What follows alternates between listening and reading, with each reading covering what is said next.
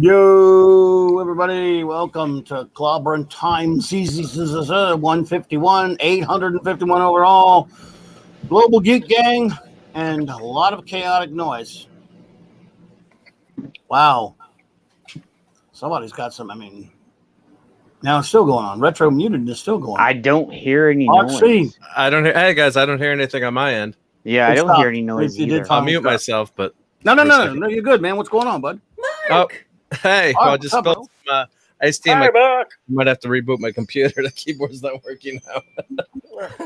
What a shock! Yeah. That's the reason why I died several times in Fortnite the other night. I'm like, hey, Mark, can you get my back? No problem. Get shot in the back 3 times. Hey, hail to the chat. I noticed a lot of people are talking in the chat and catching up with one another. And there is a lot of news about some people who, Pat S.'s brother, he's having some medical trouble. And there are other people who are just sharing stories with each other about their weeks. So I just want you all to know that I'm reading along. And Pat, I'm sending my love to your brother. I hope he's feeling okay. And just hello to everyone. And Steve Mitchum, thank you so much for coming in to hit the like button, even though you're in a meeting. And if you hear this, please tell Maddie that we love her and give her a little kiss for us, please. Hello, everyone. I don't know what that noise is in the background, but I'll just work through it. Maybe you all can hear it. I don't know. I Welcome. don't hear any noise, dude. Like, It's like literally a- there's no noise. Like noise, like I heard it for a second, then it disappeared. Yeah, Yeah. I can hear it too. I'm going to mute my mic and see if it's me. It's not Retro, right? Retro muted. You can try it for a sec, see. Let's see. Yeah, I don't hear any noise either. But not now. But anyway, that's all right, Raquel. Just unmuted. It's nothing terrible. It was at first, but now it's in Retro. Try unmute and see what's going on. In. I think that's what it is. You got a special mic or something there, bro? Are you outside? Me? No, Yeah. definitely not. Don't worry about it. Don't worry about it. My missus probably prefer me to be outside, but you know. And it's just probably Sam farting in the background, so you know. Oh, Welcome everyone again. Before I start saying hellos to the chat there, Pat S. Whatever's going on there, my friend. Good luck with it, buddy. I hope your brother's okay, bro. So very good luck, serious. You've been spending some time with him as he goes through some tests. And Pat, wow, just reaching out and giving you a big warm hug, and that must be incredibly stressful. And I just wish you and your brother so much love, and I hope everything is going to be okay. Yeah, same here, yeah. Pat. I hope everything goes Indeed. well. Tough. Yeah, tough we news. hope everything goes good, brother. So, and it's not serious, you know. So, Well, Stephanie's here. I'm not current on the chat, everyone, because I needed to roll it back. I can't see any new chats yet because I want to say my hellos, but I wanted to. Okay, so J-Man, what's up, buddy? Great to see you again. I don't know what that noise is in the background. I don't know why I'm the only one that hears it, but I'm just letting you know. Janet from another planet. Yay. Love it. Thank you for being here, dear. Snorter Poopas, what's up, buddy? Snorter Poopas! Gilbert. What she said. Gilbert. The great Chris Persia. What's up, buddy? Love you. Mwah, Good to mwah, see you, mwah. brother. Master of all that is Canadian wrench. There's some weirdo named Retro Dicky. Let's kick him out of here right away. Get rid of him in the back of the Black Mariah. Of course, the great Pat S. Good man, buddy. Good luck with that. All that. What's going on there, brother? The great Lord Both. What's up, bro? Avon lives and long live the Legion, buddy. Yeah. Forever. Ash as well. There's Ash right there and right here too. But Who's that? Seems like a weird guy. I yeah, love he is. that guy. What kind of name is Ash? Jesus Christ. Yeah, I know. Steve Mitchum, what's up, brother? he's just some freak that likes PlayStation and Disney Star Wars. So you know. Oh, really? I didn't know. I like that too, so I'm gonna have to link up with him. See what's going on. yeah. He's annoying sometimes, you know. Really? Yeah. You like that crap? Get a life, dude. Jesus. Steve Mitchum, yo, brother. Yeah. Good to see you, buddy. Garbage, you are a treasure to me. Yeah. For being here. Thank you so much. Thank you so much for stopping in and supporting the channel. RN Feliciano at work there. Gotcha, buddy. Good to see you, Raymond. Yo, brother. It's always great to see you. Dad Manuel, Geek 55, scariest avatar on YouTube. Nice. What's up? Nice. Man with the scary avatar, bro. Yeah. Stephanie Janizek, Smugglers. What's up? Cantina, that is. Steph, what's up? How are you? Great to see you. Thank you for popping in. Of course, there's a link to her wonderful channel and many other ones in my description below. If you have not checked her channel out, please do. Mm-hmm. I don't know what that echo feedback's coming from. It's weird. I don't know. I'll get used to it. It's so weird. I haven't moved or changed my mic. No, it's I not just you. had my mic muted, so I know it was. Yeah, I know. Everyone did. Actually, a lot of you did. So I don't know. Strange. It might be StreamYard's being crazy. Who knows? Mm-hmm. Who cares? Charles Macrothel, my old friend. What's up, buddy? Great to see you. Yay. Almost current. I'm trying to get to all of these here. Bop, bop, bop, bop, bop. I think I finally caught up. Anyone else who pops in, we will definitely acknowledge them when possible. Oh, Pat S., I'm a little quiet. Okay, I'll fix that, honey. Hold on. Are you? I hear you fine. I just hear like some in the background from someone, but it's not a biggie. I'll get used to it. And I can hear myself echoing a little bit on some, very slightly, not as bad. Yep. Oh man, I can definitely hear my echo there. We can hear it. You can hear the echo, Steph? I don't hear no echo. I'm sorry you don't. I wish I did. I can hear it. You're not crazy, Clobby. Yeah, I can hear it. Yeah, I hear it a teeny bit. Maybe there's a setting in StreamYard if you go to your cam mic and you can turn that echo cancellation on. Oh, echo cancellation. Yeah, if you click Maybe that might help. You got headphones on, right, Mike? Well, yeah. Let's see here. Yeah. Audio. I have it on. Echo cancellation is on. Snort of poopus. I love you. So, see, not hearing it now. Maybe someone did something. I don't know. Or it could come back. You never know. Everyone's hearing. Now it's gone. Well, it's good. No, I hear it again now. Oh, whatever. But it's very faint, so I have no idea. It's probably StreamYard. Could be StreamYard. And if that's the case, then good, because it means there's nothing we can do about it anyway. There's probably a setting that you don't have. No, I'm telling you, it's on. I'm looking at the settings, and it's that one's set. That one, the echo one, audio. Yeah. Oh dear, how do I work this damn computer in my Oh no! Let me adjust my glasses so I can see that. Oh dear. It's on. We need Scotty to talk to the computer. Oh, we need Odin to Hello, come in computer. here and do it. Hello, computer. Well, no, I'm looking right at it. It's on this time. Yeah. That echo cancellation thing, even I can do that. I can press buttons. Not very well, but I can do it. Just Anyway. remember. What? I'm sure I would it's love Ed's to fault. see Mike play the beginning of Witcher 3 to see if he could get out of the room and get the key too. That Oh, would that'd be be funny. no. I would not be playing any video games with any of you ever. Yeah, he won't even play Fortnite with us, so yeah. I can't, and I have a reason because I can't quote what my son calls it here on without getting in trouble. Let's put it like that. What he says You about- mean he's- bloody trash or I can't No, I can't say no. Believe me, trust me when I tell you I can't. Not really even say if it. we bribe you with the thing collectibles. I mean, I can do it. I can say it in private. I wouldn't Mark said he'll give you the Mark- sign Mark- if you say it. Yeah. Yeah, he'll give you the Mark's got a theme sign for sign. You know.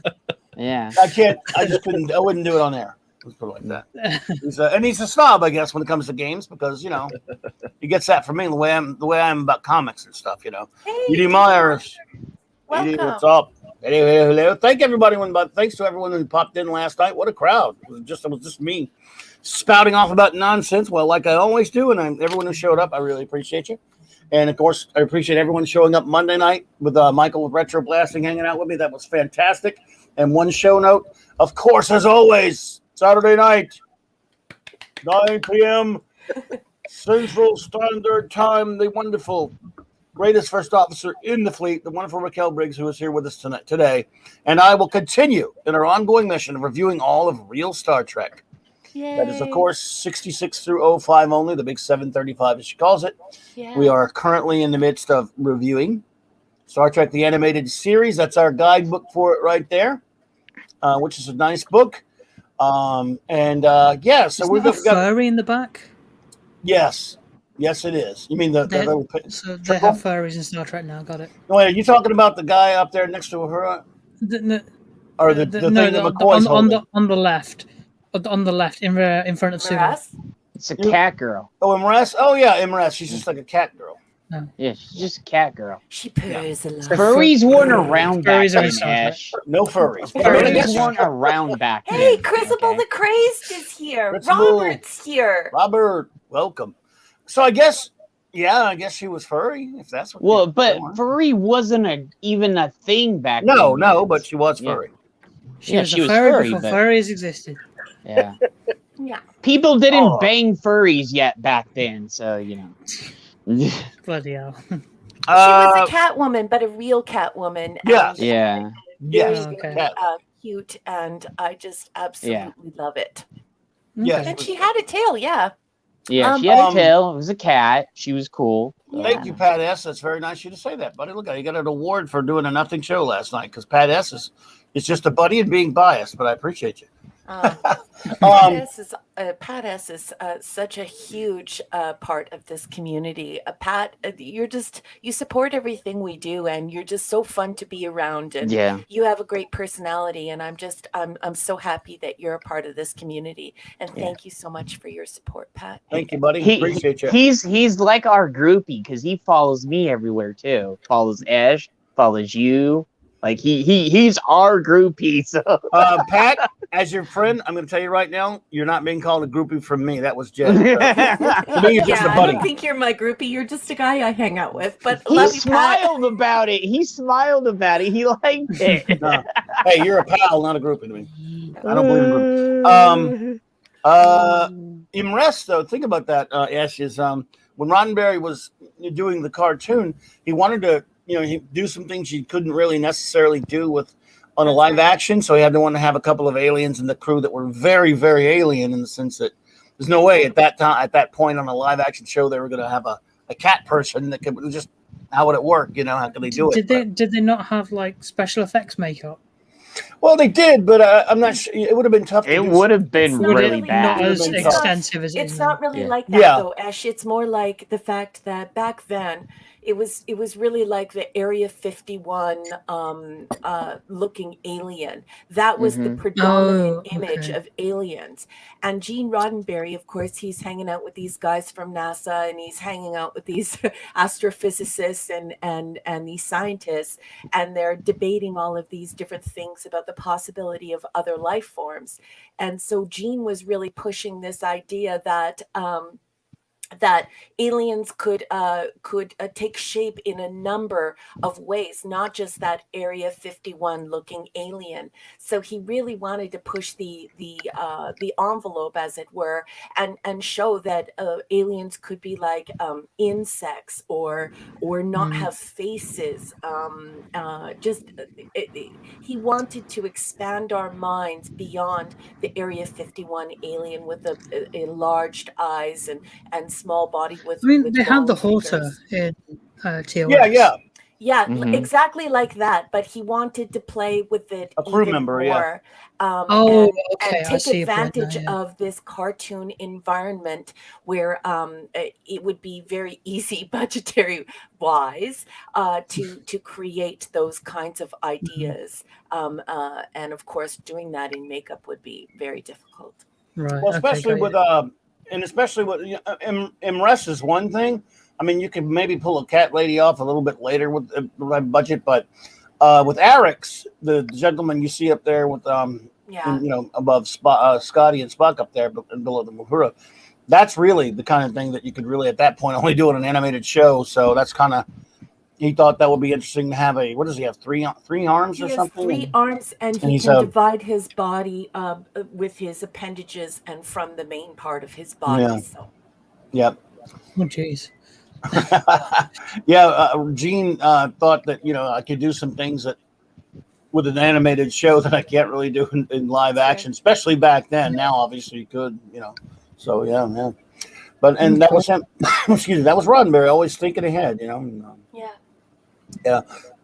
But anyway, it's been fun watching it again. It's been a while since I watched it. Not too long. I mean, maybe 10 years. I sat there and watched them all, and I don't know. This kind of happened to me a lot lately. When I watch something older, I mean, I always liked the cartoon anyway, but when I watch something older, even if it's just a movie or something, in fact, if I watch a movie that I didn't like a lot 10 years ago, 15 years ago, I'm not saying I changed my opinion that much, but they're a little easier to watch now. It could be age. It could be the fact that there's just so little anything coming out that's any good. I don't know. Which is a segue to the something I was talking about last night. And Ash, I watched a couple of old, since the other night we were, Michael and I we ranked our MCU films, all 23. Okay. Like worst to first type thing. Michael with Retro Blasting and I, and had the biggest crowd I ever had. It was a lot of fun. Everyone was really cool. But we ranked again, and our lists were fairly similar. But that made me kind of, and so I watched a few of the films, of course, going into it and then after. But I don't know what it is, but I got a weird bug just to kind of want to watch a Marvel film that wasn't an MCU one. So the other night I watched, because in this set, this is the 60th anniversary of my beloved Fantastic Four. So all throughout the year, we're going to be doing things to celebrate, because Marvel Comics will not. They won't do it right. They won't. They won't do it right. Destroy Anyway. it even more. Yeah, they won't do it. I mean, they'll do something, but it'll be crap. The way that the same way as DC were doing so-called celebrations for their 80th anniversaries of different characters last year and this year, with just terrible tribute comics. So I watched the two Sony Fantastic Four films from 05 and 07. Did you ever watch those? The one with Chris Evans. Yes. Yeah, I love those films. Those were the first films where I was introduced to the Fantastic Four characters, and before then I didn't know who Galactus was, so for the longest time I always thought Galactus was that big cloud thing. And then when I found out what Galactus actually was, then I was like, oh, okay, what the hell's going on here? I beg your pardon. I beg your pardon. Please excuse me. Mark, it is you, sweetheart. Oh, I don't know why. I'm hearing some background stuff now. And what it is it's a massive noise floor. It's as though the gain is maxed out. So maybe I don't know if you're working with a board, but maybe how's if you that could if take your I main lower the gain there? Oh, you good now? Take your gain all the way down, and then your secondary channel, you can turn it up, and then you'll have the volume you want. But your gain is up way too high. How's that now? Snortapoopus wanted Esh to know that the Adosians have 3 arms and 3 legs, and he said, I think. Snortapoopus, you are right, sweetheart. The Adosians do have 3 arms and 3 legs. There you go. And Ironcaster just walked in the door. Ironcaster, what's up, buddy? Sorry for interrupting everyone. No problem. Sorry about that, guys. Yep. No problem, bro. It happens, man. I got the air conditioning on now.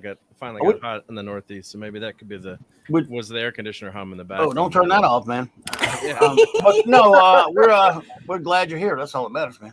But Ash, I haven't watched those since they first came out, because I don't really, an FF freak. I didn't like them a whole lot.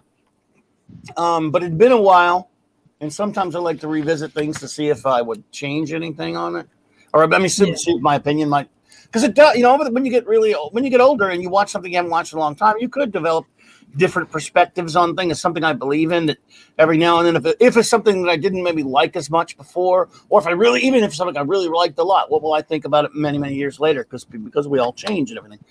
And I guess I have pretty much the same opinions as I had before. There are a lot of things to like and a lot of things that are really absolutely terrible about those films, that are missed. Everything about them that makes them, just as films, as entertainment, is severely flawed. Points that I would say, like, for example, the casting and the writing of Victor Von Doom is horrifically bad. It's garbage. It was. It's so terrible. It was god awful. God awful. That's the worst part of the movie. I'm actually one that doesn't mind the cast for the most part of the 4. Now, again, as a Ben Grimm freak, as you know, Brick Cohen, good to see you. Thanks for popping in. As a Ben Grimm, as a Thing fan, I really love Michael Chiklis as an actor. He's fantastic. He's a great actor. Yeah. but I've always said he doesn't look the part of Ben Grimm. In other words, Ben Grimm's supposed to be this big, muscle-bound, big man on campus type, athlete and stuff, and then he gets changed into a rock monster. This guy had it all: jet, test pilot, hot shot, all this kind of stuff, war hero in the original Origin, and all that stuff in the real Origin. And now, in this, he's kind of like not trying to insult Michael Chiklis, but he's just like a regular kind of, he's the commish. And the commish and the shield. Great Can I interrupt? Can I interrupt for 1 second because it's very important that I ask you this. So your rhetoric is spot on. I totally agree with everything that you're saying. Although that character is endeared to me because I love the commission, I love that actor. May I please ask for you to entertain who you would have chosen? Who do you think would have been the ideal? Perhaps if they would have worked out a little bit, or maybe if they would have used CGI. Who would you pick, Clobby, to take on that role? Well, for Ben, it wasn't important to get any kind of big name. You could have just got a guy. I mean, a guy who's decent enough actor who looks like that kind of type, especially since they were going for a younger FF because Reed's kind of young in the film.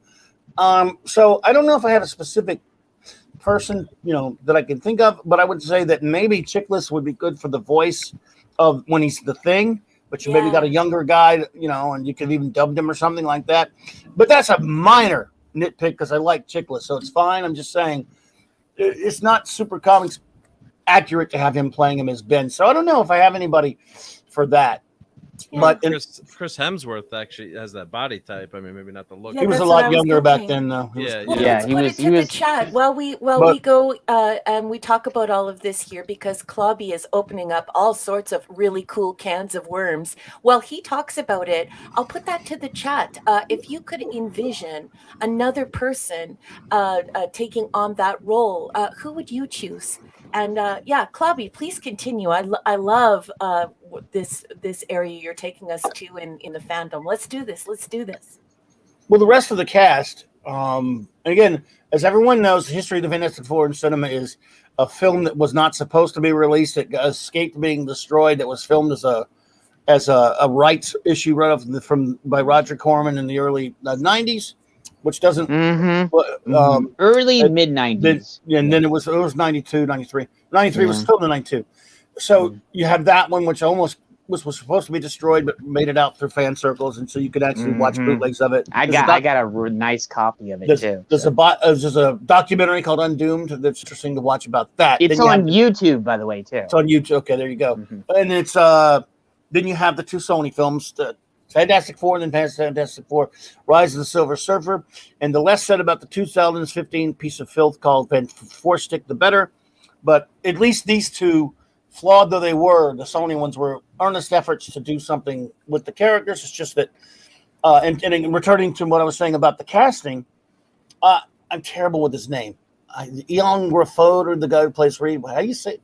I've never heard his name pronounced. Yeah, I haven't either. So I apologize to the actor. He was a pretty good casting. I don't mind him as Reed. And young, he's a young Reed, not like a child Reed, like that terrible Van Forstick, but he's okay, and he does a decent job. I'm also one who's a lot of people don't like the casting of Jessica Alba. I think she was okay. I mean, not just because she's an extraordinarily beautiful woman, which in my opinion she is. She does a decent job in the film as well. I don't mind her as Sue. They, of course, changed her character a little bit, making her a scientist, and yet they never used that after they made it. That Sue is not really a scientist. She wasn't supposed to be. But even then, it was still kind of a modern day, at the time, a thing to do something like that. Chris Evans is as perfect a casting for Johnny Storm as you could ever do. He was so great as Johnny Storm in both films that when he was cast as Captain America, I'm like, are you kidding me? That guy? No, I was pretty upset about it. Yeah. Sam Worthington, Lord Dog. Yeah, there you go. I don't remember what he was like at that time, but sure, 2004, 2005 when that came out. I don't know, but I like Grafud, or how you say his name. Sorry, be the butcher's name. But overall, I like that cast. They're fine, but there were some issues. Again, Von Doom's terrible. Absolutely. I mean, Julie McMahon. Nothing against the personally, but he was. First of all, they cast him as some rich. Some big corporate magnate, which was garbage. Also, If you're not making the Fantastic Four's origin a period piece, welcome Disaster Area. Good to see you, my friend. Yeah. If you're not making a period piece, you can't do their origin 100% correct, because, as everyone knows, in the original comic in 1961, there were 4 people who were stealing a ship to beat the Russians into space, quote unquote, in the space race. Well, that's dated. You can't have that plot anymore. So them going aboard the space station and getting bombarded with the cosmic rays and storm is fine. Having Doom there is idiotic. Doom doesn't need superpower. That was so bad. But of course, just sorry to interrupt, but we've got Elon Musk now. Why would it have been out of character to have a crazy billionaire trying to fund someone go to space with a rocket? I mean, it could have been anyone funding them. Yes, it could have been Norman Osborn for that matter. Yeah. So I thought they could, like the rocket thing. I think they could have done, instead of the space station, but the space station wasn't bad. It's just it shouldn't be Doom there. Yeah, that didn't make sense. It should be his space station. That's so asinine. I remember when I saw it in the theater, I'm like, are you kidding me? Because I didn't know much going in. Anyway, and he's terrible. He's just the writing for him, the characterization, his horse, all of it's bad, in my opinion. For Fantastic Four. I agree. Yeah. But they get their powers, and again, in typical, Hollywood movie fashion, that takes them, the powers take a while. They don't just get them instantaneously. And it's kind of a dopey scene on the bridge where they start, when Ben starts realizing, when they find Ben, just to happen to find him on the bridge, and you have that, and wackiness ensues. But the characterization overall of the family aspects of FF, that's spot on. All of that's really good in the film. That's the best part about it, is the characterization, the heart, and the problems for Ben is some of the stuff with him, even though I don't like the design of the thing. I don't like that movie design of him at all. It's still, Chiklis does a wonderful job in it, and they actually do a pretty good job of handling the Thing storyline in there, in terms of what he's going through. What I did hate, though, was this crap about Reed and the others treating the rest of their powers as a quote-unquote illness. Not Johnny. And here's the thing, Johnny was perfect. He said, hey, I got superpowers. I can burst into flames and fly. Are you kidding me? That's cool. Flame on! Reed wanting to cure them is crap. He's only supposed to want to cure Ben. Mm-hmm. And they handled Ben and Reed's dynamic perfectly, I thought. Him being angry at Reed when all that, ended up happening to him and stuff like that. Doom shouldn't have been involved in that way at all. In fact, you shouldn't even have had Doom in the first film. You should have set him up for later. You should have had Mole Man. You should have just... Also, there's no establishment of them as a hero group, or even the Imaginauts, to steal that phrase. Jennifer Sisko, beautiful lady. Thank Great you, to see Jennifer. It's wonderful to see you there. Bye, Raymond. Yeah, Ben and Johnny. Oh, the Ben and Johnny dynamic is also great. It's perfect. It's right. It's as if they read a lot of the comic in terms of characterization, but they had no idea what to do with a quote unquote story or a first film to set things up well and set up Doom. It's as if it's kind of funny. This movie has so many flaws, and yet so many things that they got right. I hate the uniforms though. Overall, it has no purpose. It kind of meanders. When it's focusing on character stuff, it works. When it's trying to have some sort of a coherent story, it doesn't. Well, you're muted, Mark, and I'm still getting all kind of sounds and stuff. Those are birdies, so I believe that I heard birdies. Mr. That's Singh. Ash. Yeah, That's Sorry. his beautiful birdies. I already know everybody's sounds in their background, so I can point out who it is. Oh, cool. Okay. Well, that's nothing wrong with birdies. So I think overall the film is a mess because they don't really have a good story. They don't deal with the timeline of them getting established as a superhero group. They spend too much time with this crap about it's an affliction. We need to cure it. That sucks. Become superheroes like you did initially when you got the powers, with, of course, the running plot of trying to cure Ben. It is a little far-fetched, isn't it? I mean, I don't want to make it too philosophical, but you wake up one morning and you realize you have superpowers and you transform into a flame, or you transform into this rock creature, and you find yourself thrown into a situation where you have to save people's lives. Do you really go and look for a cure? I'm not sure. Hell no! You go save the world. Well, I suppose in terms of Ben Grimm's thing in then the you film.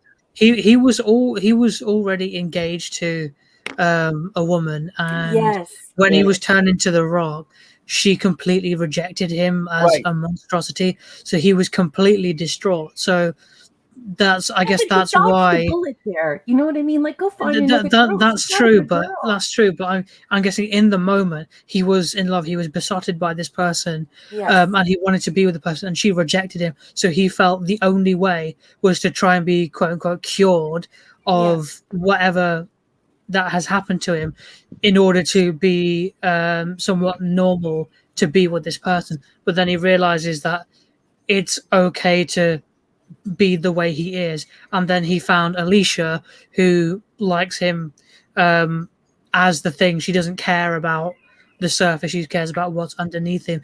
And then that ties in really well with the 90s Fantastic Four show of Alicia's care for the thing, and I think it really works. Like there's a good, like, deep, there's a good articulate storyline there, but I don't think they've done so well to fully bring that to light, because then, as you say, Reed figures it as a cure for everyone and not just Ben. It starts off with Ben, but then he becomes blinded in his pursuit to, and then in order to cure everyone. Yeah. Well, see, there's the thing about that. It is absolutely correct Fantastic Four orthodoxy to have Ben always not wanting to be the thing, even if he learns how to live with it, and having Reed trying to cure him. Yeah. Because even though he becomes happy with Alicia, like even at the end of this film, it was pretty disingenuous for him to just totally tells Reed, don't worry about it, because Reed promises, I'm still going to try to cure you. Don't worry about it or whatever. No, that's not Ben. He could say, I'm living with it, but he still would always want to be turned back to human. But growing up, for me, I always thought it was because he didn't have control over it, Clobby. That's what I'm saying. Well, yeah. Yes, he would like to have control over it, but he would like to be human. Yeah, well, for me, when I was growing up, that's what I used to think of David Banner and the Hulk, and I thought the same thing about the Thing, is that the struggle was actually not being able to control their strength, a little bit like the Bam Bam idea. But I never wanted him to be cured. It's not something I could ever cheer for. No. Robert said so, and he goes, if Ben had the ability to turn his power off and on, he did at one point. It happens once in a while, but it happens every now and then. They gave him the right to, like, hey, I can be human or become a bigger thing. So they have done that off and on over the years. They mess with it, but it's still part of. You don't want to ever the character. No, you part of the never want to take it away. Have the same part. That's the core of his character. Is that he's a monster. And Pat S said that. Yeah, he'd be different. That's his struggle, right? But I would never want him to be cured. I think control. Right.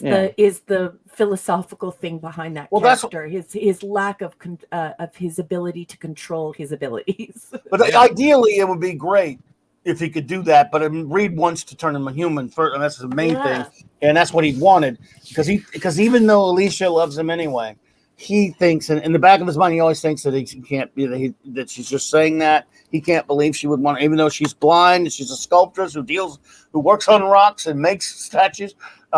It's a strange relationship that way, but it's interesting. But he wants to be human, and that's the tragic part about the story. And the thing is, in the early issues of the FF, this was so different from any kind of character.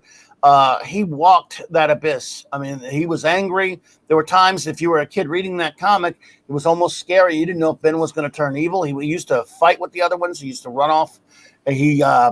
Because in comic books up to that point, and other types of fiction, I suppose, if a person turned into a quote unquote monster physically, they would become a monster inside. That's what's the wonderful thing of why I love Ben Grimm so much. He never becomes a monster inside. He becomes, he deals with it, and he stays a good person, and he becomes one of the most respected heroes in the Marvel universe. Yep. He decks Reed at one point, and John, he just lashes out at some. He becomes angry. He just loses his temper, and Yeah, and they dealt with that a little bit fairly well in this first film. And by the end, they had something of an arc where he ends up with Alicia, which is good, but he'll always want to be cured. Because there's scenes in the second film, which I'll get to in a second, that kind of deal with that. But it's just this as a film, this movie. It's amazing how it gets so many things right and so many things wrong. And they race swapped Alicia too. So well, they did. That was a lovely lady. Was it Terry Washington? I believe it was. She was the director. I think it was Kerry Washington. Yeah. Carrie. I think beautiful woman. She was, I think, the director's girlfriend actually. But she's fine. She's great, and I just think this film, in terms of superhero action, really fails to deliver. There's not a lot there. The family stuff, like I said, the characterization stuff for the main core group makes the movie watchable for me anyway, as an FF freak. But there's so many things I was left wanting. Do you feel the same way, Ash? You said that you really loved these films. Is there anything you would like to add? Is there anything or what would you like to say about the films? How did they make you feel? Well, to be honest, when I first watched them, I was a lot younger than I was now. Mm-hmm. And to me, they were just cool superhero films with cool effects, and you've got an orange rock monster, and then fighting crime and stuff like that. But looking back on it, and then looking in comparison with the wider material and the 90s show, for example, the comic knowledge from the guys and stuff, I agree that there's a lot of good with the films, but there's things that they did miss the mark on. Mm-hmm. I loved Silver Surfer. I realize now that Galactus is completely wrong. He's not a space cloud. He's actually a guy in a big sphere and roaming about the universe. But I still really love those films. I think for me they're they're classic films, and I'm always going to love them because I've had so many good memories watching those films with my family. So I just remember at the end of Rise of the Silver Surfer, there's right at the end where he saves everyone and supposedly destroys Galactus. He's floating in space, and there's an end credit scene where the board flies back to him and he's floating in space and his eyes open up, and the amount of times we've sat around the couch just rewinding that one scene, oh my god, he's still alive, where does it go next? But really an important part of your childhood and an important part of your youth, and growing to know about the Fantastic Four and being exposed to the storyline and then wanting to know more. So I totally. It's interesting that learning more about the backstory and the of the characters is in Rise of the Silver Surfer, where Johnny comes in contact with the Surfer, and then he's got the ability to absorb all the other powers, when in actual fact in the comics that was the Super Skrull imitating all the powers into at some point. Exactly. But there was no Skrulls involved, and I think the Skrulls would confuse the normies too much at the time. Now, because of the MCU and the Skrulls and the Captain Marvel film, even though it's got its gripes and negative parts of that film, the Captain Marvel did introduce the Kree and the Skrulls and all that. Unfortunately, ruined the Skrulls. So now, if you say to the general normie, "Do you know what a Skrull is?" they might have an inkling. Whereas back then, they were like, "What the hell's a Skrull? I don't know what's going on." That was almost like put him in the movie, though. I think they could have. They could have. They could have. I think people would think of that they're just some random aliens just there just to be there. Mm-hmm. Whereas, I think with the good thing about the MCU is it connects everything to everything. Whether you like the films or not, it's all interconnected. And one thing links to another. So you got these Skrulls being introduced, and you got the Skrulls coming up, but you already know the history of some of the main characters because you've watched them through the best part of a decade through all these MCU films. So you feel attached to the characters already, and then you suddenly realize if they do Secret Invasion, you suddenly was, oh my god, this was actually a Skrull the whole time, and it's an interesting thing if they do that. Mm-hmm. Yeah. Well, on the set when it comes to the second film. This there's a lot of good stuff in it, like in the first one with the characters. Doom is still just terribly written. The wedding part, some of all the stuff with the family. There's a little bit better superhero action in this one to grab onto a little bit. Not great, but you get a little. However, like you, Ash, I was so excited to see the Silver Surfer. I almost didn't. It kind of clouded me a little bit. I was like, man, he looks pretty good. That was a bad pun, Clobby. I'm sorry. Yeah, Clouded. sorry. Clouded. I wish you'd never told me that.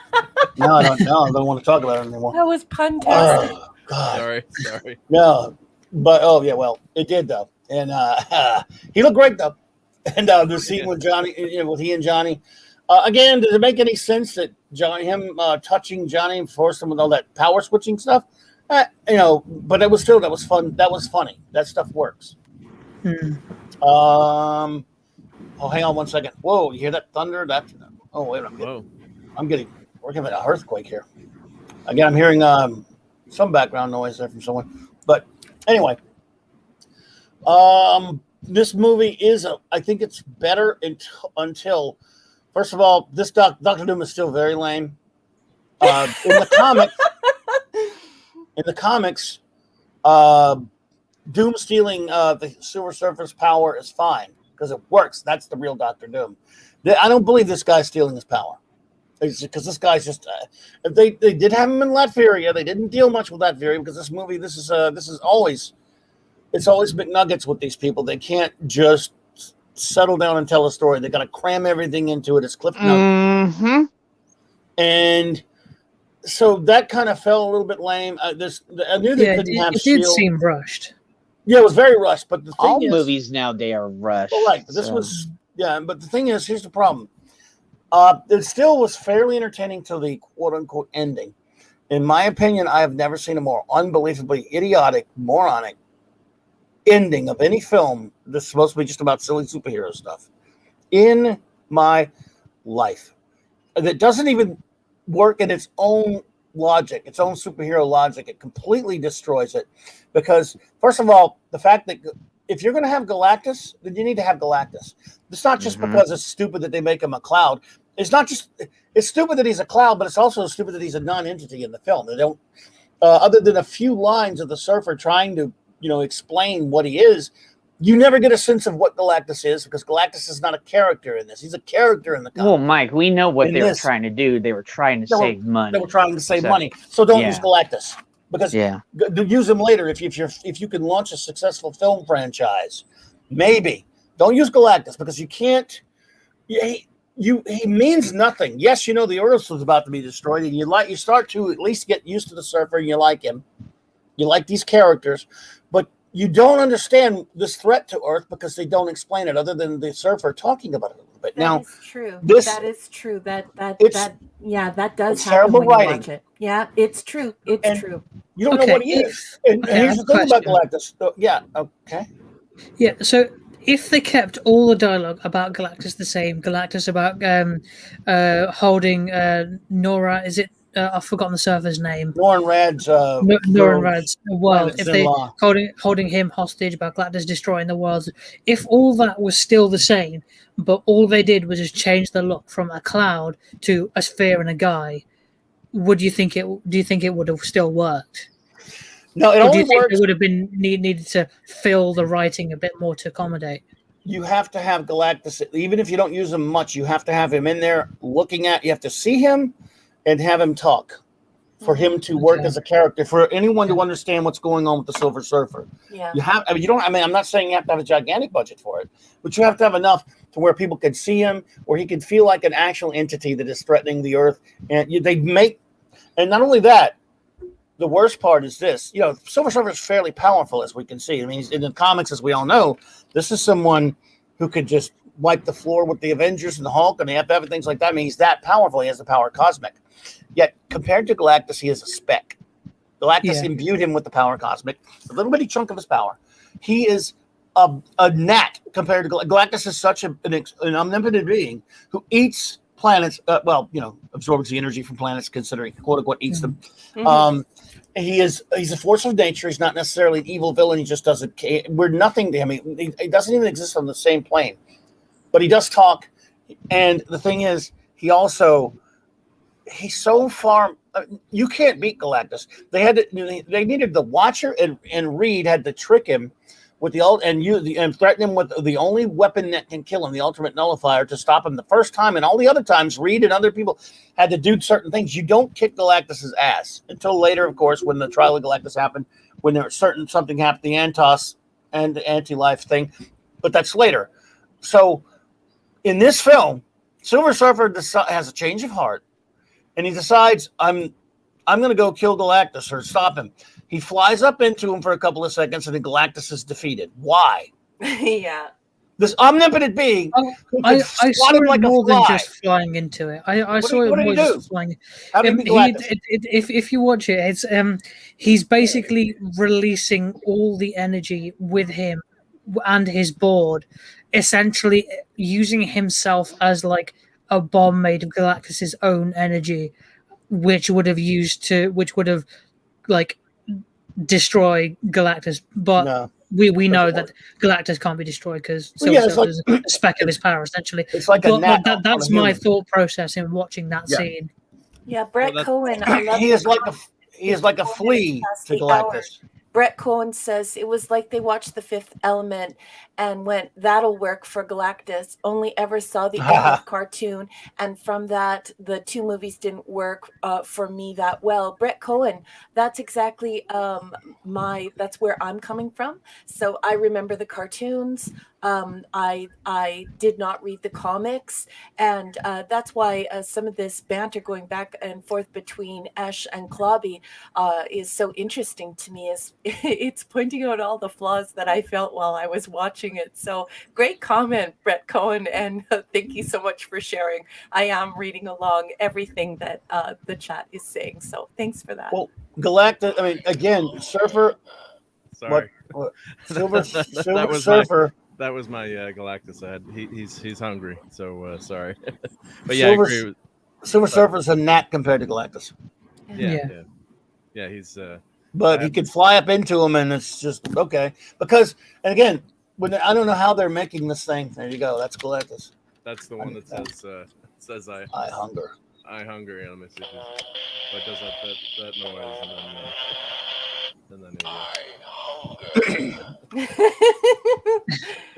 Great. Point me. He's got the blue horn thingies on that one. Actually, Weird. I lost. Did you paint? I got to paint him. I lost one, so I had to 3D print them. And I have a different one than that one. That's a nice one though. Damn. I have the old Toy Biz one. That's pretty damn nice. And yes, again, he's a character, and it made no sense, that ending. It's just, and they wrote themselves into a trick box. Like, we can't beat Galactus because it would take too much of an elaborate story. He would have to actually be a substantive character to do that. He's just a cloud. But they think, again, this is horribly sloppy filmmaking. They figured, we'll just have him fly up in there. We'll just let the audience believe that the Silver Surfer can beat Galactus because they won't know. Well, geeks will know, but they won't. Mhm. You know.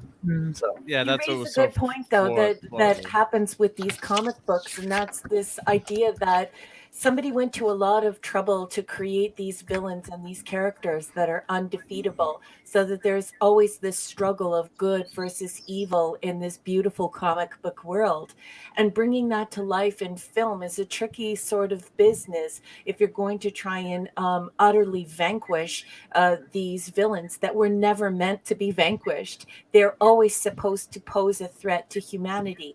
Evil is always supposed to be just around the corner, and it's up to good people to confront evil and to keep it at bay. So creating these films where these entities can be vanquished, it's not just that a massive budget is required, but it's also the fact that it defies the suspension of belief that the people who love these IPs are accustomed to. And we get it. We know we understand what's happening here. The friction is good over evil, and that we have to struggle eternally to be good. You can't just get rid of evil or just become evil, and that's the end of the story. So you raise a good point, Clobby, a point that I love, and it's very important to storytelling. Well, absolutely. And like you said, Ash, even though obviously I hated all that stuff about that ending, I still was kind of glad to see Surfer, alive at the end there. Yeah. And that was actually a really touching scene in the end. I mean, it was very well done. Just the yeah. I mean, the logic didn't make sense. Saving Sylvie, sacrificing. It's just and the other thing to say too, wasn't the original comic three issues? It was 49-50 or yes, it was the original Coming of Galactus. So my great buddy Mark C and I, by the way, did a review of that show on that. So you think that comic series. Yeah, so everyone should go back. I think you have a playlist too on your Mark C. chat. Mark C. Yeah. So yeah, recommend everyone go back and watch those great episodes. Hey, Mike, welcome. Mike, what's up, man?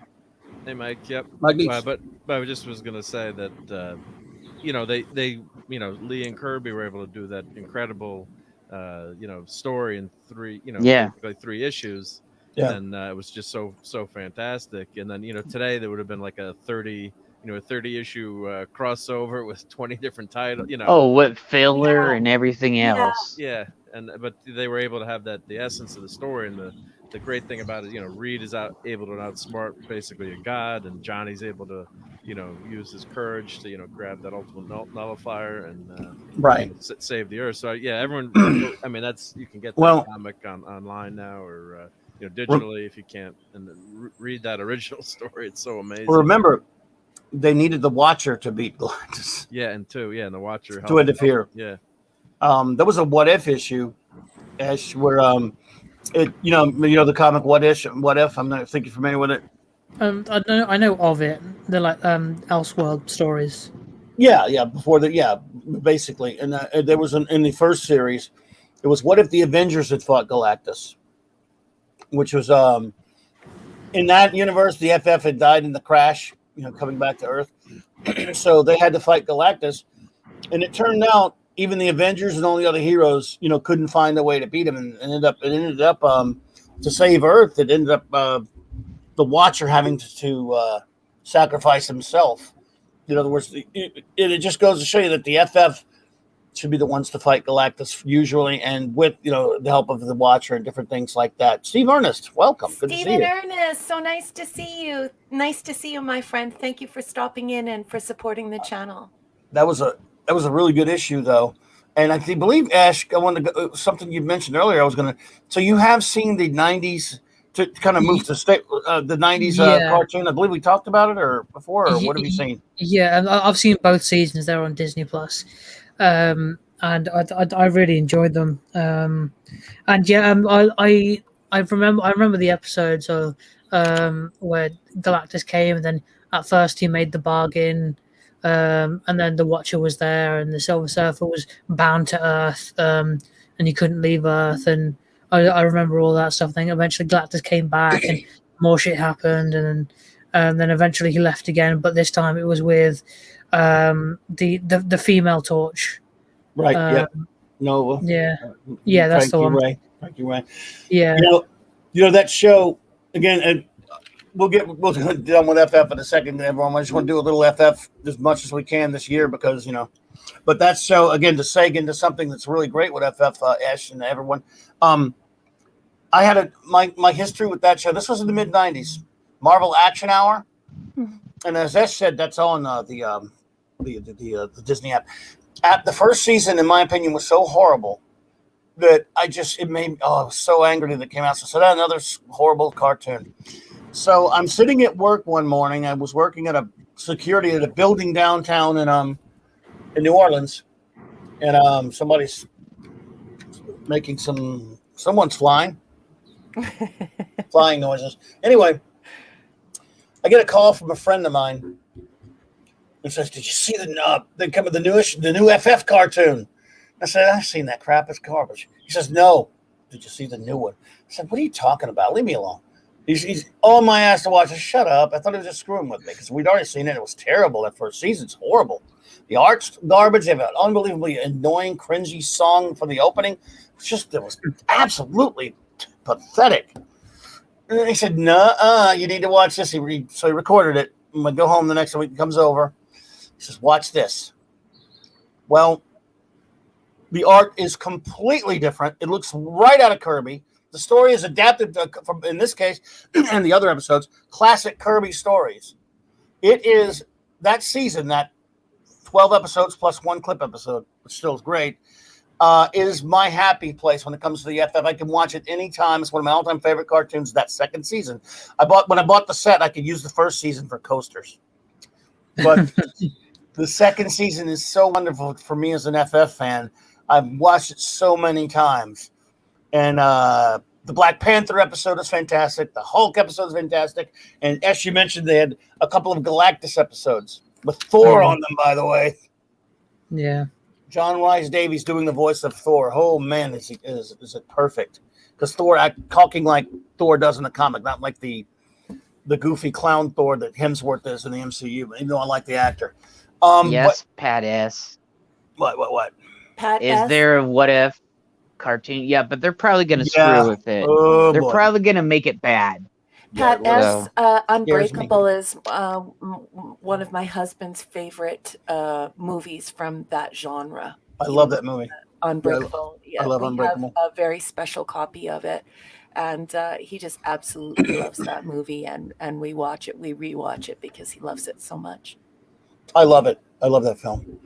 And the episode that they adapted for the beginning of that season was from a Kirby Kirby issue, and a blind man shall lead them. Daredevil's on it. It's so damn cool.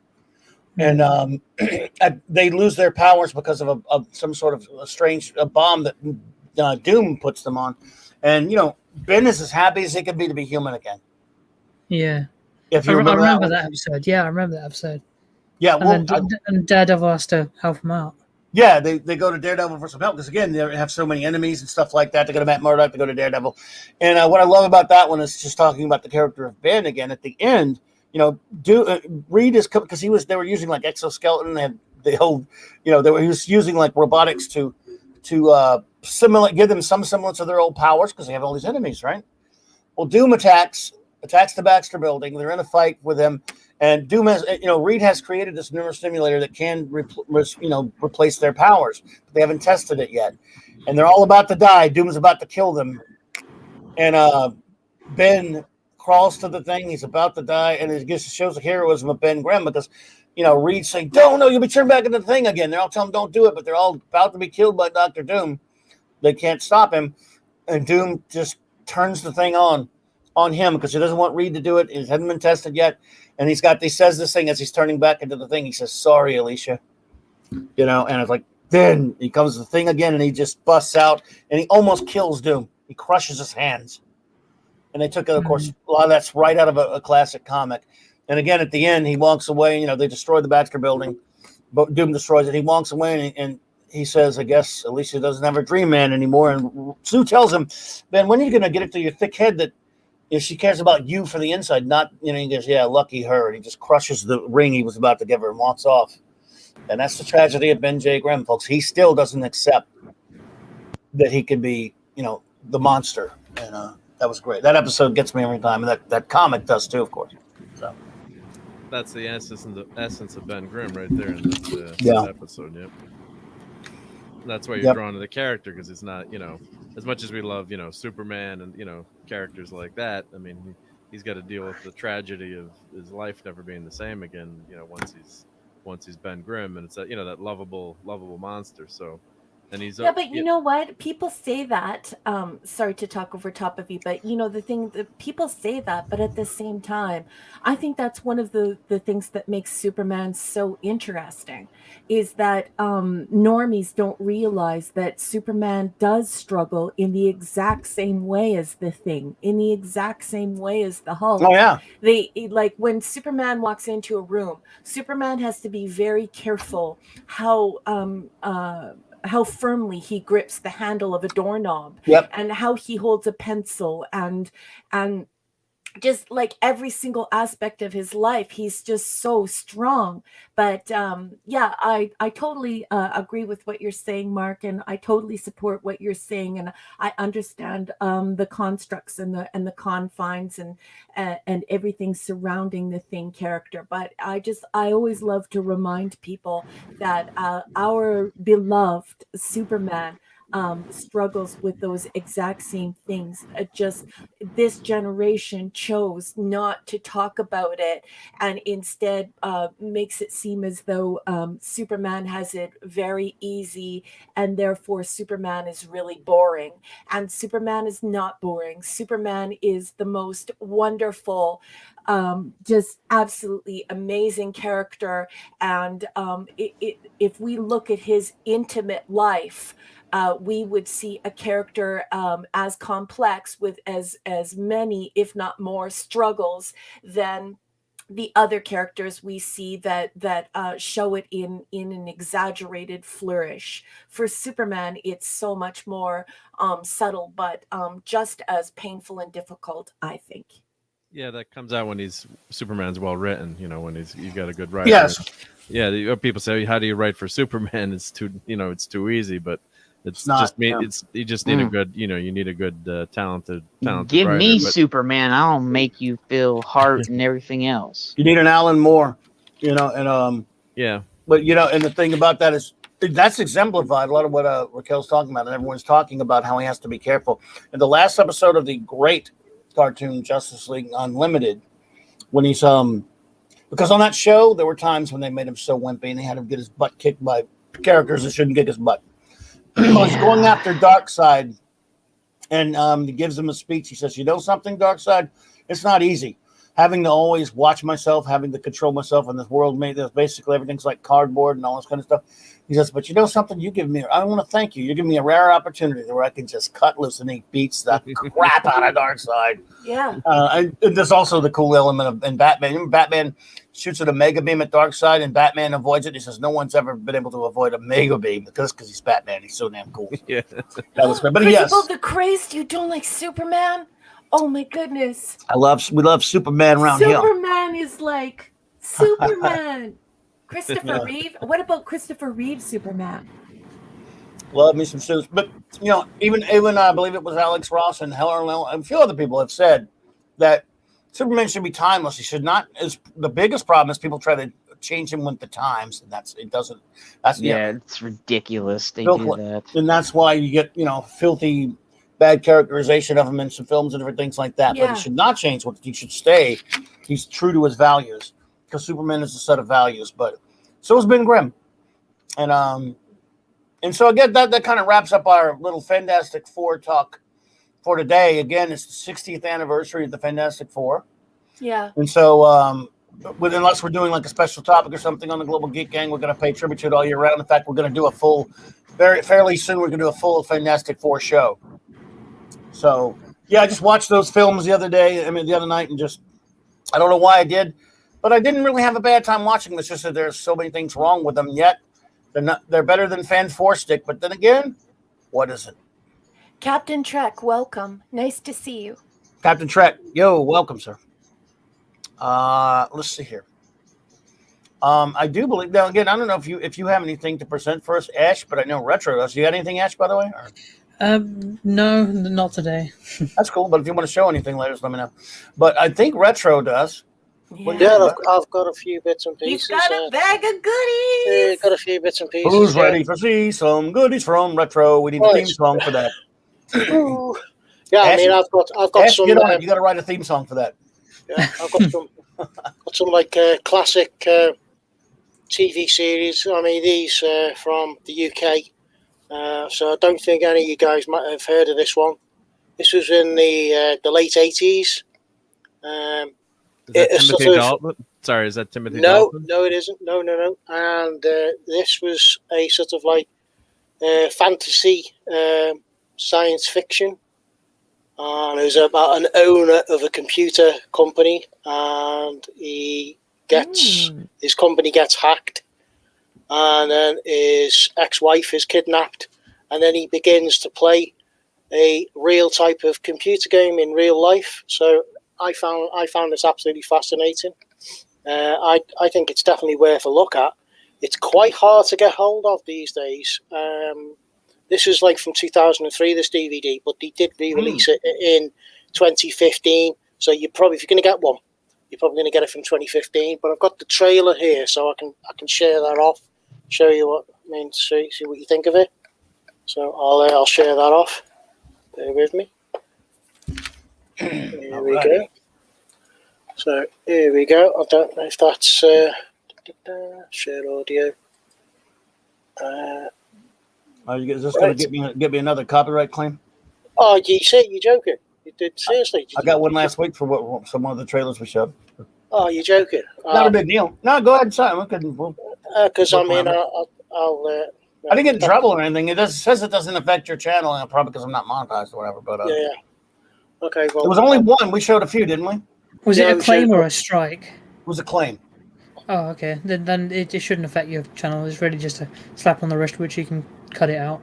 It just means you can't be monetized. Yeah, monetized for that. Yeah, you're not monetized anyway, so it doesn't affect you. Yeah, said it didn't. Yeah, said that. Which which trailer it was, just so we. It was called Electric Dreams or something or whatever. Oh yeah, I think it was. Yeah. I don't even really remember which one. I know it was that one. But if you're seeing this one now, this again is from the beginning of the episodes. So this is what you'd see sort of before the next episode was going to show. His former wife, Jenny, has become the victim of a sinister and the video doesn't really play that well anyway. You can't really see it. Yeah. His girlfriend Faye and his finance director Tom to go to the police, but it's sort of it's not actually sort of full. It's like it's chopped up in bits. Anyway, the way the video's done, the way they've edited it. Videotape left at the scene of the kidnap confirms his worst fears, and Nicholas knows that to survive, he will have to play Magnus at his own lethal game. Nicholas, my boy, my dear boy, we've got a new game to play, right? It's called Fun.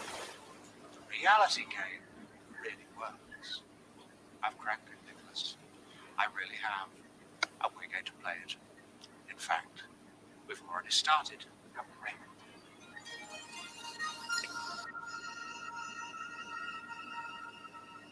Jesus, I get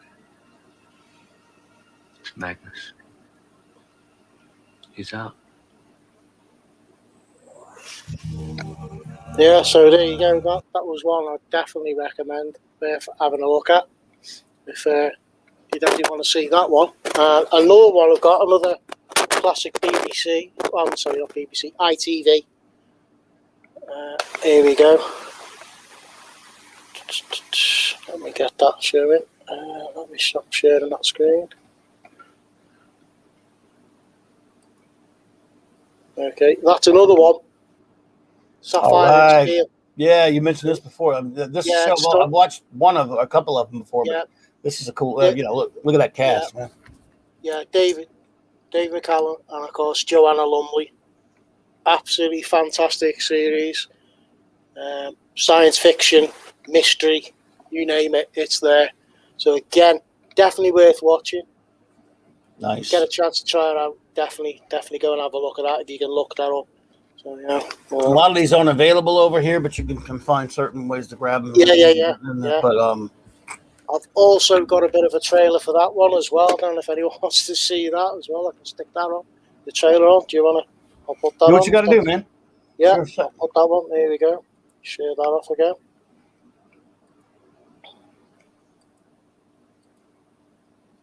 There we go. Here's the Sapphire and Steel one.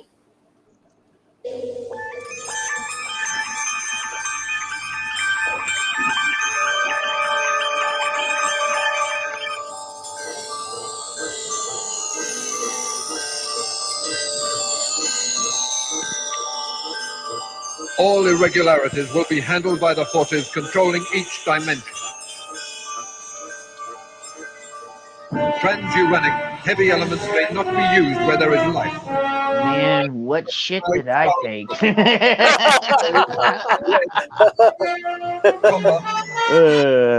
Yes, diamond, radium, sapphire, silver, and steel. sapphire and steel have been assigned. Dude, it reminds me of when I got high at the Doobie Brothers in Grateful Dead concert. Seriously. So there you go. That's another one. If you get a chance, definitely recommend that one.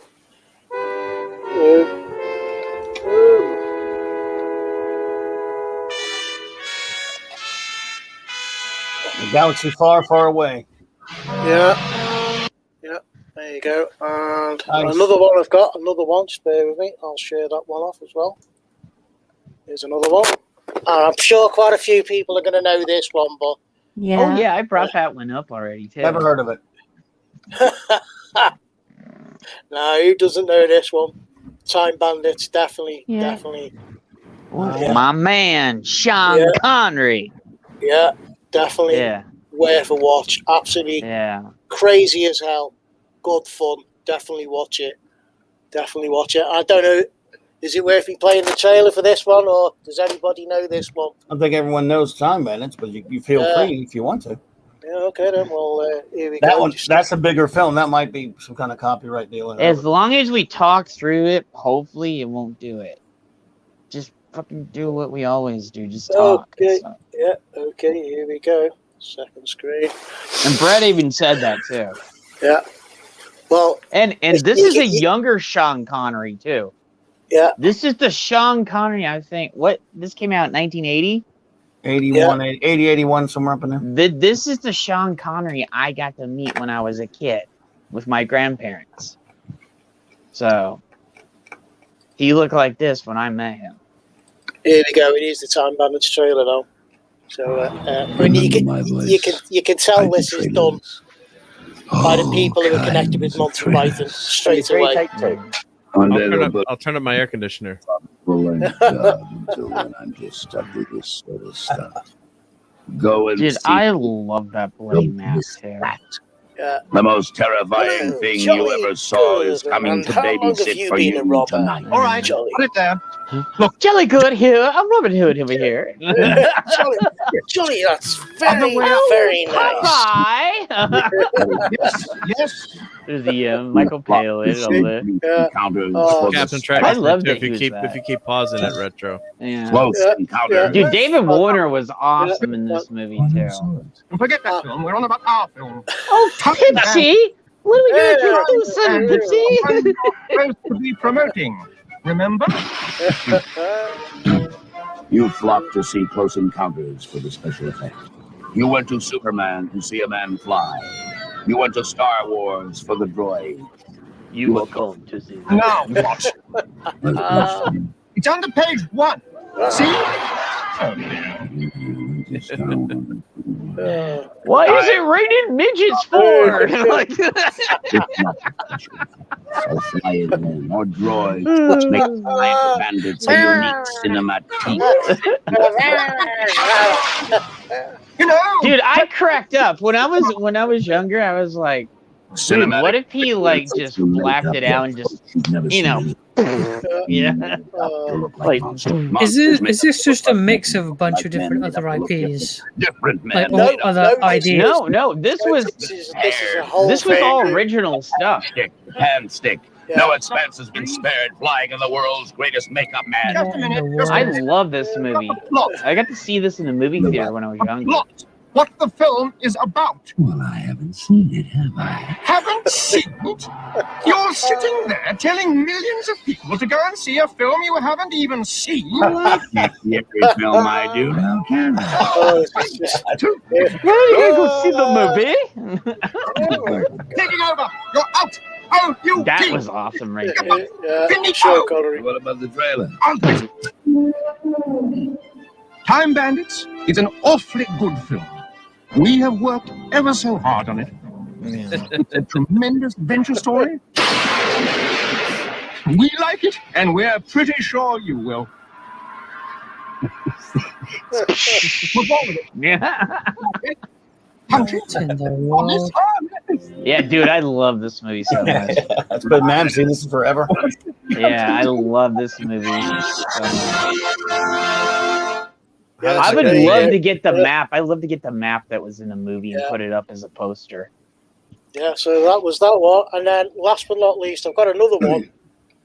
Unfortunately, this one is an import one, so I actually got this one from Germany. This is called Hardware, and this was like Terminator for the 90s, quite gritty.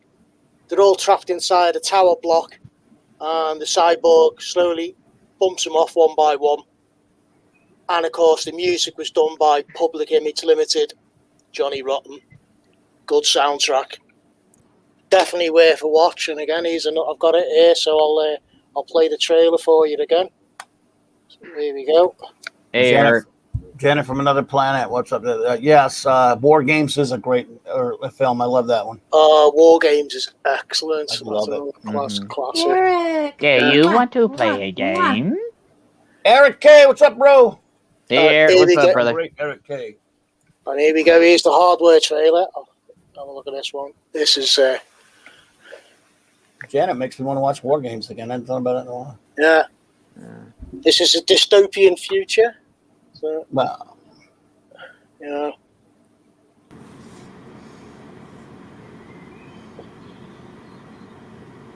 God, I've never heard of this movie. I didn't get to see this until I was like out of the hospital Oh, when I was younger. this is Yeah, this my is a dad classic. let me see this. Yeah, my dad. This let is me see classic. This film. Listen to that Yeah. soundtrack there. I still have this on VHS. So Hardware. Hardware. I remember reading about it in Starlog for years. I never saw it. Yeah.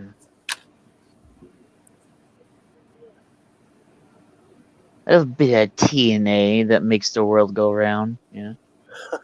Yeah, but he's a cyborg now, so. Yeah, I know. It's like she was banging the toaster, kinda. So you know. Oh, we're not hearing any sound. Oh, it's probably an intro. Yeah, the sound. Yeah, I don't know okay. what it's.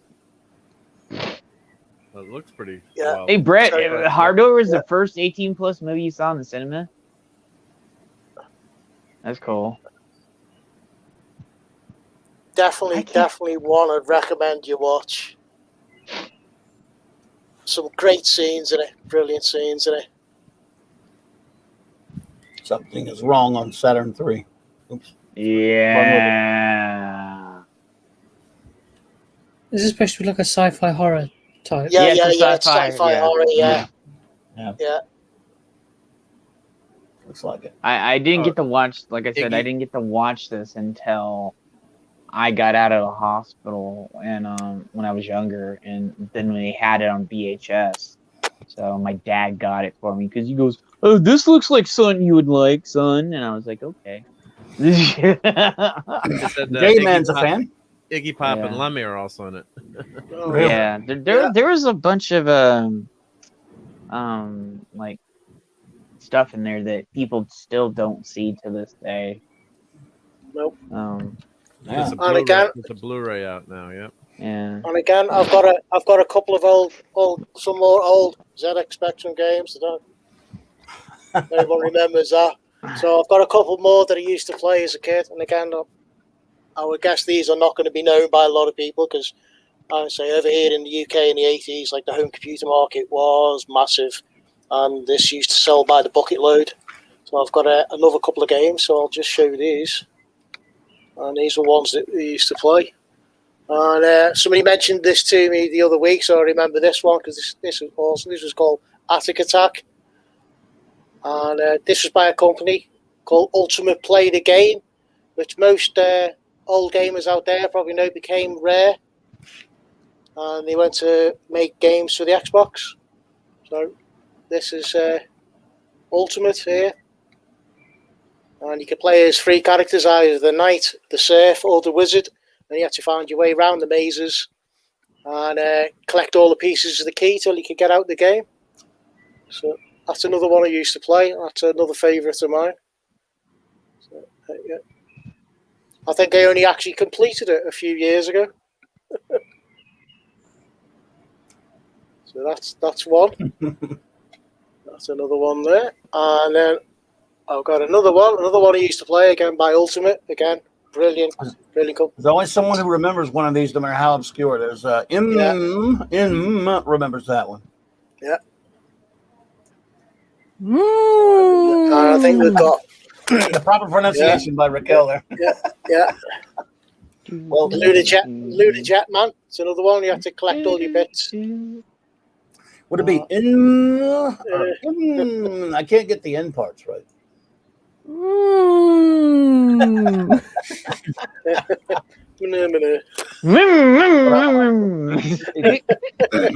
Trying to pronounce that name is a game in itself. Yeah. Yes. Yeah. So yeah, Luda Jet Man. I don't remember that one on him. Is that a British game or something? Or? Yeah, again, that was by a British company called Ultimate Play the Game. I say a lot of old games, they went on to become rare, and he produced a lot of games for the original Xbox. That's graphics are pretty good. How old is that? Yeah, well, that's from 80s or something. Yeah, that's the early 80s. Well, they did it on the what do they call it, the Rare thing, where they did all the old Rare games, because this is an old Rare game. And the other one was Lunar Jetman was on it. It was on Nintendo, and then later on, they put it on the Xbox when they did the Rare 20-year celebration game. Yeah, you can actually get the whole game set, and this is another one. Yeah, well, they give you like 20 games on there. Yeah. So on the collection, I have it. I got it for free one year at E3. Brett, that's so cute. I love you, Brett. What That's hell? really Sketch funny. these noises. Oh, there you go. So. Yes.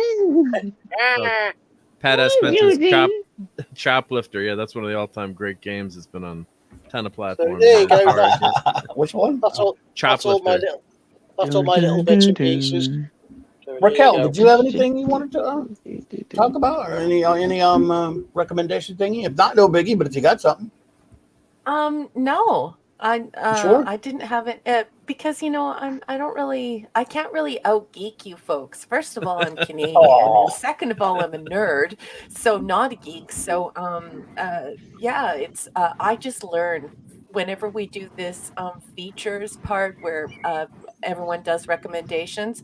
I just learn and write things down and then watch them later.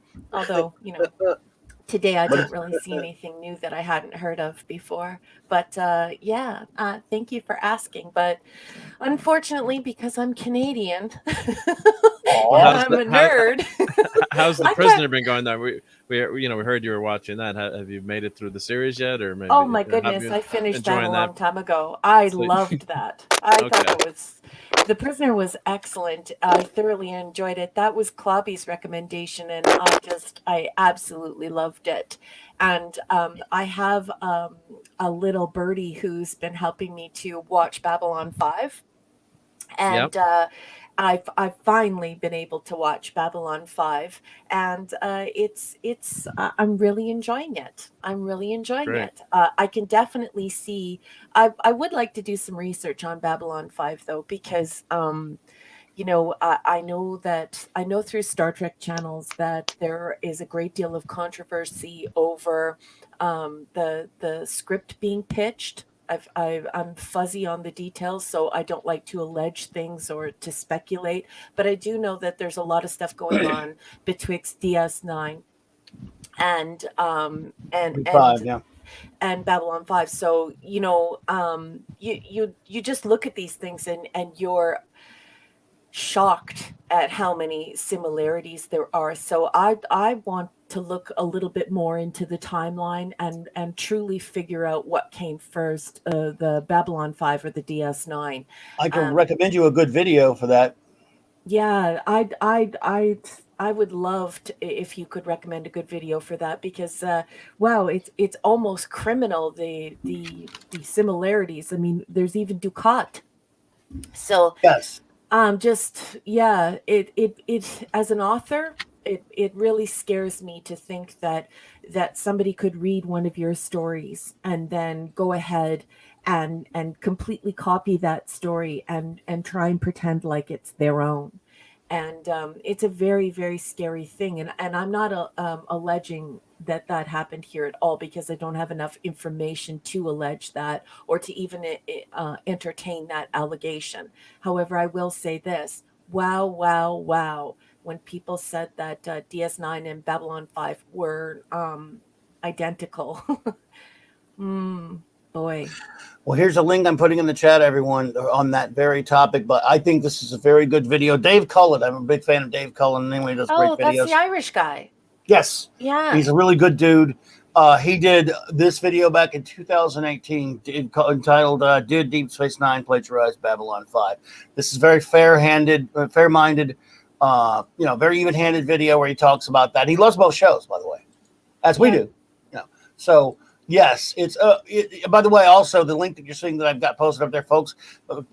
This is a recommendation of the lovely works of science fiction by my amazing co-host and wonderful first officer Raquel. As you can see there, her works.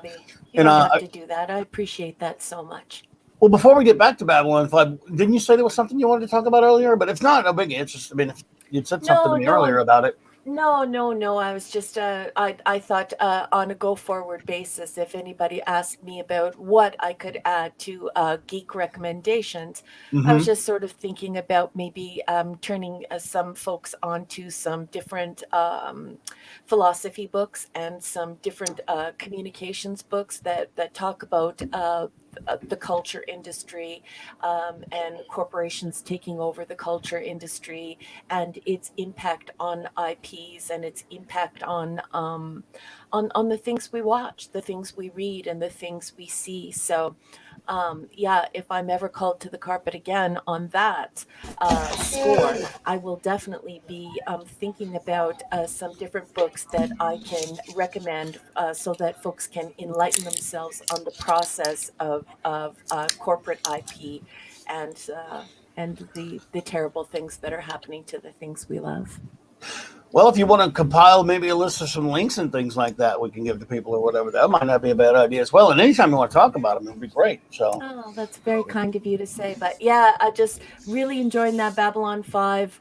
It's extremely controversial with the DS9. The reason why I have not watched the Babylon 5 is, of course, because I am Canadian.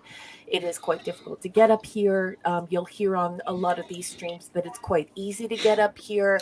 And I guess that those are people who are using sources that might not quite be legal. It is actually quite difficult to watch up here. It's not available up here. And so I'm happy to be watching it and finally seeing what everyone has been talking about how close it is to DS9. Well, absolutely. By the way, welcome, Ironcaster. Good to see you there, buddy. Nice to be here. Good to see you, man. On that, though, Raquel, yes. How far have you gotten?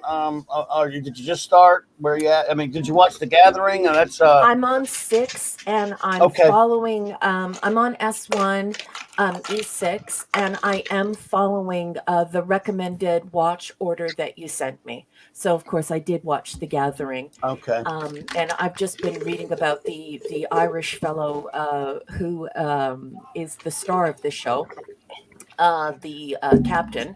Michael O'Hare. And O'Hare. And just his tragic story and his struggle with schizophrenia and having to leave the show and stuff. It's incredibly sad what happened to him. And I almost regret reading about why he left the show, because now I just look at him while he's performing, and I just think how terrible it is to have to struggle with mental illness and then evidently he died shortly thereafter, I think of a heart attack or something like that. And it's just his story is just so tragic. So I'm on 6 right now, and I watch an episode every night. Well, I'm glad. I hope you enjoy. Like I say, I think it really picks up steam in that. Somebody's pressing buttons and doing something back there. Who's got a background noise coming in there? Is that you, Iron? Iron, you there, man? Are you working? Oh no, sorry. Wow, is my microphone that sensitive? Well, I'm gonna have to play the thing. I'm sorry if it is. Let me try filling. It might not be, bro. It might be. I just wanted to. Yeah, I didn't know. Wasn't sure. Actually, I wanted to blame Retro, but he's muted, so I can't blame him now. And I wanted to blame Jed, but I can't blame him either, because he's way over there. No, well, Raquel, on that is, I think the show really starts to pick up steam after it first gets going. The Gathering, when I first saw The Gathering, back when it first aired, about a year before the series ended up airing, I didn't like it. And I still don't really like The Gathering that much. I was like, I don't know if I want to watch this now. But it was something to watch, back then. You didn't get a lot of options with science fiction and things like that. And so I did watch it, and it started to, when the series finally came on, and it is vastly different from The Gathering. He made a lot of modifications between that, those two, the pilot and the regular, as you can see. Mm-hmm. Even to things like Delen's makeup, for example. She looks so weird in The Gathering now when you look back after watching the show. Yeah. But it was still, it was just, and of course, as much as I like the young lady who played this first officer in the Gathering, I love Claudia Christian so much that I'm so glad that she got cast in that role. Mm-hmm. Really, Ivanova is such a wonderful character. All these characters, they really do a great job building them on these characters. They do it. They take their time. Unlike today, when you only get like 8 episodes of a show, and they've got time to make these characters breathe and develop. Some of these all these characters become just extraordinary. I mean, all of them, in my opinion. How it appeals to you, like you and I, we've become pretty good friends over the last year and a bit, and you really do love concept and character, and sometimes alone or in combination. And so I can definitely see how that appeals to you, because this is from the era, and we can see what made that era so great, and that is these wonderful characters, where people go to the trouble of getting you so involved with these characters that it becomes a place to go, and there are people there with distinct personalities and distinct characterizations that you begin to enjoy, and they're dynamic characters. So it's a pleasure to watch that unfold, because we don't see that now. It's almost as if they appeal to the fact that, we have lower and lower attention spans. Some studies say is less than a goldfish. And so, it's very sad. At the same time, I will say this. It's very difficult for me to scrutinize the cosplay, the makeup, not the cosplay, but like the makeup and the rendering of the makeup and so on and so forth. As many of you know, I'm a licensed makeup artist, but because the quality of the film is so bad. It's absolutely atrocious, and it's my understanding that is a well-known thing about this IP, is that it's just it's terrible, and boy, does it sure lives up to its reputation. Just absolutely terrible. The pilot actually, they remastered everything else, but I read an article. They lost the original negatives in an earthquake that destroyed part of the studio, so they could never go back. And I guess eventually maybe they'll be able to do some upscaling, possibly. But with the film, they were able to actually go back and do a 4K scan, and took about they look really good. The years. remasters look really good. The only thing they couldn't do was the special effects. They upscaled them, but they didn't have the money to redo all the special effects like they did for TNG. Right, but still look pretty damn good. They look better. They improve. Yeah, they look better. And then when you've got the characters, like I started watching DS9 again, and of course, growing up like Raquel and some of the older gents in this chat, had a little 13-inch black and white TV. Things didn't look so bad, but now when they're blown up on a 60-inch widescreen TV, and the way the pixels work too, you've got finite pixels where the old TVs were interlay scanning, so it kind of had a blurring effect. Yes, it's really jarring to look at. Although it doesn't change the fact that the stories are still good. But that's that first The Gathering is really doesn't look. It's weird. Like yeah. And again, he refined a lot, and but those remasters. I went back, as I said, I just wanted to see what it looked like, because I just binged the show like a year or two before. About 2 years before, again, for the I don't know how many time, but I went back to just take a peek at the remasters, and so I wanted to see. I put on Midnight on the Firing Line, the first episode of season 1, and from there I was just binged it all. I just couldn't stop. And when I got caught up in it again, I get caught up in this show. I think it really gets going, especially even though I actually do really like season 1. I think in season 2 it just explodes, and it just is so good. Got some of the greatest television I've ever seen is in Babylon 5 season 2 and 3 for me. Yeah. I love it all. I love it all. Don't get me wrong, but I'm saying I'm in the middle of season 4 right now. I'm on my first watch through this Oh, show. really? And Oh, are you it is blowing my Ironcaster? mind. Yeah. Oh, I absolutely love this show. It's Yeah. quickly becoming one of my favorites. Yeah. Yeah, it's amazing, and characters mean everything to me, as Raquel kind of touched on.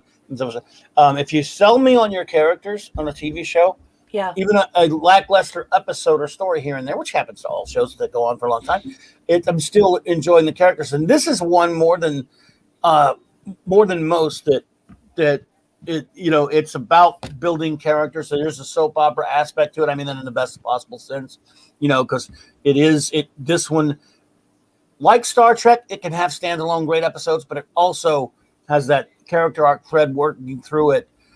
It's just Sinclair. I've heard people let us say that they don't like him as much. I like Sinclair. So when this is not spoiling anything, by the way, Raquel, because know that he's only in one season. But you only know he's in one season. I don't know if you knew that. Oh wow, no, I didn't know that. I've been going through the characters. I try not to spoil it for myself. Okay. But as everyone Oh my knows, I'm God, not a Chloe! geek. Spoilers, jeez. That's not a spoiler. I thought everyone knew that. I thought I told you that before. No, I'm a nerd, not a geek. Okay. So for me, I really, you guys, I don't mind that Clobby says these kind of things because I am somebody who chases the footnotes. I am somebody who wants to have the literary copy of a book so that I can footnote. I can chase those footnotes out and look to the ancient language or the custom or whatever is contained in the book. So I like that sort of thing. It's how I found out about the lovely Irishman and his struggles. It was just absolutely heartbreaking. But I definitely appreciate it, Clobby, and no, you haven't spoiled anything for me. But be careful, or I'm going to ash on you. Well, while you said you knew about a story that I just said walks hand in hand with knowing that, so that's why I wouldn't. Yeah. All right, but anyway, it was a tragic thing that happened with him. But what I will say, one thing now when I watch the show again, and you hate when something like this happens because you just love the show. When you watch an old Star Trek original series, and when you see the people, when you love Star Trek the way you and I do, and many of us do, Raquel, it might dawn on you once in a while. You go, oh man, he's not with us anymore. It kind of makes you sad, but you still love the episode. It's fine. Yeah. When I watch the opening credits of Babylon 5, because it's a much younger show, as you know, it's half the age of the original Star Trek. It's now it's getting on close to its 30-year mark. Close. I see half this cast is already gone, and mostly in very tragic ways. Yeah. And I'm heartbroken when I'm watching those opening credits, even though I still love the show. You don't get me wrong. I'm going, oh no. And then Myra Furlong, the dear Myra Furlong, I just love, we just passed about less than a year ago. So you see all that. And Jerry Doyle, whom I just love, that guy, he was so great. And Garibaldi is such a great character. Yeah. And a few of the other ones. Richard Biggs died too young. Michael O'Hare died too young. I love all this casting too, because it's very Star Trek-esque insofar as we're seeing grown-ups, and I love this grown-up casting.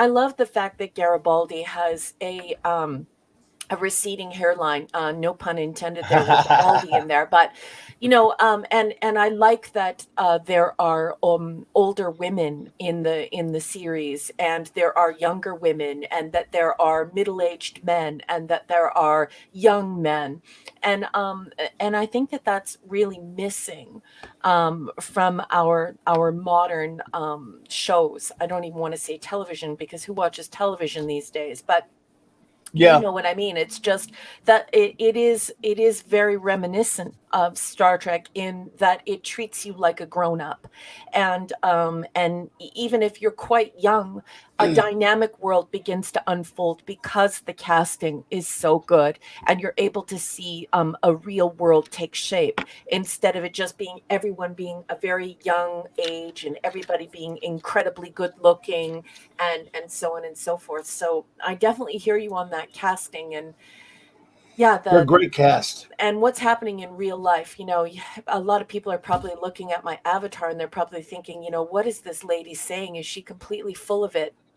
I've looked young my entire life. There's actually no Photoshop on my avatar. I've just always looked young. It's in some ways it's worked against me in my life. But just so everyone knows, I am an older Gen Xer. So it's just it's really nice to finally be able to watch Babylon 5 for all of these reasons, because I really miss being treated like an adult, like we were in the 70s and the 80s and even the early part of the 1990s. And we don't get treated like adults now. Now we get treated like guppies, like we might lose our attention, so let's make a big boom. So indeed, Raquel's actually a Time Lord. She's 275. She has not regenerated yet, because Time Lords don't regenerate till like in their 500s. Yeah. So, yeah. Not as old as Yoda yet. No, then I sound like I'm 13. So she's considered a kid as a Time Lord.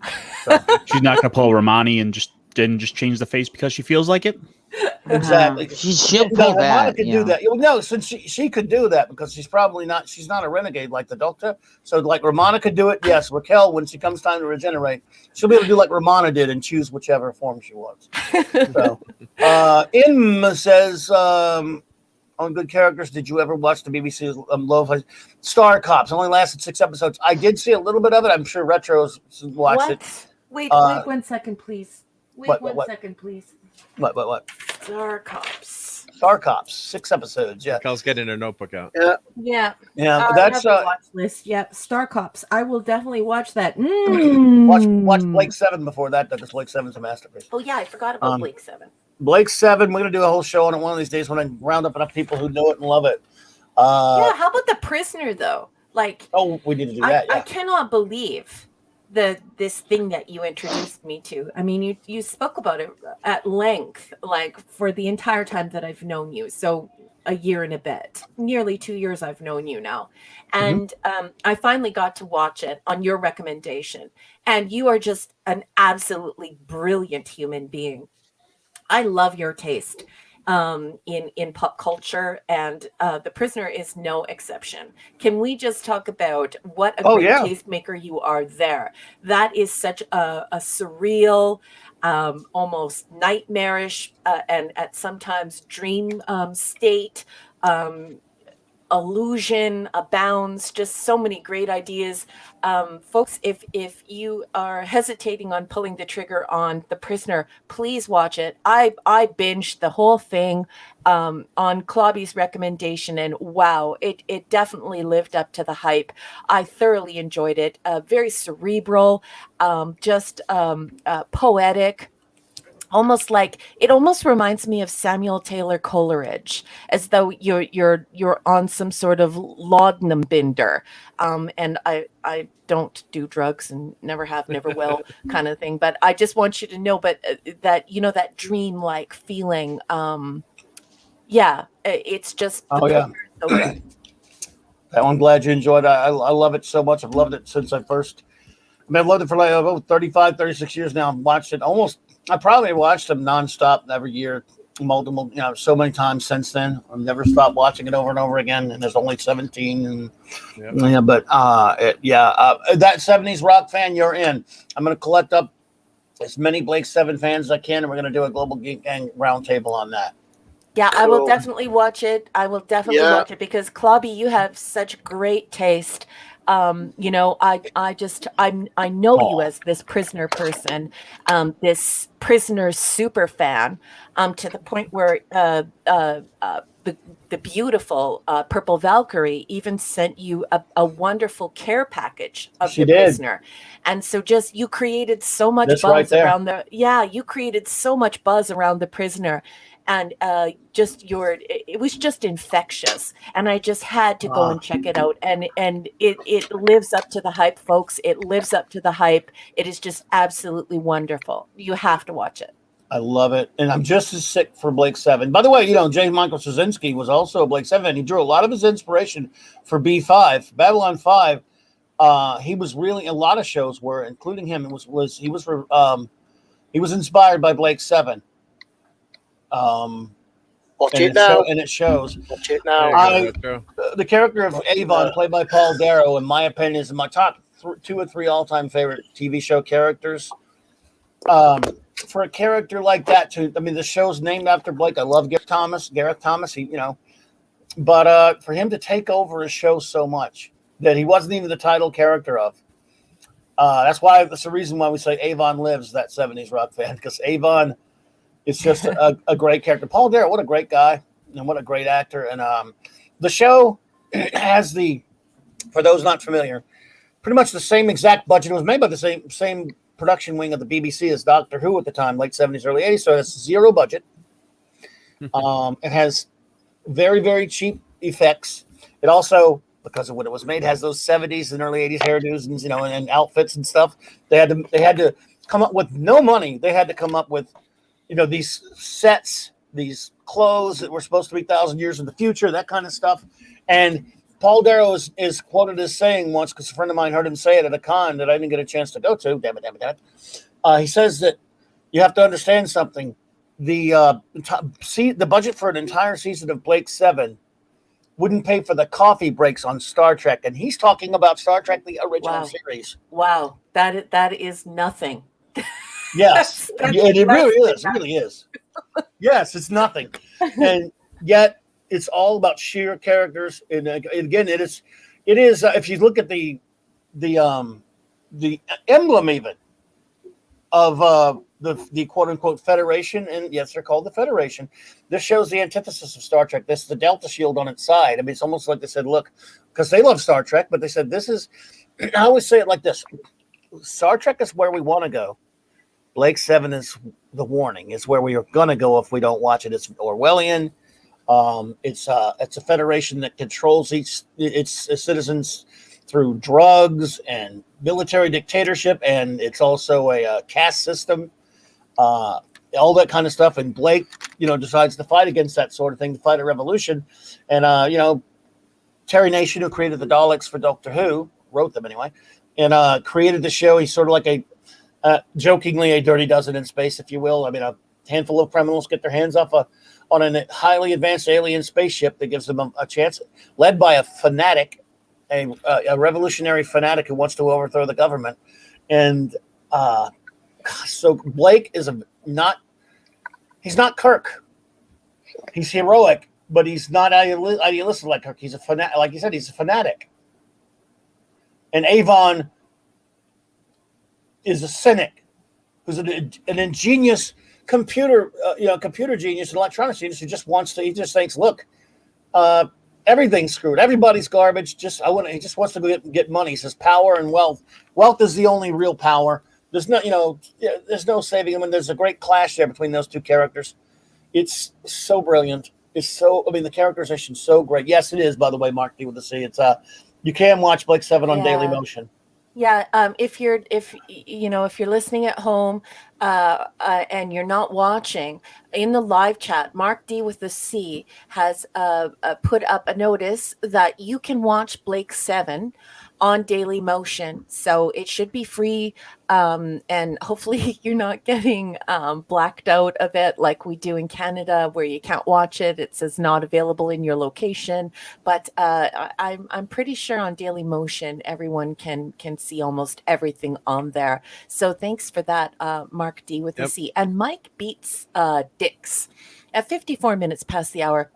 I think you have named off the cast of Babylon 5, but I thought it was Andrea Katsoulas. Oh yes, Andreas. These are the ones that are no longer with us. Ilenika, he's Greek, is he not, Chris Persia? What is Cutlass? I don't think his name is Cutlass. Yes, Katsoulas. But still, yes, we know what he's talking about. Yeah. Okay. No, I just wanted to know because I thought maybe Andrea had changed his name for English. Do you know what I mean? Like anglicized his name so that you know what I mean. But okay, It could be the autocorrect too. Sometimes get you when you're. Oh yeah, absolutely. Names always go crazy. You probably noticed in the 6 episodes you've watched, Raquel, and if you haven't, you will. How many people have been on Star Trek that was also that popped up on Babylon 5? Oh my goodness! Yeah, you will not believe how many show up. Yeah. And Andreas Katsoulas, of course, was Katsoulas. He was also the one-armed man in the Harrison Ford Fugitive film, but he was He was Commander Tomalak, I believe it was, as a Romulan in Next Generation. Yep. But of course, he was great. Jakar became such an extraordinary character. Oh my God! You talk about character evolution. This show is so great at it. Myra Furlong is also another character that develops so wonderfully. I love Delenn. She was wonderful. Jerry Doyle, Garibaldi. God, what a great character as well. Yes, Jeff Conaway. He passed at a young age. He was on Taxi. I don't know if you remember him. Yep. Stephen First. I believe although spelled with a U. Mike. Yes, he played Flounder in Animal House. He was great as Veer again. And Richard Biggs was very young when he passed. Great. Dr. Franklin's a great. Dr. Franklin's a great character too. I really loved him.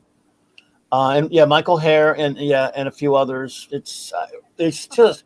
Oh, Mike, the Psychor is just I'm not sure what to make of that. The Psychor is something else, isn't it? Like you're just. Oh, yeah. Oh, it's. I don't know what to make of that yet. I'm only on 6, so we'll see what happens with the Psychor, Mike. But it's not looking good. No, I can't wait till you get farther along for that, so we can tell you about that. Not a good organization, I don't think. I mean, who knows? We'll see. But not looking good so far, Mike. The Psychor is really scary. Yeah, and Pat S. That's the thing about that Veer. You would think again. Flounder, of course, was a goofy character in Animal House, which I love. And Veer, it's funny how they make a character like that seems you think, oh God, that guy. You look at him, and you don't want to laugh because he's a funny looking guy, and I mean in a bad way. He's a great character too. Veer's great. All of them are. Go ahead. Who's that? I'm trying to say something. I'm sorry. Oh, I'm sorry. I was trying to ask if, just based on where she's at with Babylon 5, if we got any notable members of the Psychor to appear. I don't. Other than Walter Koenig has appeared. Bester. Yes, I was That's what he wanted to know because Bester. I got to tell you, Rick. We all love Chekhov and all that kind of stuff. His role as Bester, which is recurring, as you probably know, on this series, is when you see this and when you start seeing it all, you go, wow, what a performance by Walter Koenig. He's a great character. He's named after the renowned science fiction author Alfred Bester, from way back, like 30s, 40s or whatever. And he is terrific on the show, just to put it like that, I thought.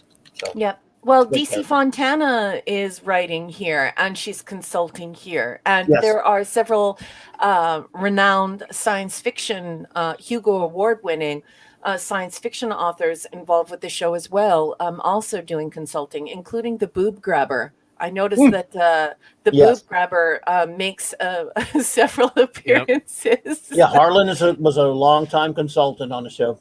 Yeah, absolutely. Yeah. And if you're wondering what I'm talking about, Harlan, when he won his Hugo Award, when he went on stage, he grabbed the woman who was presenting the actual statue to him. He grabbed her by the breast, and then when she told everyone, and basically, or he allegedly grabbed a woman by the breast. Well, it's on YouTube, and you can watch it. Unfortunately, you can watch it, but you know what I'm saying. I don't want to get in trouble. You don't want to get sued, everyone. When it all came out, he apologized, and then he actually complained that she was not grateful enough for his apology. So he's a good writer, but like Looney Tunes, like nuts. I don't know if you know about Harlan, but Harlan is a troublemaking Looney Tune. I agree. Yeah, absolutely. But sometimes to me, he was irresistible when he would just go nuts on something like on his. Yeah. There was in the early 90s when the Sci-Fi Channel was actually still good. They had a show called Sci-Fi Buzz, and he had a Harlan Ellison is watching segment, and his commentaries on there were just. I mean, they were of course they were smart because the guy was whatever else he was smart. They were pretty entertaining because he was the kind he didn't care. He'll say anything, as you know, but. Yes, he was good at consulting on the show, and he's one shot first. But yes, Dark Shadow Logan, good to see you there. I don't know if I said hello to you before. Hey, Dark Shadow Logan's here. Yes, I usually only see you on Saturday. It's so good to see you, Dark Shadow Logan. Thank you for supporting the channel. Wow. Indeed. You're watching all the shows now. Dark Shadow Logan, you're such a cool cat. Thanks for showing up.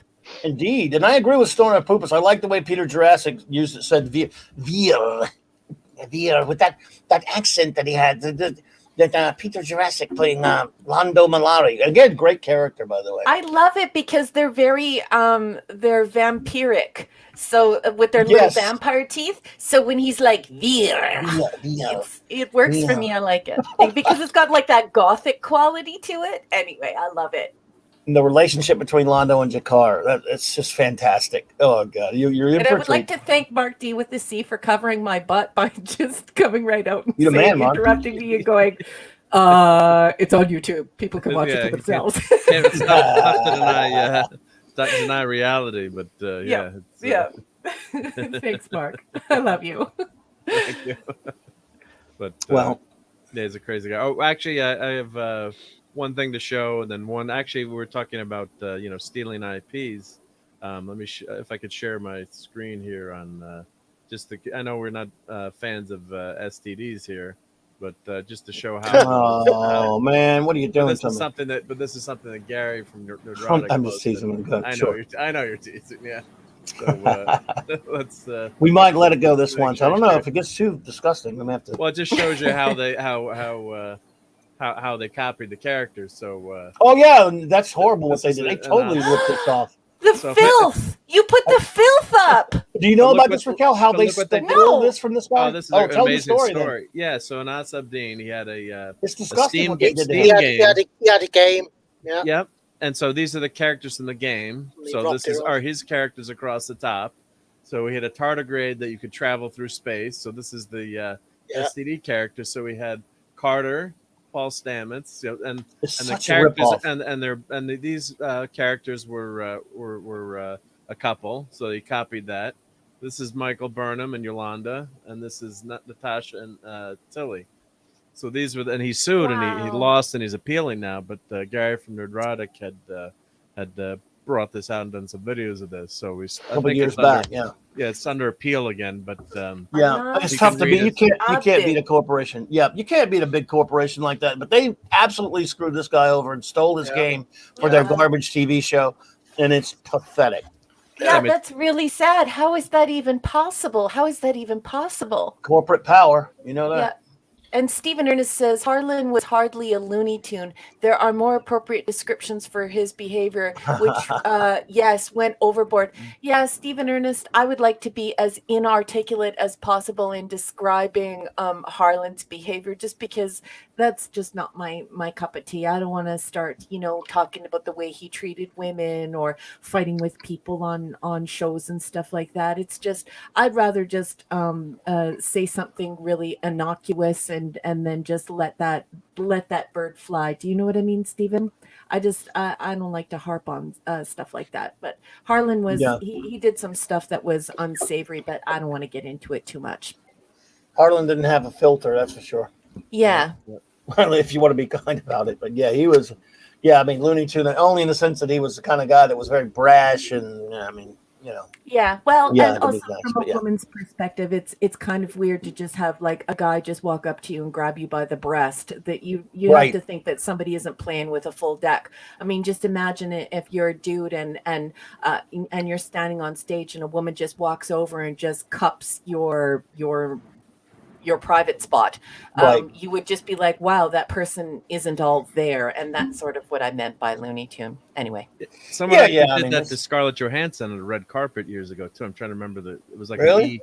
And so the person just went up and it was on camera and he just grabbed Scarlett and she kind of laughed it off. And then after it was this is before the Me Too movement, so I don't think they made as big a deal of it, but you could and I think it was just ridiculous. I mean, yeah, it's kind of it's really scary too, because like as a cosplayer, cause is not consent, and so it's a huge issue that if you start to address it, you kind of go down a rabbit hole. But yeah, it's a little unnerving when people just walk right over to you and start touching various places on your body, and unfortunately that happens. And so you can take it to heart and stop cosplaying, or you can say all men are pigs, and you can say all these terrible things and turn sour on it. For me, I just sort of like to think that, those people are quote unquote Looney Tunes. Just let them go. They don't understand that there is polite behavior, and I'm not going to let them spoil the world of cosplay for me. It's an issue. It's a serious issue for men and for women. It's just keep your hands off of people. Yeah. Unless you have Fair enough. permission. Yeah. That thing bust you have there, dude, which is incredible. Makes me wonder, when we were talking earlier about those 05 and 07 Fantastic Four films. I love, they made him look real enough, the Thing, but I hate his design. Why couldn't he look like that? Yeah, they could have made him look like that. That's why he should look. I think they tried to go for like a hated their design semi-realistic, of or they his tried to head. make him more. And I have the statue of Chickless is that, but You could easily have done this effect. Oh yeah, and make him look like that.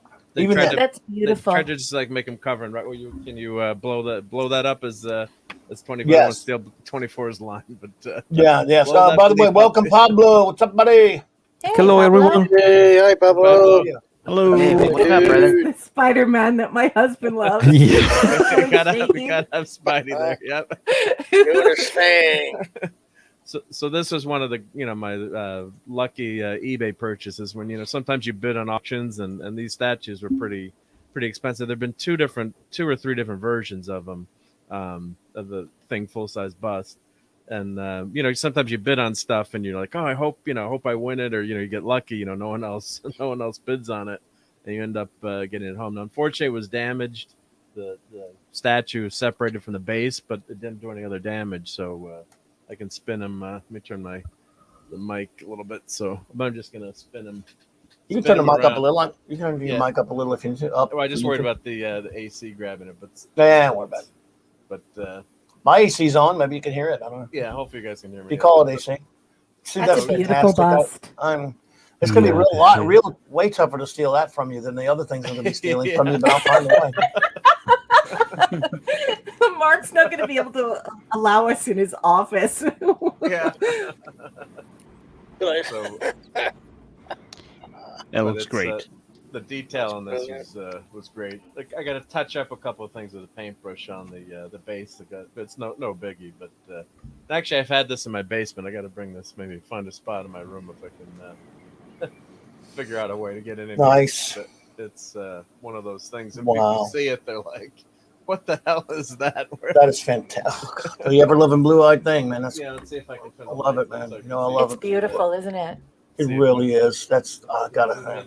His eyes are. I don't want to know how much that costs. It wasn't that bad. I can't remember what it was, but I think I got it for like $80 or something. Oh, you were. Now I'm really something gonna. ridiculous. Now I'm really gonna hurt you. We're like, I'm afraid I'm gonna have to hurt you now. Americans are so spoiled. For about all to of the threaten you. international people out there, don't you feel jelly? Oh, I'm Martin always the makes eyes. us eat jelly when it comes to this video. But this is one of my all-time favorite, Beautiful. pardon the pun, favorite things. Yeah. So Yeah. I always think, yeah, Alicia Masters made this, right? Yeah. Yes, she did. That's right. Alicia sculpted that team. She was brilliant. A blind woman a blind sculptress who could make any superhero statue perfect. Yeah. Yeah. So Absolutely. I'm not sure who made that. I'll look up who made this one. It's I'll not post it Bowen, in huh? the chat. It's not. I don't think it was a Bowen. Yep. And of course, you've got the name. You've got his. If anyone's not sure who that is, yeah. Benjamin Jacob Grimm, the ever Yeah. loving blue-eyed thing. Idol of millions, as he would say. It's Yeah, not so- even the detail. It's also like the countenance. It's so intense and so lifelike. It's really nice. This is my favorite, or as close as you can get to favorite, the Kirby Senat type thing, because he really is. Visual image evolved over the years so much. He started out very lumpy. Yeah. Yeah. It's like a lump. He didn't look like rocks. He was just like an orange lump at first, as everyone knows. And then eventually it developed over the years. And there's some who say, I kind of wish he'd stayed lumpier or less defined, but I like that it changed over. And finally, I think the one I love the most is pretty much this interpretation where he looks like this. I don't know what you would call it. Like he looks like a floor, like a patio. Was that Kirby? Did Kirby plan to evolve that look, or that's just something that came I just think it's artistically? just something. I think it came. It was organically. Just kind of every now and then, just decided let's revise it a little bit. No, I don't think he did. I don't think he had much of a plan with it. He talked about it before that, because he had different inkers. Even before, I think Chick Stone, oddly enough, with that name, started to when he was doing some of the inking with him. Some of the other inkers. Remember, Kirby was doing all the heavy lifting at Marvel at that time, so he had. He had to do a lot of layouts sometimes and wasn't able to do all the finished art, and they had other inkers and stuff, and they just started to refine him over time in terms of his look and stuff. Welcome, Raymond. Good to see you, buddy. Hey, Raymond. Hey guys, and again, man. it just evolved over time as far as the art is concerned. Yeah. And I don't know if it wasn't really in the plans. It wasn't so like much. he didn't think of that from the beginning. Yeah, well, his art. Well, because you can look at the change in his art itself, and his pencils, and even in the inking, and over the course of those, it was very crude in those first years of Marvel, and then as it went along, it really started to develop. Somewhere around 64, 65, it really started to take shape, and that's my favorite era of this Marvel Silver Age art by Kirby and then Ditko and others. Yeah, and you have to have the ridge on the head too. That was the big thing about the FF. I love the ridge. What is the ridge from? Yep. Is that from The like brow. a tooth, or is it from like is it reminiscent of a military hat? I don't know, just something they developed over the course of time. I mean, fairly early on, by the way. He wasn't a lump for a long, long time. Yeah. But, Maybe they wanted a stone Frida Kahlo. what? A what? Frida Kahlo, the girl with the huge, Frida. huge eyebrow. Well, I don't know. Pablo made a nerd joke on the Geek Show. I love your nerd jokes on Geek Shows, Pablo. I love you, honey. And Snortopupus wants to know, how did you get Clobby's head? Yes. How did I get Clobby's head? Yeah. I loaned it out to him. Yeah. So- Hey, Debug Martin's here. That is amazing. I want that Clobby. Oh, well, too bad. I'm stealing it first, buddy. I'd be happy with the sign. Yeah, well, I'll tell you what. I'll steal this. You can have it. I'll give you the sign. Okay. Because this is, wow. Yeah. Good thing the transporter doesn't exist. Yeah. People beam in and beam right out. Yeah. But I'm working on the sign, Raymond. I'm working on sourcing the sign. So getting that You custom need made. to 3D scan it, and then we can print it. Yeah. Well, actually, I have 3D printed the thing. I showed that on one of my streams or on the Geek Game a few weeks ago. The 3D printed thing bus. So and my friend Chris, my good buddy, had painted one for me. It came out really nice. So yeah, that's the fun part of it. To print something, I could print something that big. Actually, yeah, I could. Yeah, you could Assume do that. it. It would just take. It doesn't matter. It just takes a while to print. But yeah, hey, that's an idea for another project. Yep. You could do like sort of the face mask at the front, just that part. You could do that bit in the 3D printer. I actually saw could do- someone on YouTube a while ago. A video made a mold out. He'd taken either one of these statues and he made a silicone mold, and then he was using concrete and he was making copies of the original statue. I don't know how the artist felt about that, but he made like 10 of them and painted them, and it came up pretty nice. Yeah. Nice one. Yeah, I'll get cracking on that one then. Yep. So all good stuff. Celebrating. Yeah. 60 God, that old, 60 years. Wow. Here's a look at how the characters evolved. Just Kirby alone now, in terms of his art with all the different inkers and stuff over the years. I'll see if you can. I don't know if you can be able to see it all that well, but let's see here.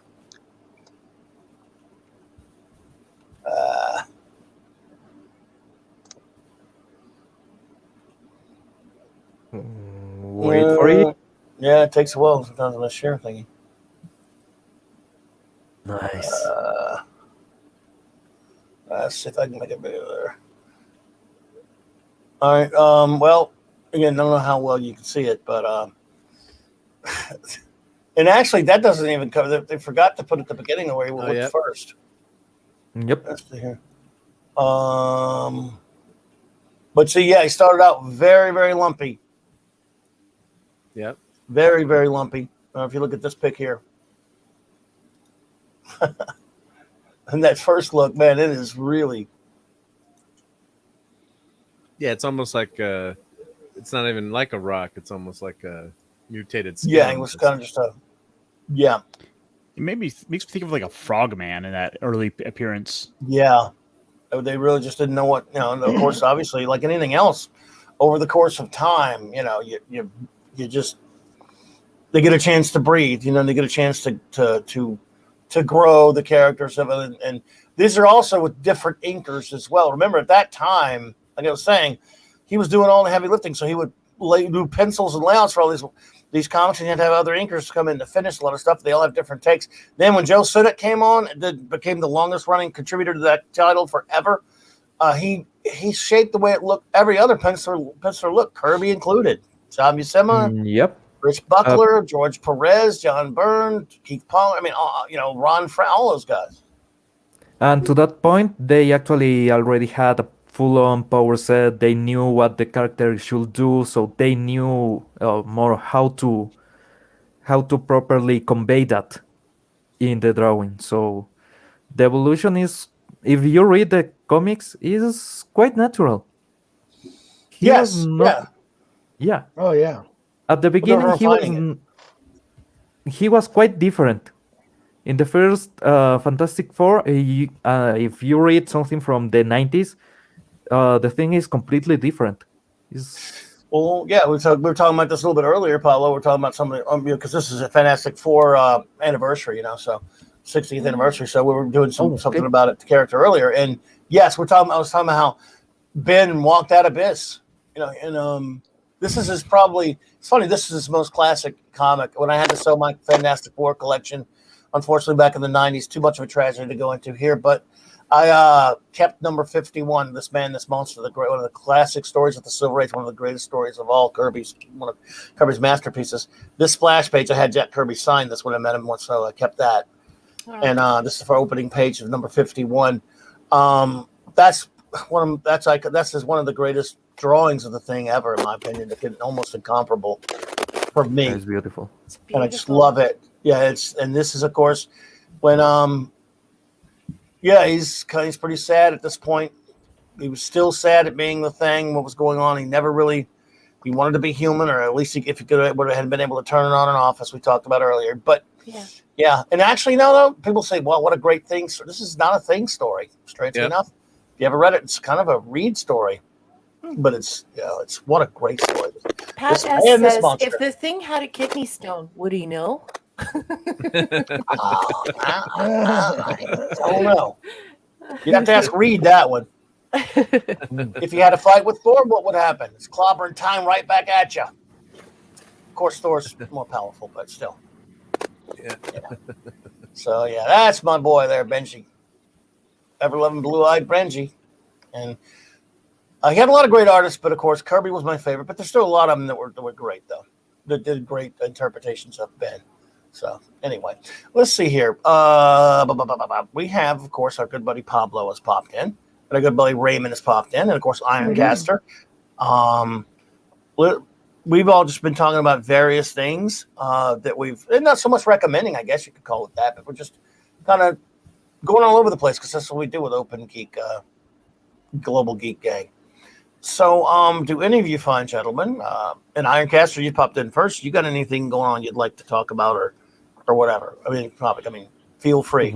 Well, for anything, I don't really have anything specific coming up. I do have one recommendation I can give, and that's for a ongoing comic series called Gold Digger. For anyone who's unfamiliar with it, Okay.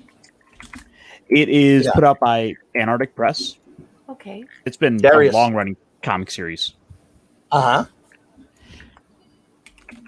Darius Munchausen, welcome. Antarctic.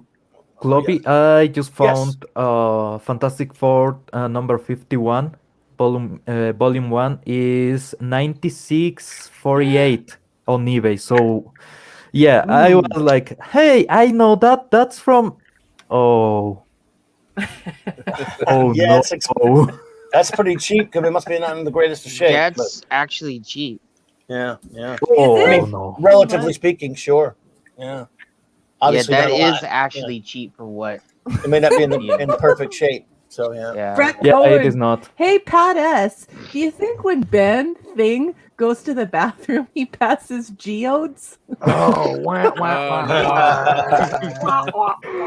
I would Only like if to never think of Disney's that. been involved, you Right. know. Well, and they are now. Remember, so They are one now. one of the issues, they did a breakdown of Ben's anatomy. If you Google it, you can find it too. How Yeah. how he was all his lungs and everything were everything was supersized to deal with his condition. Yeah, but That means he has a bladder like a bloody horse too, and he just I was always good not knowing any of that.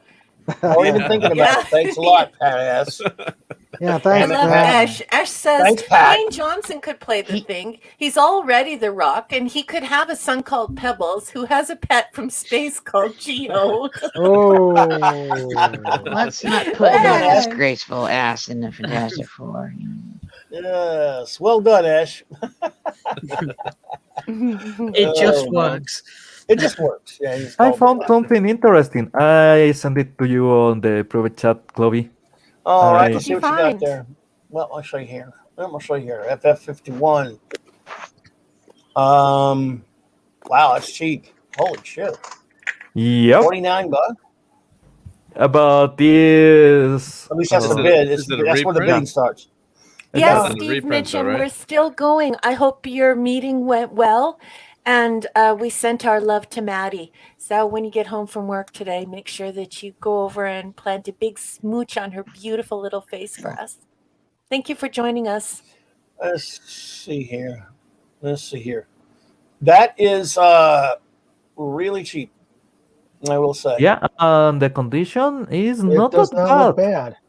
Well, Yeah. right around the spine, it looks a little worn. And Well, it would be. maybe the Yeah, ad let's see. pages. May have a Are coupon li- out or something. If they had a coupon, maybe not. It actually looks in pretty decent shape, though, all things considered. Yeah. all right, when Clobby bids on it, no one else bid. I already have it. That's the only one. Got my Yeah. copy with, you know. Oh, you Yeah, and have of course, a copy. the good thing is, Okay. Okay. it's the only one I was able to keep because I had Kirby sign it. There's no way I was going to get rid of that. Yeah, that's what I thought you Um, said. Yeah. But yeah, it's and of course you can find it reprinted anywhere, which is a good thing, which is good news. It's one of the most reprinted copies of the Silver Age. It actually doesn't look like a. I mean, wow, the cover's in pretty decent shape. I mean, you know, this is 1965 or 6 or whatever it is, but yeah. And so, wow, it's very complete. Well, in other news, the McDonald's chicken nugget shaped like the video game from BT. It says the Among Us nugget is up to almost $100,000. Has anyone seen that ridiculous thing? Teach me. Tell me what is this? Explain yourself, Mark. Here's the link. Here's the link. It's too long. What? It's go to Put it eBay up. or Clobby, you're on eBay and put in McDonald's Among Us nugget, and it'll come up. It's $100,000 now. Oh my What? God. Yeah. Okay. For a chicken nugget. Chicken nugget. Yep. In the shape of a let me character from the game Among Us. Yeah. Here's I have to Okay, get I back have to the it now. McDonald's Pokemon cards in Spanish. Those are kind of rare, but a chicken nugget? A chicken I got nugget. someone at my I door, got- I guys. saw Sorry, I something gotta about I gotta this. run. But yeah, there's the link to it. All right, I'll let me be find it. back in a minute. Yep. I gotta get back to on eBay. Yep. And if you're listening as a podcast at home, please know that later on, if you're able, Mark D with the C at what I don't even know how many minutes we're into the show here. We're 2 hours and 20 minutes into the show. Keep that as your timestamp. And in the chat, you will find the URL posted by Mark D with the C. Again, that's 220. And Mark D with the C put the URL if you're listening or re-listening via the podcast and not participating in the live chat. Mark had to run, so someone's got to tell me what to search for. What am I supposed to be doing here? I don't know what I'm looking for. If you look at all the bids, it's got 183 bids. The starting price was 99 cents. But what am I And- searching for? I can't find it. So Clobby, The link's in basically, the Mark chat. put in a URL to some sort of eBay auction where somebody has taken a McDonald's chicken nugget and fashioned it into some type of sculpture of Oh, it's in the something from chat? a video game. It was already like that. It came out the fryer like was that. already Oh, it came like out that. of the fryer like that? Okay, so it Yeah. comes out of the Yeah, fryer like in the this. shape. And people are bidding on If it. Nick was on it, he would have eaten it. So yeah. And what's the bid at right now, Mr. Singh? 90,897. Gotta find the link. I mean, I gotta search somewhere. I don't know how to find it. Crazy. I'm on eBay right now trying to find this thing. Yeah, I and did it I'm in the just private scrolling chat. It's not down doing the any good in the page. other chat. There are Steve tons Mitchell? of these nuggets. Steve Mitchum. These are the Steves I know. These are the Steves I know. They also have to be they bad, also have just so you know. McDonald's. They also have the McDonald's Szechuan sauce, a bunch of them with it as Yeah, I well. can't find so it. that might be why it's so much because it Snorted says poop is advertise request. $99,897. Ermagerd! Yeah, Ash, I can't find it because I need the link you put there. I can't follow it. I have to I'm go out plugging. and put it. Here, You can get it in the private chat. I can find it. Yeah, please. I've just done it. Nice. You guys give me Never a mind. phone. Yeah, there it is. Oh. Whatever you do, don't click Wow. on put a bid. Why? Don't put a bid on it. Don't put a bid on this, it. Is that the one you put this in there? is Yeah, Ed that's bid the on one. it. Okay. Ed, McDonald's you bid on Among it Us already. shaped nugget. Jesus from Christ. BTS meal. Ash is more okay. tenor This is than- real. Well, like I said, I'm not- it might not just be the nugget. It might be the incentive for the Szechuan sauce as well, because everyone knows the. If you watch Rick and Morty, you know the Szechuan sauce from Rick and Morty, and McDonald's came up with a limited run of said sauce, and everyone wanted it because of the Rick and Morty connection. So if you look at the actual listing. And the description of the sale, it says some of those can be sent on at the buyer's request. Where's Nick Yeah. when you need him? McDonald's Among Us. Our Among world- Us Yeah, 'cause they Our don't make that world is sauce no weird. more either. Our world Exactly. is incredibly weird. What is Wherever wrong with is people? Nick when we need him? Someone flashed a Nick Weiser sign in the sky. Nick had was unable to make it, but I know he'd love this. He probably knows about it though. Wow. So who's bidding on this? Are you bidding on this, Ash? Ash is bidding. No, Ash is bidding. I wish I had the money to bid on this. Yes. It doesn't look like anything to insane. me. It looks No. it doesn't look like anything to me. Does That's this look because like you don't anything play to the game, Raquel. Oh, it's a game Okay. thing. Yep. Yeah. I don't know about me either. Could we Raquel, I have didn't a know about it side either. by side? Could we have Yeah, a side by let's do a side? comparison. Yeah. Well, someone wants to put up a picture of what it's supposed to be. I can. Yes, context, Come on. relevance. If you just go to come on, Google Ash. Images, if you just go to Google Images and type in Among Us character, Okay. and Okay, I then thought it is just the general shape of it. I got thought you. McDonald's here in Ecuador was kind of pricey, but it's cheap. Pablo. McDonald's has gotten high, by the way. You haven't noticed? Yeah. No, I see. Okay. All right. Would you like fries with that? Yeah. Okay. Jesus Christ. All right, let me unshare this and go to that one. For those who don't know me, I'm probably There have Raquel and I might be been, the only like- ones that don't know. There I have been don't like know. other crazy listings Oh, of no, like I don't expensive either. food items with like a chip in the shape of some person or Jesus's face on a piece of toast or something like that. But there's been a lot of crazy food items that have been sold. Wow. Well, anyway, for Love those you, who do snort a not know, poopus. The holy toaster. for those who do not know, here's Yeah. That's the Among Us character. That does not look like that Nice, chicken snort a nugget. So it's just the general shape of the body without the Yeah, backpack yeah, or yeah, that's the that one. visor. yeah, without the backpack. That Really? one's not like- Nuts. Go Really? down. That's a stretch. Nuts. That is a stretch. Mm. I mean, give that money But to people- charity. Give that money. Give $100,000 to charity. Wow, that is absolutely. It's a nugget for God's sake. With Yeah. that And much so- money, you can get For this- really high and get a lot of nuggets. A lot of nuggets. If you're a nugget guy or gal, that money, if you got that money, you made that bid, you can probably pay someone to make you a nugget like that. Yeah. I'm gonna go out on a limb. Yeah, and not only Considerably that, like less. how this leads to the inevitable question: how long before the nugget blue molds? Do nuggets even blue mold? These are the questions It's that one must ask. McDonald's. What do you think? It will be there for years and years and bloody years. Yeah, Probably you evolve into know, a monster. there's a nuclear war. All that's left: cockroaches, this nugget, and share. I And the believe Twinkies. in love. Crazy stuff. You got me on this one. It's like, and let's be honest, are McDonald's nuggets really that good? No, they're Yes. shit. Yes, they They're are. They are shit. amazing. You like them? How dare know you? what? They're amazing. Ash, I do. I actually find myself liking them sometimes. I'm just saying, are they that good? Well, you know, you like haven't them better than tried the Chick-fil-A? U.S. nuggets, so they're Oh, terrible over okay. here, Ash. They're Well, have fucking you had god other- awful. Ash, have you had other nuggets or no? McDonald's is a shit place to go to eat at. So Yeah, I know the US put a lot of weird chemicals in their foods, so everything might taste slightly different in the US. But at least here in the UK, the chicken nuggets and just food in general, so good. McDonald's used. Oh, I mean, sorry. one thing I learned is that over in the US, your eggs can't last a day outside of the That's fridge. right. And they're like almost porcelain white, whereas our eggs, they're like quite very brown in color, and they can last up to you can they get can last brown a lot ones longer. here.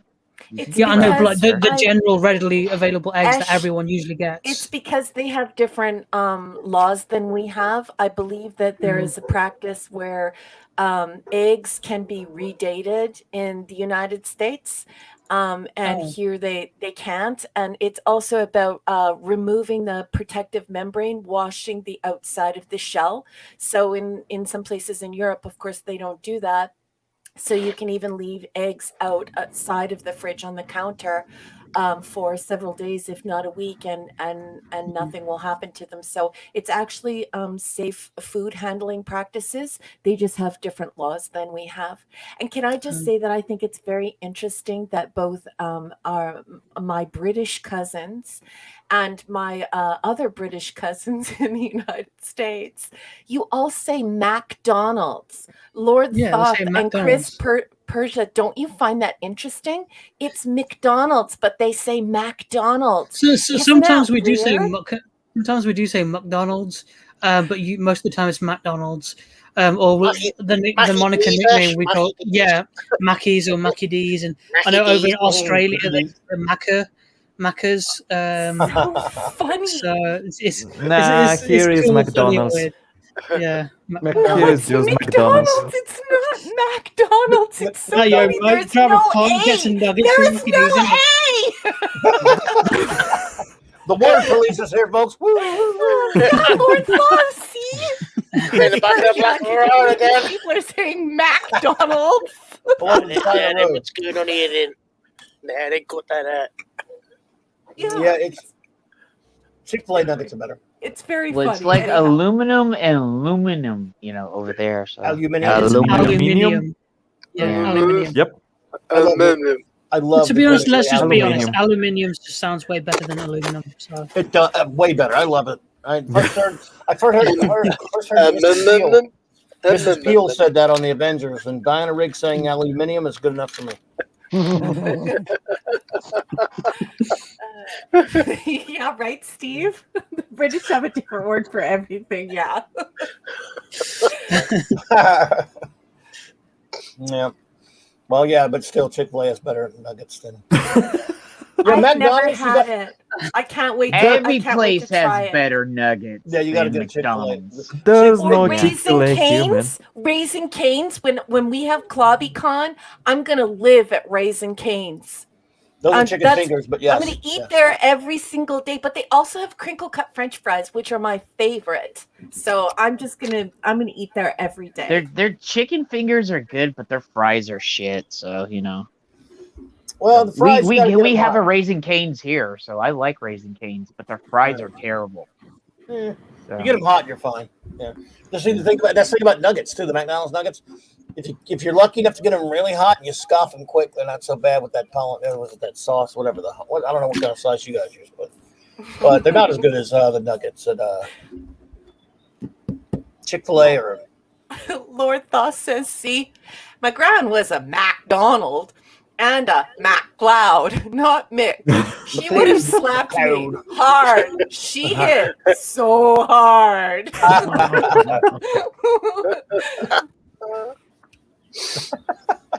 So there you go. Nuggets that are shaped like characters from a video game. What is wrong with you video game people, Ash?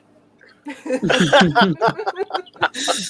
about us, dude. $1,000 on a nugget. It's some like spazzes that, oh, I'm gonna do this. And, Wait, you mean I'm not supposed to spend the money for the nugget? Not that much. Take down your bid, Ironcaster. Take it down now. Come on, Iron. How much did you bid? You can tell us. $500,000. You got outbid, buddy. Damn. I bet there were a lot of people. You're supposed to jump on that stuff early. I bet there were people bidding as a goof first to see how up it would go. Probably, yeah. It's like, Okay, Clobby, $200,000. What's that, buddy? that 70s rock fan shared something to me. I will share my screen yeah, just for a he second. showed it to me first, but I can't share stuff. That's 70s Okay. rock band. Steve Mitchum, what's a Look kitchen at this, roll? man.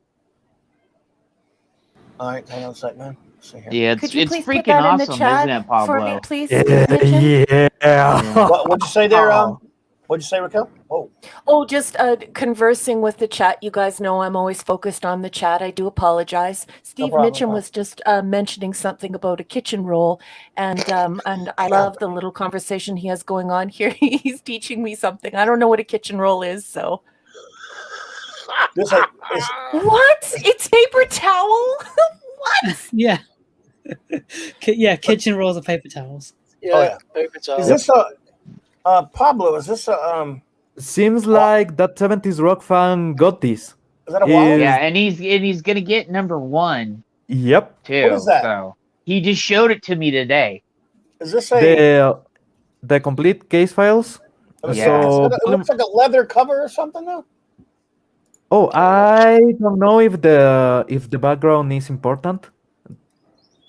That's what is rock fan. Does it comes with the leather case, because that will be dope. Oh wow! I mean, well, I'm just wondering. I thought it was a wallet or something. Mm-hmm. Wow. If you no, look at it's the book. Yeah, It's a book. Yeah. Wow, that's it's funny. Judge complete case files. Those are great, man. By the way, I love Judge Dredd. It's funny that it's Brian Boland interior, but that covers Cam Kennedy. But that's okay. That's great. Lord Thus says, I own all the Judge Dredd case files, soft cover. They are awesome. Wow, is that some kind of leather cover or whatever, dude? What the hell? No, I think it seems like it's just sitting on Somebody a just folder. Yeah, somebody put the book on I top of gotcha. their day planner. I can't really It's tell. a really so odd flat. angle. Yeah, I guess. Anyway, yep, those are great. I bought them all in the early '80s with the Titan albums. I still have all those, but I haven't gotten too many. I did get the complete Brian Boland Judge Dredd, which is great. Of course, love Judge Dredd. That's a great book, man. I am the law. They started Sorry, I reprinting had to those do some that. bigger. I am the law, you know. I am the law. No.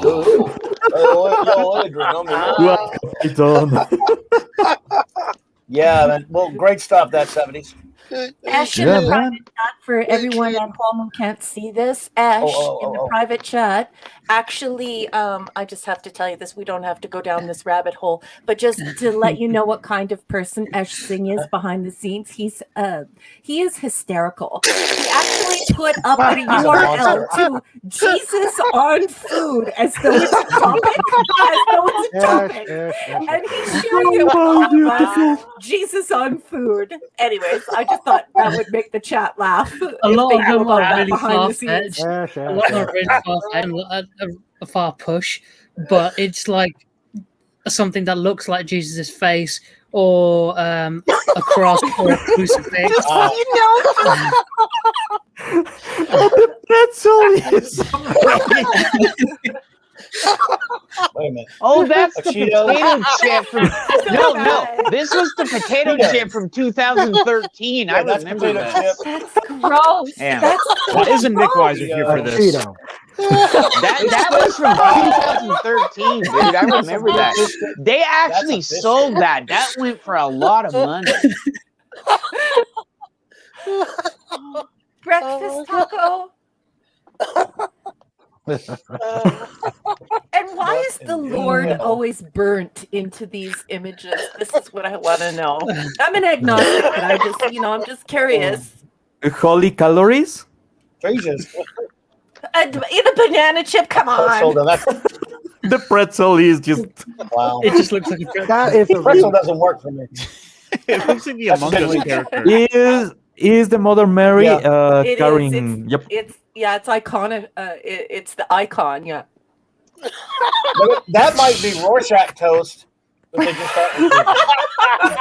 just thought there's a Rorschach toaster. So. That's funny.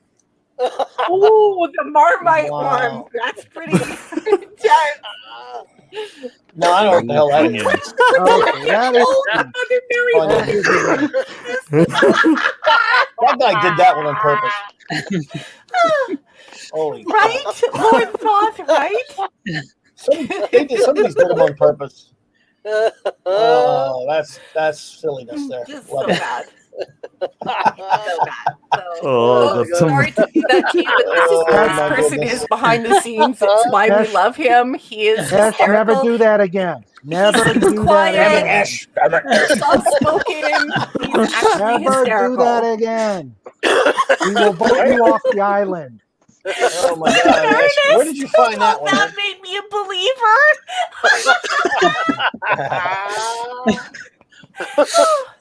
Hard.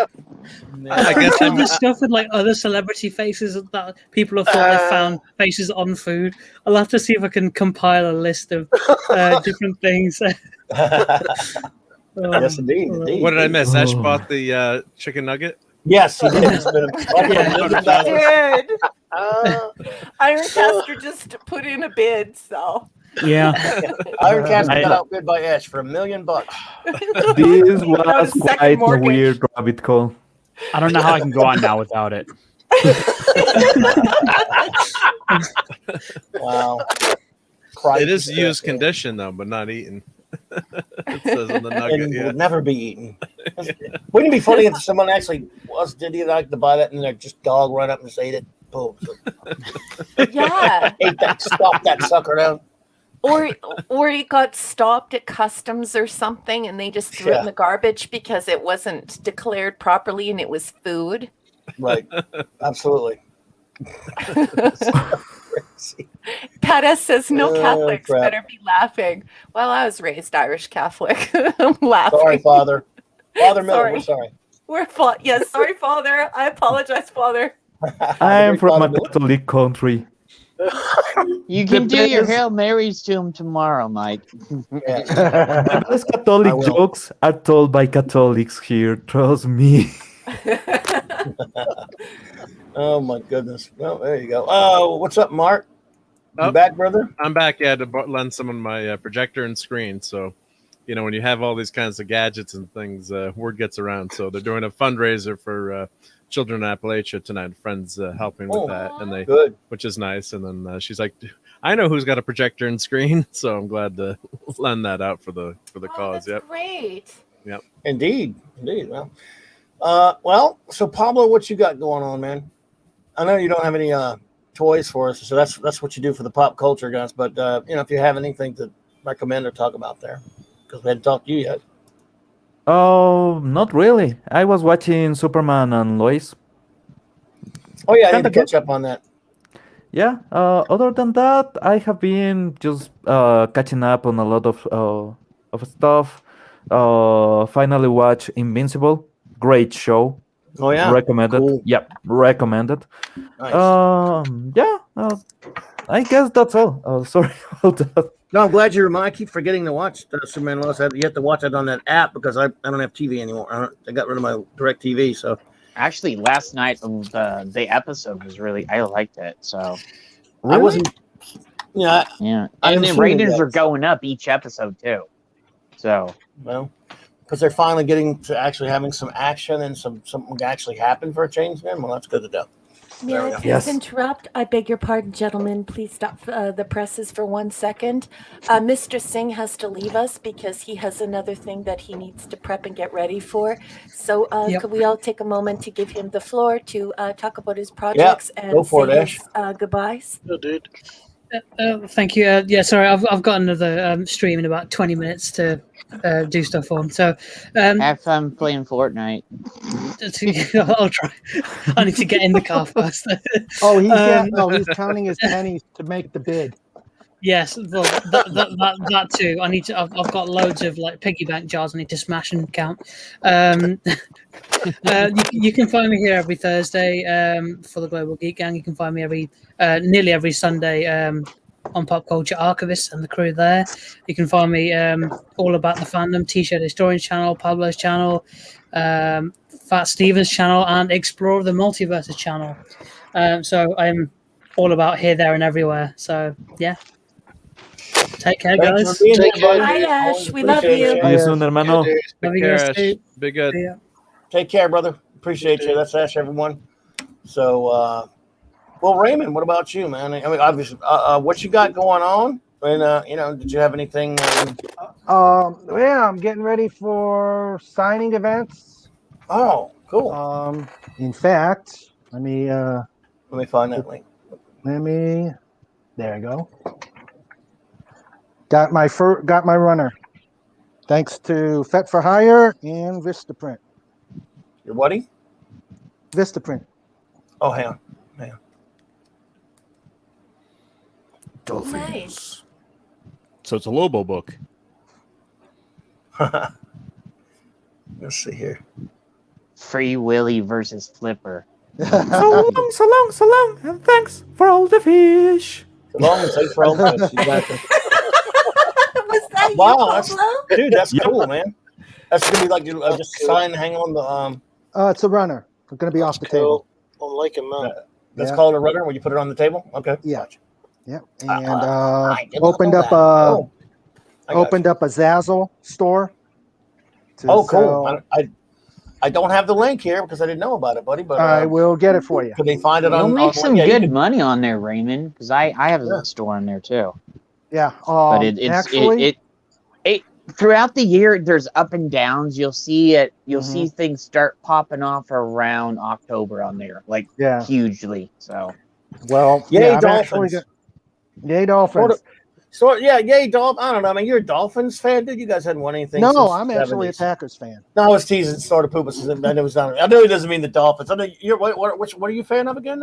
Packers. Raymond, you're a Packers guy. Well, at least you've won recently. You Dolphins fan? Just kidding. Hey, 72 Dolphins all the way. You know. Oh yeah. Thank you, but- Eric. Thank you, Yeah, Eric. I'll get the Zazzle link for and post it. Appreciate that, Eric. Yeah. Okay. That's cool. But And on the, I really wish I could have really listened to the your FF discussion because we're just talking about the movies. The first two movies. Raymond, earlier. you should try Redbubble too, because you'll make some good coin over there. Okay.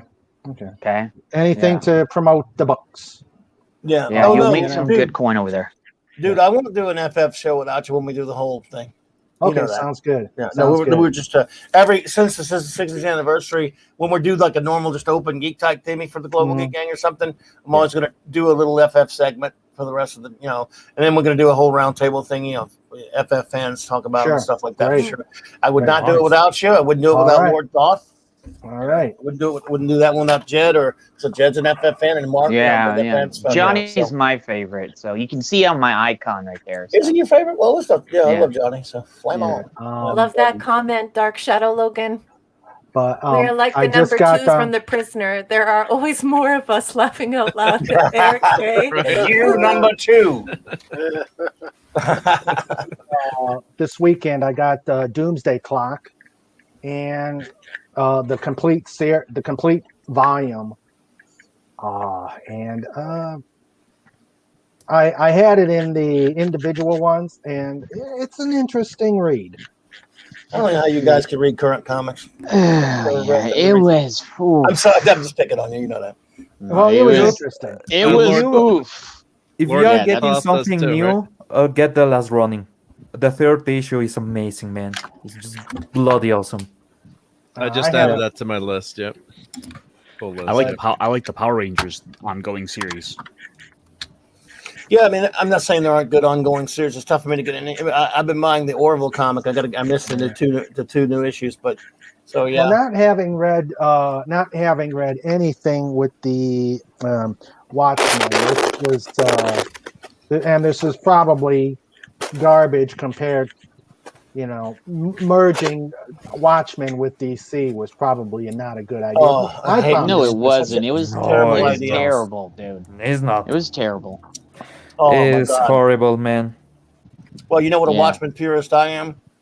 Yeah. So I hate them using Watchmen ever again, including beneath Watchmen, as I call it, the thing called below before Watchmen. Yep. Oh yeah, I read a couple yeah. of those. Yeah. There's only one Watchman, and I guess that'll segue to me to show my Watchmen collection. I showed this to Lorena's collector because it's not really possible to collect a lot of Watchmen Because there's only because one issue. there aren't many. Well, not only that, there aren't that many collectibles of it.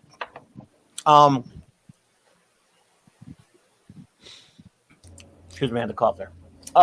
But in the 80s when it first came out, there were a few things. Of course, I was such a freak for Alan Moore's work and for Watchmen in particular.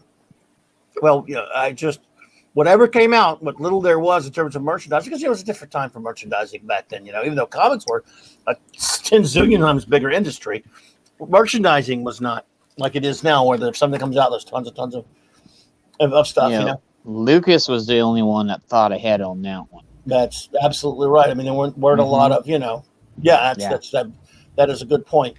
And so there wasn't, not that there was none, it's just there wasn't a lot, Yeah. And so whatever there was, Watchmen wise, though, and Alan Moore wise in general, but I had to have it. And so this is, let's see if it was popping up here. Everything that I could collect with regards to real Watchmen. No, I put the wrong thing, I guess. Shared the wrong thing. What the hell did I do? All right, sorry. Let's see. Everything with regards to real Watchmen. Oh, there you go. There we go. I collected it and have it. Again, it doesn't mean a lot to most people because most people haven't read it. Well, now anyway. It was a time when everybody had read Watchmen, and it was one of the biggest things going in the comics industry, So there's my original hardcover from the early 90s after the comics fixed. There's one of my book club editions of the books. I didn't put a lot of the books up, but there's the American portfolio. I should have put all the plates out. I should have put pictures of them. This is the closest I'm ever going to get to having Alan Moore's autograph. I do have his address, though, because he lives on Olympus. Let's see here. Does he have magic traps around his house? It does. But this came with the European edition of Watchmen portfolio. So I buy him, Dave Gibbons, and John Higgins, the colorist. And so I'll always love this thing. This was back then. It was not easy to get this sucker back in the late 80s, early 90s. Yeah, that was super hard to get that. Here's the German editions of the comic, which they did instead of 12 issues, they put them into 6. A buddy of mine was in Germany in the early 90, 91 or something on a business trip, and he found them for me. It was what a nut was for Watchmen. There's the French editions. Let's see here. The Watchmen button set. The Watchmen watch. Yes, there was a watch. Why was there a watch? I don't know. I even had the shirt, but I don't know what. I didn't take a picture of that. I have gaming buttons. Gaming modules, and the pewter figures came with it. And then in 2013, Matty Collector came out with these only by subscription only.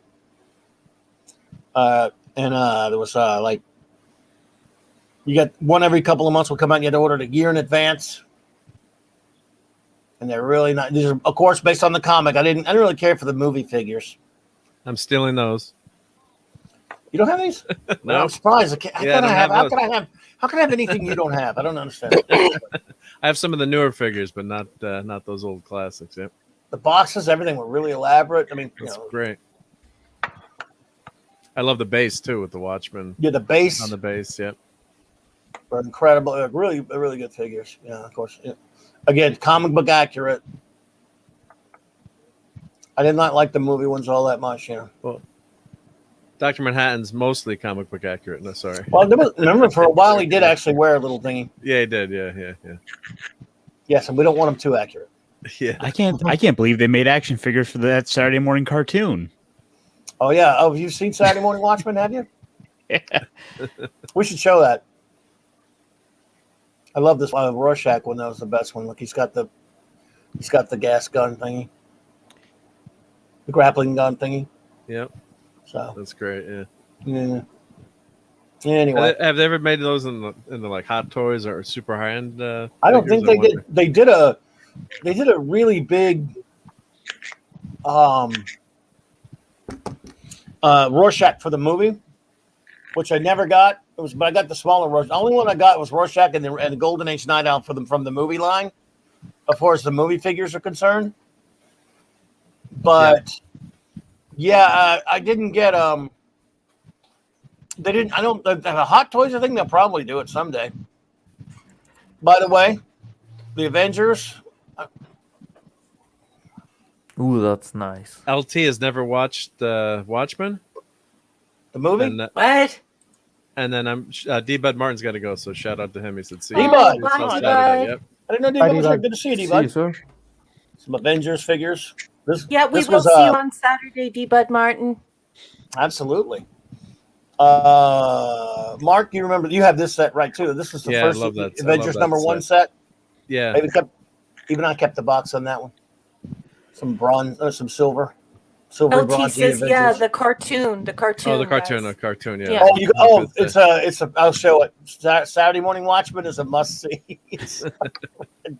I love that. great I love that. subject I love matter that for Marvel kids. figure. Yeah, since then I've got a new Marvel figure. There's some caps.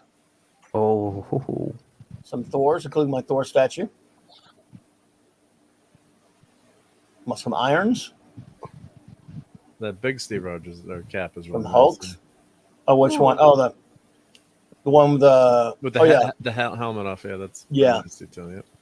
You got that one, I'm sure. Yep, Let's we got those. Yep. Some Hulks. But that big Black Steve Panther. cap that's cool. I love the little tiny Black Panther there with the Kirby cape. Yeah, the cape disappeared Marvels. now. Yeah, I like the cape on the Panther. Yeah. I have a new Marvel Simpson that just came out with it. That's pretty good as well. And this was old. I took these a long time ago. And I have something for Raquel. This was dedicated to you, Raquel, and I'm about to show you. Okay. Let's see here. The worst captain in the fleet, right here. Me. I love that picture of you. I absolutely was- love that picture of you. Farragut Fest 2013. Oh wow! Oh yeah, Being so on- yeah. These are the other pictures that you took Yes. from the same. Yeah, I remember we were talking about this. Being on this set was unbelievable. I mean, I could Is not. that the one at the? Is that the one that Collie built? No, this is Farragut Fest and Star Trek Continues. This is in Kingsland, Georgia, pretty much very near north of what do you call it? Well, Florida line. I can't remember the city right now for some reason. Oh wow! Jacksonville. Yeah, this was December 2013 for Farragut Fest. They had a little 2-day thing where you could go and hang out, walk around on the set. Oh. And I know Mark knows this. Oh, I want one of those so bad. Me too. They're like $80 American though. Oh wow! Oh. Get ready for a dumbass to beam in. There's a dumbass beaming in. You're not a dumbass. You're I the can best. prove it. I have Love proof. you. I have proof. I have proof. But man, these walking around on these sets, Kirk's office, Yeah. or Kirk's quarters, just incredible. I could 100% just look at these all day. 100%. It was mesmerizing. Now again, it was Farragut Fest, but they actually did use it for Star Trek Continues also. I think Vic was at this thing. Turbo lift. And everything lights up and yeah. Oh god, yeah. That's beautiful. Silent man. auction for authentic original series communicator. I bet you that has the brass door. Damn it. Damn it. Indeed. Jeffrey's tube. You know, when I walked up to the Jeffrey's tube, there was a lovely young lady. I didn't put that picture up because I want to. Anyway, buy it, and I went and started this conversation with her. Turns out she is a descendant of the Matt Jeffries. Wow, that's awesome. Nice. And that's why. And she'd not really known much about the show because someone told her about her uncle. Oh wow. And then she became involved with the fan film and stuff like that, and so she was there. It was great. That's my wonderful friend Trekkie Kim with her table full of her art there. Wow, she's cute. Hi, Kim. I love you. Love you, Is Kim. that our Kim from Saturday Night Star Trek? Trekkie Kim, that's her. Yeah, absolutely. Kim, you're cute, baby. Friend Erica. Hi, Erica. Here's the Romulan bridge. Wow. Nice. The shuttlecraft controls. That's Had a beautiful, shuttlecraft man. interior. Right, Pablo? That shot's so awesome. Oh, Yeah. and there's some stormtroopers going, what the hell? Snowtroopers, what are we doing here? With Riker on the bridge. They just need the chairs, but yeah. Wow. I've been a strange time shift, everyone. Yeah. More goofballs on the transporter. But they're chicks. I had to take pictures. Yeah. Cute girl. Oh, that is a nice. Yeah. Riker's about to shoot the snowtroopers because how can they drive the Enterprise? Wow. Erica, I don't leave it on too long because I don't know if she wants to show her picture. But Spock's Viewmaster. Yeah. That's awesome. Try Oh, to that's the controls. Oh, look at The this. So detail of these beautiful. sets is so incredible. Hot chick, everyone. Couldn't help it. Yep. She was nice. Your station. That is my station. Oh, there you go. But yeah, I don't know. I took so many more pictures in this, but I just put a couple of them on. I could this is literally beautiful. watch these, just like look at these all day, over and over and over again. These are Being there with beautiful. them. If Raquel was there, it's like, excuse me, miss, we're closing now. Like, please, I don't want to go. That actually happened to me when the Star Trek experience came here to Calgary. We had a VIP to it. I didn't want to leave. I went in the exit to look around one more time before they closed it. Doesn't surprise me. I didn't want to leave. It's just so beautiful.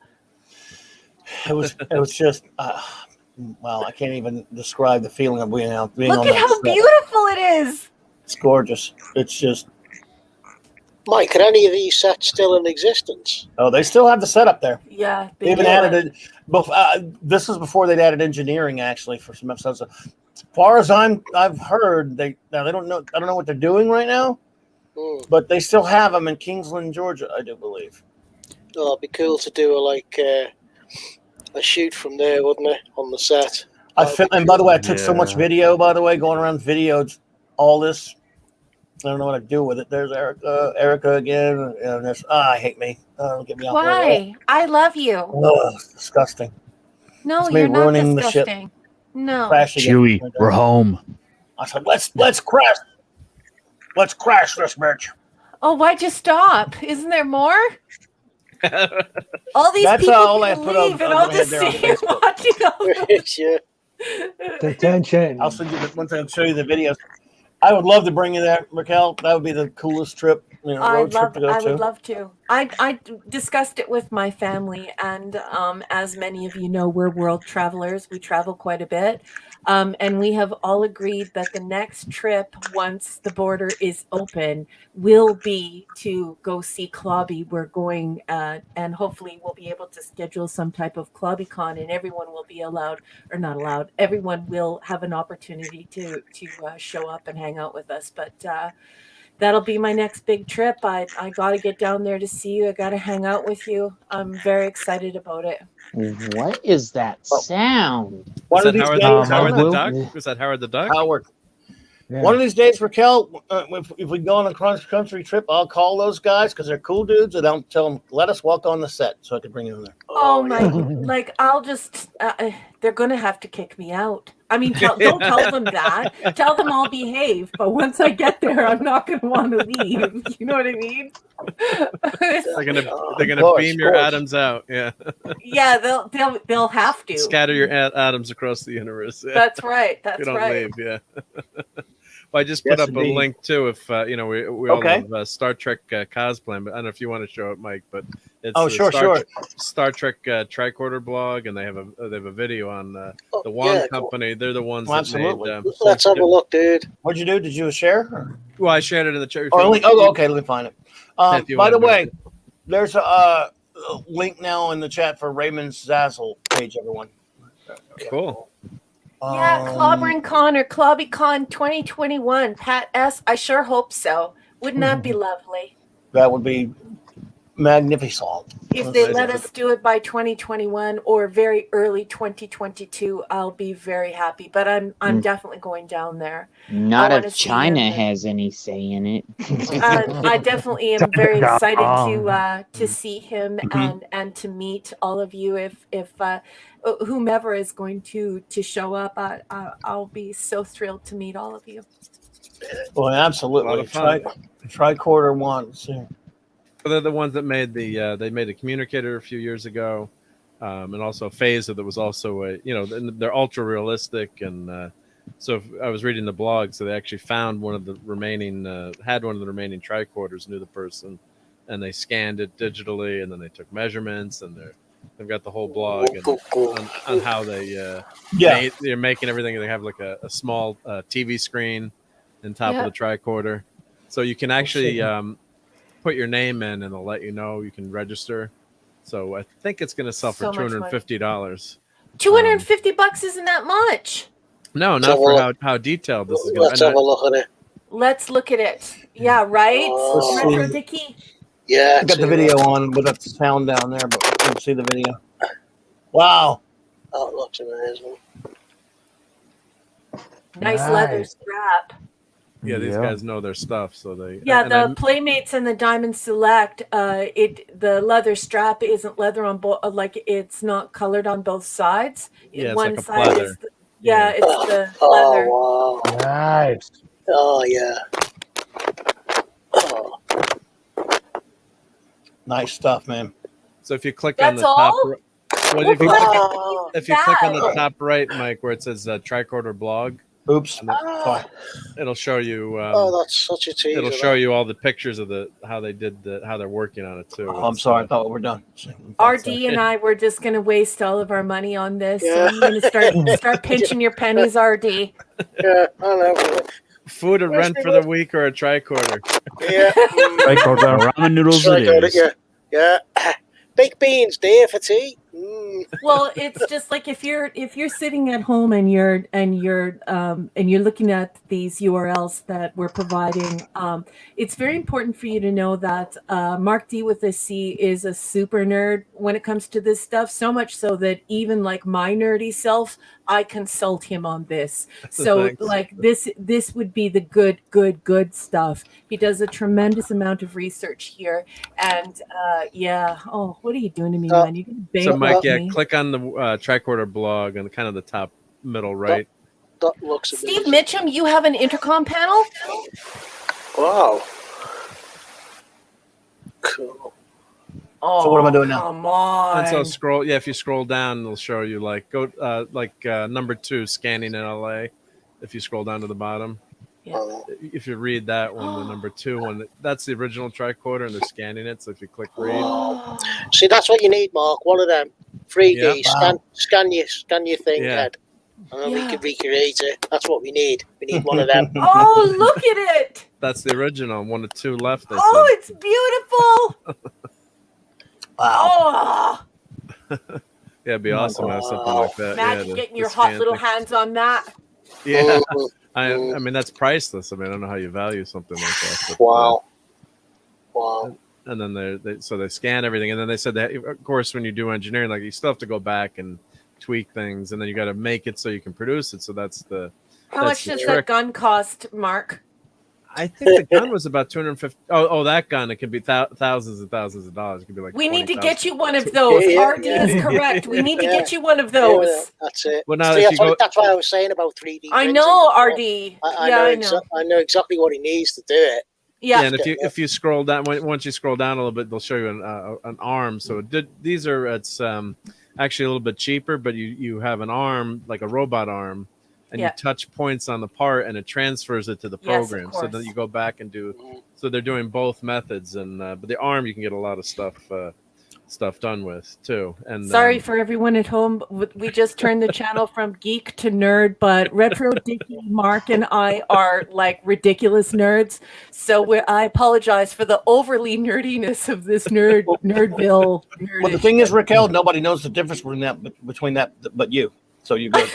You really are. I'm just enjoying. I mean, there are people who call themselves nerds all the time, and they don't know that they're geeks because I didn't know that. You explained it to me. So. That makes me sad. No, they just don't know. I mean, the more you know, it's just commercial said, right? Yep. Yeah. So that's what teachers are for, Raquel. Yeah. That's what teachers are for. Yeah. So well, a geek is usually, typically in the dictionary and in if you're looking at an encyclopedia and you're looking at the hard definition, a geek is somebody who knows a tremendous amount about pop culture and pop culture artifacts. So people who know a tremendous amount about comic books, films, directors, anything within that pop culture sphere, and they know they have an encyclopedia in their brain. It's a treasure trove of all of this information about popular culture. And in social science, we also notice some other things about geeks. Geeks love to collect pop culture artifacts. So they love to collect the toys, the replicas. They love to collect T-shirts because it helps to demonstrate to other people the things that they care about, the things that matter most to them. And so that's what makes geeks so special. They even have some traits towards different types of hardware. So they'll prefer, let's say, a PC because they're likely a gamer and so on and so forth. Whereas a nerd, if you look at a nerd by the dictionary definition and by the sort of encyclopedia or social science definition, a nerd is somebody who dedicates their entire life to academics. So they love academic things and they love learning. They never stop learning. They view life as an opportunity to self-actualize through edification. So they're constantly learning, and they like very technical things, and they love books, and sometimes nerds cross over into geeks and geeks cross over into nerds. And sometimes they have one another's traits.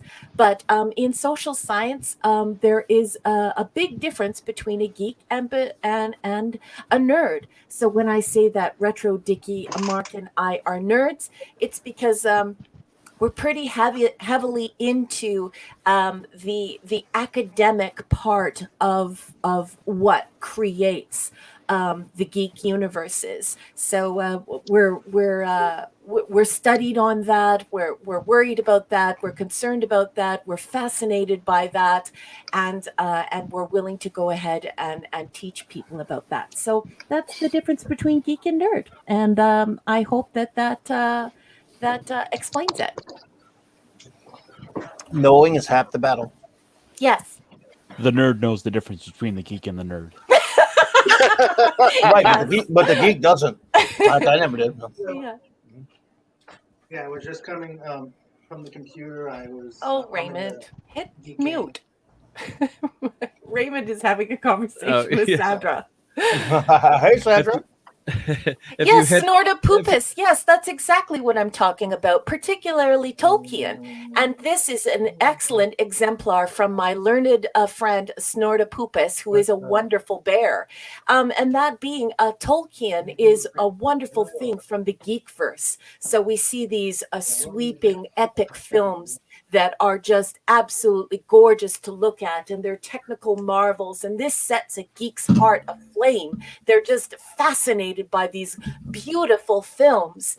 But then there's also the Tolkien world in print, and there is literary genius there, and so you have people like me who study linguistics and teach linguistics, looking at these languages and looking at the way that the actual world is constructed, and so Snortopupus has given you a brilliant exemplar of where we can delineate a geek and a nerd, as well as show where they join, where they meet. So great example, Snortopupus.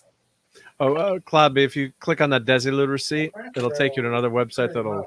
Just a second. Sure, just a second. Pablo said he has to bounce. You got to run, bud? Oh, sure, yeah.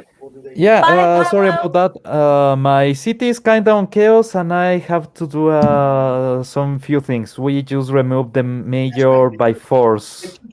Whoa, dude. Fun stuff. Serious stuff, man. Yeah. I hope we see you on Sunday, brother. Yeah, internet is not affected, but I'm thinking that they will have some kind of restriction, so I need to go and buy some things. So Okay, anyway, dude, you take care, dude. Be safe. Be yeah, safe. everyone. See you soon. Man, I had a blast. Thank you for being here, buddy. Bye, Pablo. Cheers, dude. Take care, Pablo. Yeah, man. Wow, dude. So That's go ahead, scary. Mark. Continue. I was gonna say, if you click on the Desilu receipt, Clobberin, and then this will set Raquel over the edge. Maybe on the screen, if you actually move the mouse and click, the receipt's got a hyperlink in it. That there. Oh, So she's yes, gonna go nuts over this. or Chong, Yeah. however he pronounces it. It's an amazing article on the tricorder and all the different versions and how they made them, and Oh my because when they gosh. make these props, you just you've got to make them, and it's you're not making for mass production. You're trying to do No. it not too expensively, and Well, and yeah, but you're- a and you're one-off looking- is always expensive, and then Yeah. if you're only doing 2 or 3, it's just yeah, so much. but you're trying to you're trying to not spend too much money, and they'll use like common components too to save Yep. money. So and you can read all the Wow. details about the things that they found, and This is the leather incredible. material, and then And 250 is nothing. And what's the cap on this if I were to get my name on this list? I'm not sure what I mean. I guess maybe they'll sell That's as a- many as they get orders for. I think. That's a bargain for 200 quid, though. Yeah, Yeah, I mean, maybe. Stephen Ernest Wachang is the guy who made many of these props. The Desilu prop department wasn't up to it. Yeah, it's not only that, it's that he had his own contract.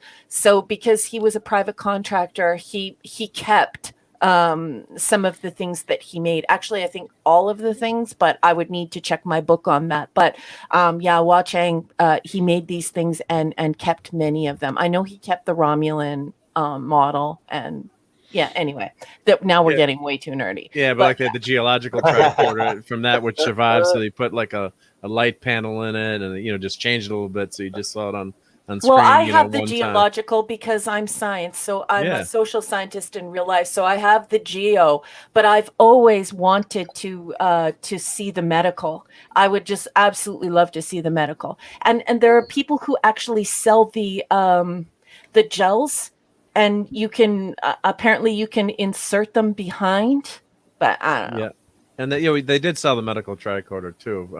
Diamond They did. Select had the medical. Yeah, so I don't know if they had did they have the geological? I'm trying to remember now. But I've they got did the geo. Oh, you had the geo. You said okay. Yep. So so it's changing the middle, and then unfortunately they've lost. The middle part has been lost to history on some of these. Who knows what happened to them, or in some of them they just disappeared. No one knows where they are. But a few, they didn't make that many too. So if you're on a movie set, they're not going to make 20 or 30 tricorders. They're just going to have 2 or 3, and then just share them among the cast that needs to have them. Or they had like a dummy stunt tricorder even that was just a cardboard box with black tape around it, and some paint just so they wouldn't break one of the stunt doubles wouldn't break one. So it's and back then too, no one ever thought the show would be that popular. Or, today I think we're more tuned to like if you're on a set, like trying to save things or preserve things, but just back then it was just a TV show to for a bad quote from Shatner, but no one ever thought that years later that everyone would go become so in love with the series. So see the strap here? You see the strap here? Yeah, let me move it up. That strap is that's the original gangster strap there. So that's what I was pointing out earlier. I was just that they left the leather on one side raw, but on the Diamond Selects it's a pleather. I don't believe it's an actual leather, but on the one that they're making for $250, it appears as though the leather is it's like two-sided. It's like closed up, so there's no raw. So. I'm going to have to do some major research on this, but I want one of these, and $250 is not too bad. It's beautiful, isn't it? Gorgeous, everyone. Work of art.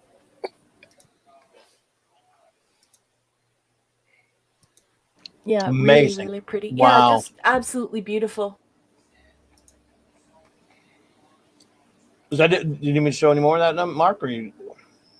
Mark, did we lose you, honey? I think we lost. Sorry. Mark. Oh yeah, I pressed mute because someone rang my doorbell. Sorry. Here I am. I'm back. I was talking and I'm talking. Hello. Beam me up, Scotty. Yeah, RD. I think I'm going to be ordering this one. What about you? Definitely. Oh, yes. God, I'll have to hide it from me, missus. Yeah. Yes. Should go back. This is one that can get you into trouble. $250. I could just imagine it with the shipping and handling, plus changing it into American funds or British pounds, whomever is making this. We're in huge trouble, guys. We're in huge trouble. but they're saying they're shooting for a price of $250. So hopefully it'll be around $250. And if you register on their website, it's thewandcompany.com.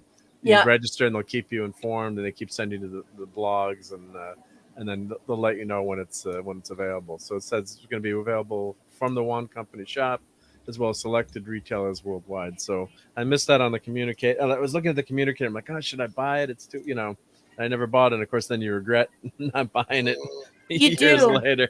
You do, but the thing is that if you're really into it, you really have a struggle. Like I have an internal struggle whenever I do this kind of thing, because to get a Diamond Selects or a Playmate replica, a licensed replica, it's going to come up plastic, and it's going to be around 100 bills. And so it's quite expensive. But then you see these people on the internet, and they're like incredibly talented makers, and they're making this stuff, and you can go and order it from them. But I mean, it's not the licensed thing, so you have this internal struggle. Should you get the communicator that is a replica made by a maker on like a GoFundMe or like or on eBay or so on and so forth, or should you get the licensed replica? And it's so funny because you just end up getting both, and then you go broke, and you move into a little shed with all of your crap that only matters to you.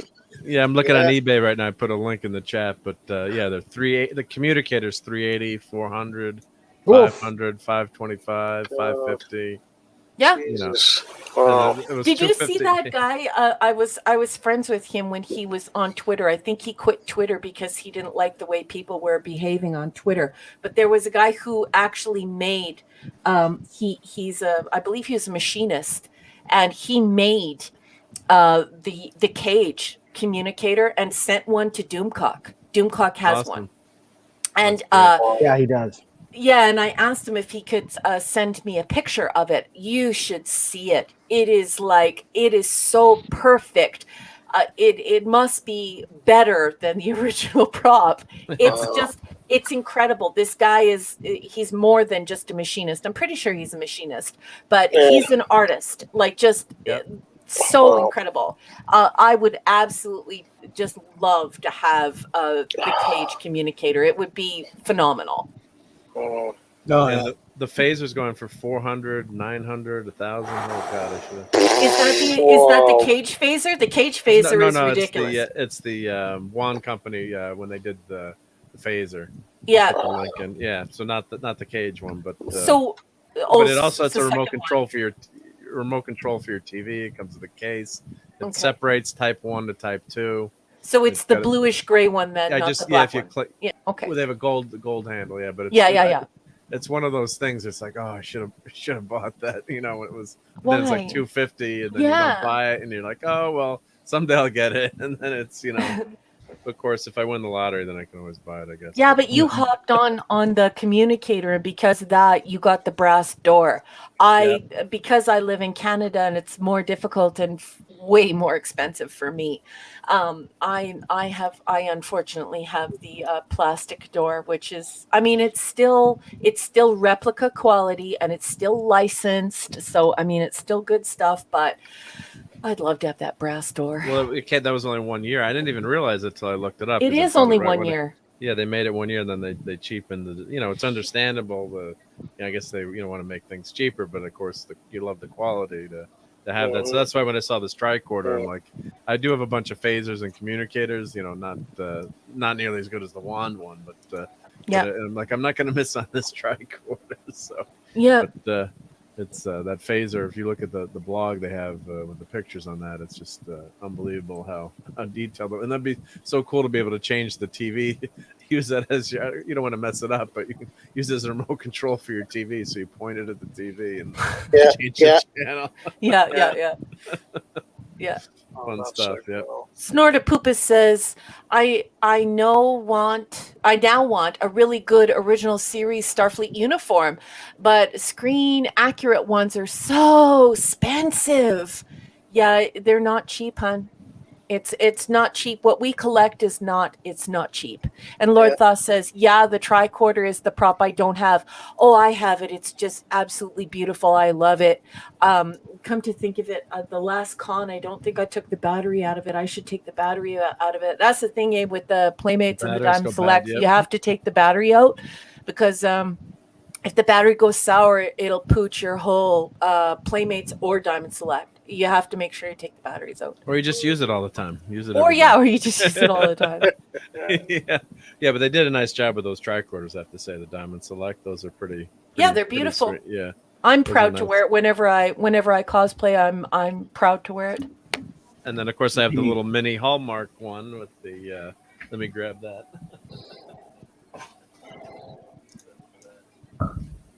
Makes all the noises. So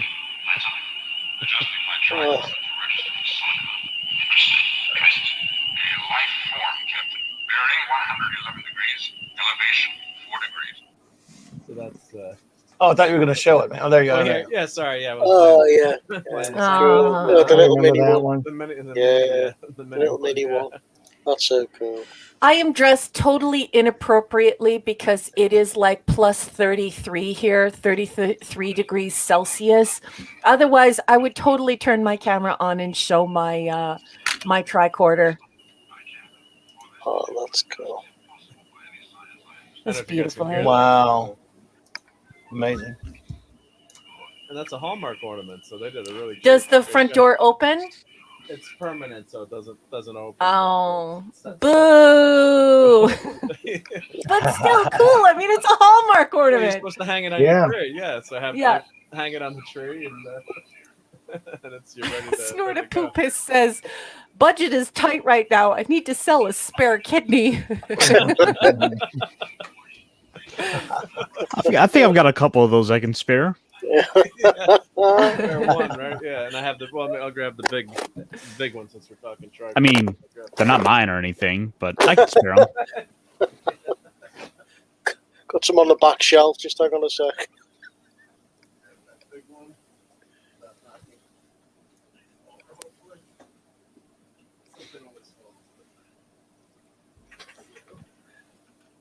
He's coming back, folks. Sorry for the dead air. I know dead air is Try not weird to for pull everyone. everything. He's here. Try not to pull everything. Yeah, Yeah, but they had the thing. They had the thing there, so you were fine. Oh my God! Hey, that's the one I've got. Oh, yeah, he grew it bigger. Right? Whoa! Yeah, that's the one I've got. Where'd that Wow. come from? Grewed Where'd it. that one Is that the come from? Diamond Select one there? Yeah, that's the Diamond Select. Yep. Okay. Nice. That's still a nice work. That's still cool. So open up the front. Yeah. And then open up the drawer. Show them the drawer. So you've got. Wow. Oh yeah. There you Oh, go. that's the And then medical go one. ahead and turn that on. Medical tricorder. Yeah. Yeah. Oh. Ben Grimm is very rocky, but he's doing well. He is. He appears to be a silicon-based life form, Captain. Let's see, the buttons aren't working. Come on, buttons. He appears to be an ex-Calbian, Captain. I don't know why it should be speaking right now, but it's not. Yeah. And it closes up, everyone at home. It closes up. So it's like, Yeah, so good. Yeah. it's a complete replica. Nice. Yeah. There you go. The leather, yeah. So one side is. And the leather on one side isn't finished. Yeah. But your it's not flap is brown open. because it's pleather. And that's the rub point for many of us, right? Is that it's the pleather one. So it's not brown. So it shows. So when I usually wear it across my chest instead of on my shoulders so that you can't see that it's not brown. But I'm the only person at the con that cares about that. The only person. Your flap is open. Life reading, Captain. Azimuth 93 degrees, range 1570 yards. An ancient metal of some kind, an alloy resistant to probe. Seems to be some disturbance coming from that cave. Most strange. Readings indicate a life form in the vicinity, apparently human. Impossible to calculate. We lack data to analyze. Captain, impulse in that direction. Very weak, possibly a survivor. Getting another life reading, Captain. Azimuth 93 degrees, range 1570 And then there's a setting. I think if you yards. push the button, and then you close it, and then it comes on again. So I got to see if that was the right. Yeah, it'll call you. It'll call And the us, communicator does that as well. But So here it goes. Yep. yeah, So yeah. I'll leave it here so you hear the sound. Let's see. It should. Tricorder picking up very faint life readings, approximately 700 meters from here. And then I think it self-destructs at one point, doesn't it? Isn't there a setting where it self-destructs or? Oh, I forget how to program that one. I'd Yeah, have to there's read one- the instructions. Yeah, I think there's one where it self-destructs if you hold it long enough. You answer, and it's when the episode with the Gorn when the Gorn blows up the tricorder. So I think it'll beep now after a few seconds. And it'll So everyone at home, there's actually an instruction manual that comes with it where you provision it to behave independently of you. Yeah. tricorder now. Yeah. Stephen Ernest says, well, forget the water heater I have to replace. Gotta get these. Yeah, right. So So why funny don't you we should have say Geek? that, Stephen Ernest, because I also need a new water heater. Yeah. I may have been looking on eBay for one in the background. A water heater? Tricorder. Clobby, I love you, Clobby. Could have been either. Yeah. Let's see if I get this. You don't like water heaters? Here we go. Here you got to see the moire pattern. That Yeah. did a nice job with that. So when it's scanning, if you can see that actually moving, yeah, that was so cool. Oh, cool. Yeah. So they did a nice job with that. Yeah. So you see, there's the pattern moving. Yep. Nice. Wow. And the Nice. communicator does the communicator can also be programmed to do things provisionally for the future, so that it can call you and things like that. You do it at the con, and it's really great when you get hailed. I think the original communicator didn't have a stopwatch in it, if I'm remembering correctly. They had a mechanical watch to turn the moire pattern. So I don't know if they used. I'm not sure what they used for this guy. If it was a watch, because you had to have something that you could wind up, or Yeah. Was it the battery? Batteries weren't that reliable back like they are today. Well, that's why I went with the Diamond Selects instead of the Playmates, because I actually wasn't sure if the array moved on the Playmates one. So I just went with the Diamond Selects. A little more expensive, but who cares? I just wanted to make sure I bought what I wanted, right? Yep. And I don't think the this version was much better than the Playmates. Yeah. Version, if I'm remembering right. Yeah. Yeah, well, the for Americans though, the Playmates are not only are they easy to get, but the Playmates actually sell in and you should watch for them, folks at home. You should watch for them on eBay. They usually sell them in sets, so you can get the tricorder and the communicator in a set. You can get the not the original phaser, but the second gen phaser for the TOS with the communicator in a set.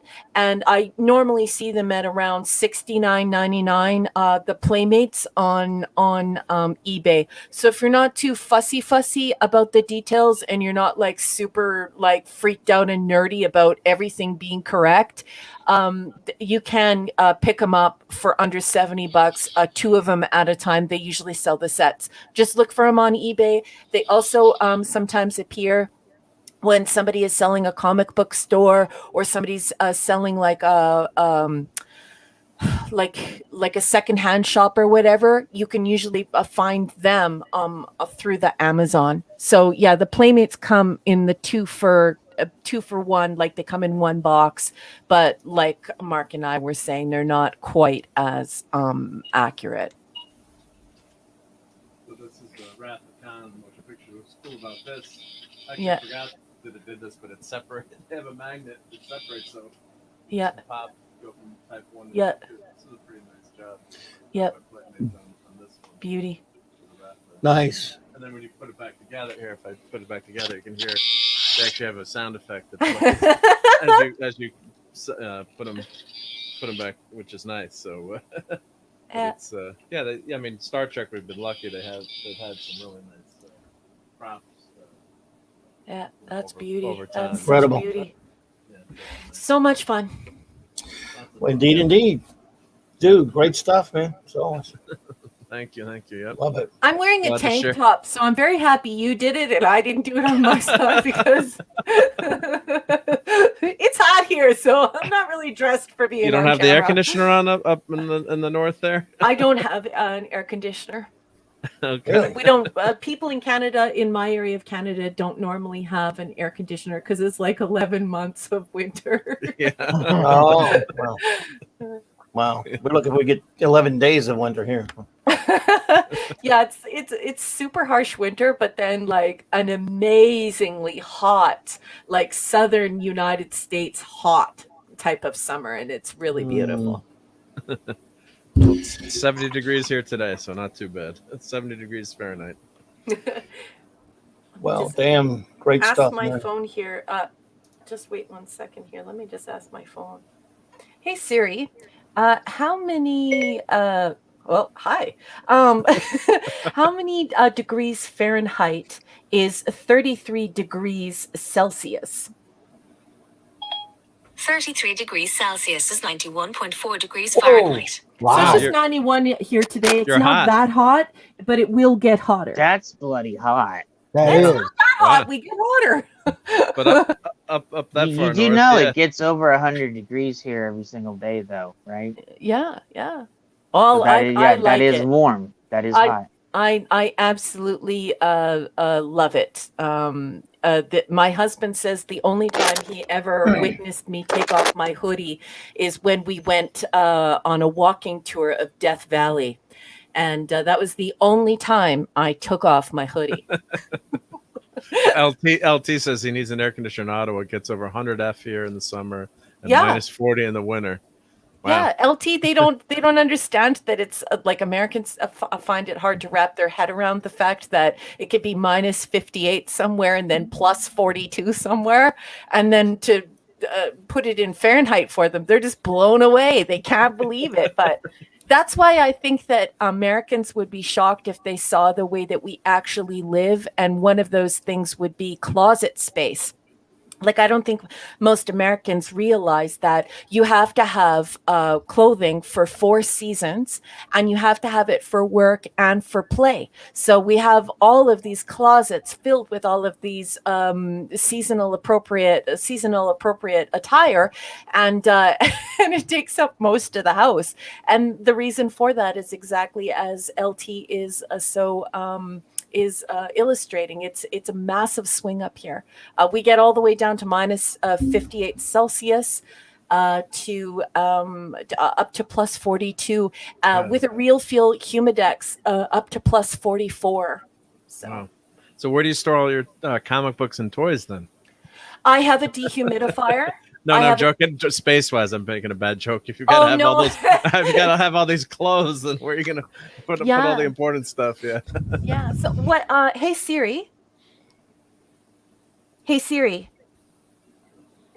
What is minus 58 Celsius in Fahrenheit? Minus 58 degrees Celsius is minus 72.4 degrees Fahrenheit. Yeah, so minus 72. Cold. Wow. And then all the way up to plus 44 with the humidex. And so that would be well over 100. So, yeah. Anyway. A bit nippy. Wowzers. Well, before we get out of here, and we'll do this quickly because, we've been here a good while, but Pat asked a question, so I thought we would address that really quickly for him. Let's see.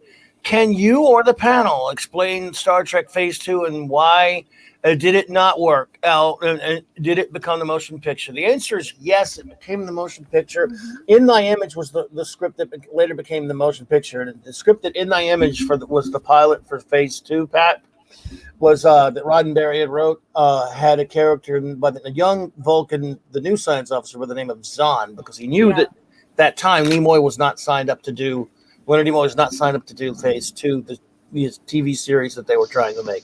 Yep. And I've had a number of those Phase 2 scripts. I don't know what happened to them. A friend of mine still has them. I can get copies from him. But there were actually a few Phase 2 scripts that were written.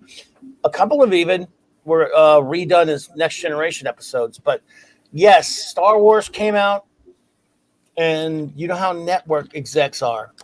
They saw, let's go with the word Star and Trek in it, and that's a big thing now. Yeah. Let's make a movie, and of course they were able to sign Leonard by that point, and so Star Trek Phase 2 was the plan. Deckard and Ilia were going to be regular characters, also, by the way, new characters. They were, along with Zahn.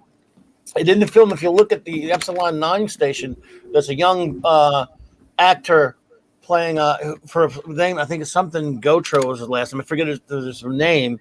Who basically is, gets a few lines like, that's in Klingon territory. Who are they fighting when they're seeing the Klingons fighting V'ger? And that guy was actually going to play young Lieutenant Zahn, a full-blooded Vulcan, flying a science officer for the ship. Mm-hmm. And it didn't work out, but he got a little bit part in the motion picture. And he was a bit of a cute guy too, because he looked a little bit. They tried to tap into like the sort of Sean Cassidy look. He was a younger feller, and I guess the rub was going to be McCoy was going to pick on him a lot, you know, and and he did in some of the scripts already, because obviously it's one thing to mess with Spock, but he could fight back.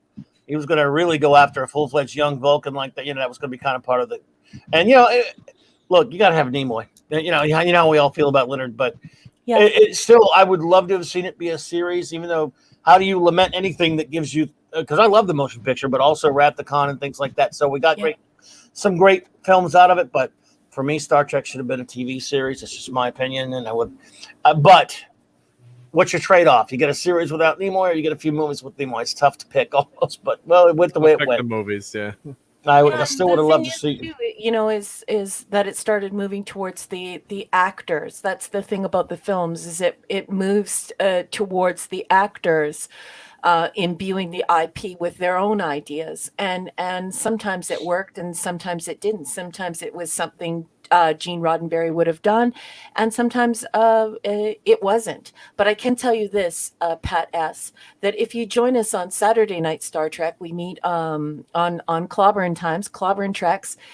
We will be discussing all of that as we move from 1966, technically 1964, all the way to 2005, or the 735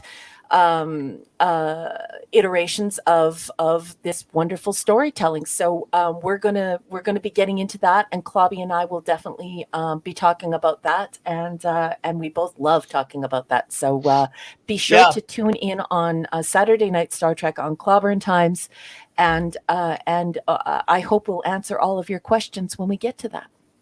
Absolutely. And before we go around the horn to do our goodbyes and stuff like that, Jed, did you have anything, man? I mean, because I don't know, I didn't tell anybody to prepare this time, so I don't know if you had anything to tell anybody about or not as far as recommending or I anything had like that. stuff, but it's it's gone on for too long. I know people want to get off. Well, if you want to throw some stuff out there, you can, dude. I mean, No, I know people want to go because it's almost 4 hours, so I know people want to go. Yeah, I got to run in a minute to go do parent stuff. I know. That's the reason. If I was gonna do it, it'd be another half hour of me talking. I know people don't want that, so we want that, but next time, yeah. Yeah, well, next time. Well, write it down, man. Jed will go first next time, then. Yep. Yeah. Yeah, I mean, well, yeah. Well, you know, I always wait until last because he's my partner in crime here. So the two and I always should go last, but I did jump ahead of him because I didn't do one last week. So well, last week you didn't even get a chance to talk at all. Look, So hey, everybody was having fun. I hope so. That's all that matters. yeah. So what we'll do, we'll go around the horn, we'll say our goodbyes and everything, and we'll start with our good friend Raymond. Again, everyone, Raymond has a Zazzle star, which I put that link up there in the chat earlier. And the of books course are going well. The book links. What else you got going on, man? Just that you got a signing. What's the deal with the signing coming up? I'm in the process of getting a book signing at a local music and bookstore. It's called Fuzzy Dog Books and Musics. I'm in the process of negotiating that now. Oh, congratulations. That's Thank so you. great. Nice. And on your Twitter, you'll be sharing that location if this deal works out so that everyone can go in and see you and get a signed book, Raymond? Sure. Okay, yeah, make sure that you do that, please, because I know there are a lot of people in your area who would love to come out and get a signed copy from you. Congratulations. Thank you. Absolutely. And again, do you have a link to your Zazzle page on your Twitter where they can find it, stuff like that, or where they can find you on Twitter? And of course the website has got everything. Okay, the website. Okay, good. There you go. Cool. Let's see here. Ironcaster, buddy. Yeah. Hello. Appreciate you being here, man. Hey, it's always a pleasure to be here. Sir, it's an honor, and I'm glad to be here. Raquel, thank you for entertaining me. I think one of the last times I could have sworn I was I kept thinking I had gone on giving the wrong impression or something. Like I don't know. I overthink sometimes. Oh my goodness. Well- I don't think ill of you at all. I think you're a very nice person and you have excellent manners, and I haven't got to know you yet, but I've enjoyed your company thus far, and I look forward to hanging out with you. I'm not a judgmental person at all, and I'm a very open-hearted person, so not at all, Ironcaster. You made a great impression. Plus, you're a redhead. Yeah, man. You're a redhead, baby. You're a redhead. Us I don't redheads. know. It's actually more my lighting. I'm brown, but the beard comes in red. But Yeah, well, we'll say I'm half. Anyway, I do a show on Mondays where I'm going through the original, much like how you and Clobby are going through Star Trek. yeah. Me, Brightest Day, and Fenrir the Ice Wolf are going through the original Mobile Suit Gundam from 1979. Ooh. And Nice. I can pull up on. Oh, I got my little gun tank. Nice. There you go. Wow. I got all my Gundam stuff. So, what episode are you on, Ironcaster? We are currently on. We just finished episode 3 this week. Okay. We'll be on episode 4 next week. There's some good Okay, stuff so- to come. everyone, it's not too late to get in and get in on the fun here because they're only 3 episodes in. So Ironcaster, that's great. Thank you for letting us know. And Tuesday, I will be on with Nick Weiser over on his channel. Where Tuesday we're gonna go watch and we're gonna go talk about the Arnold Schwarzenegger movie Commando. Oh, great! Yeah. Remember what I said? I'd save you. I'd kill you last. I lied. Ironcaster, will that be a watch along or will that be just a review and a I discussion? believe that'll be more a discussion and just kind of talking about the movie. Ooh, great. So watch it and then show up, everyone at home. Watch it first so that you're ready and all primed for the discusation. And I got one last thing I get you off here. Go ahead. These silly little skeleton guys.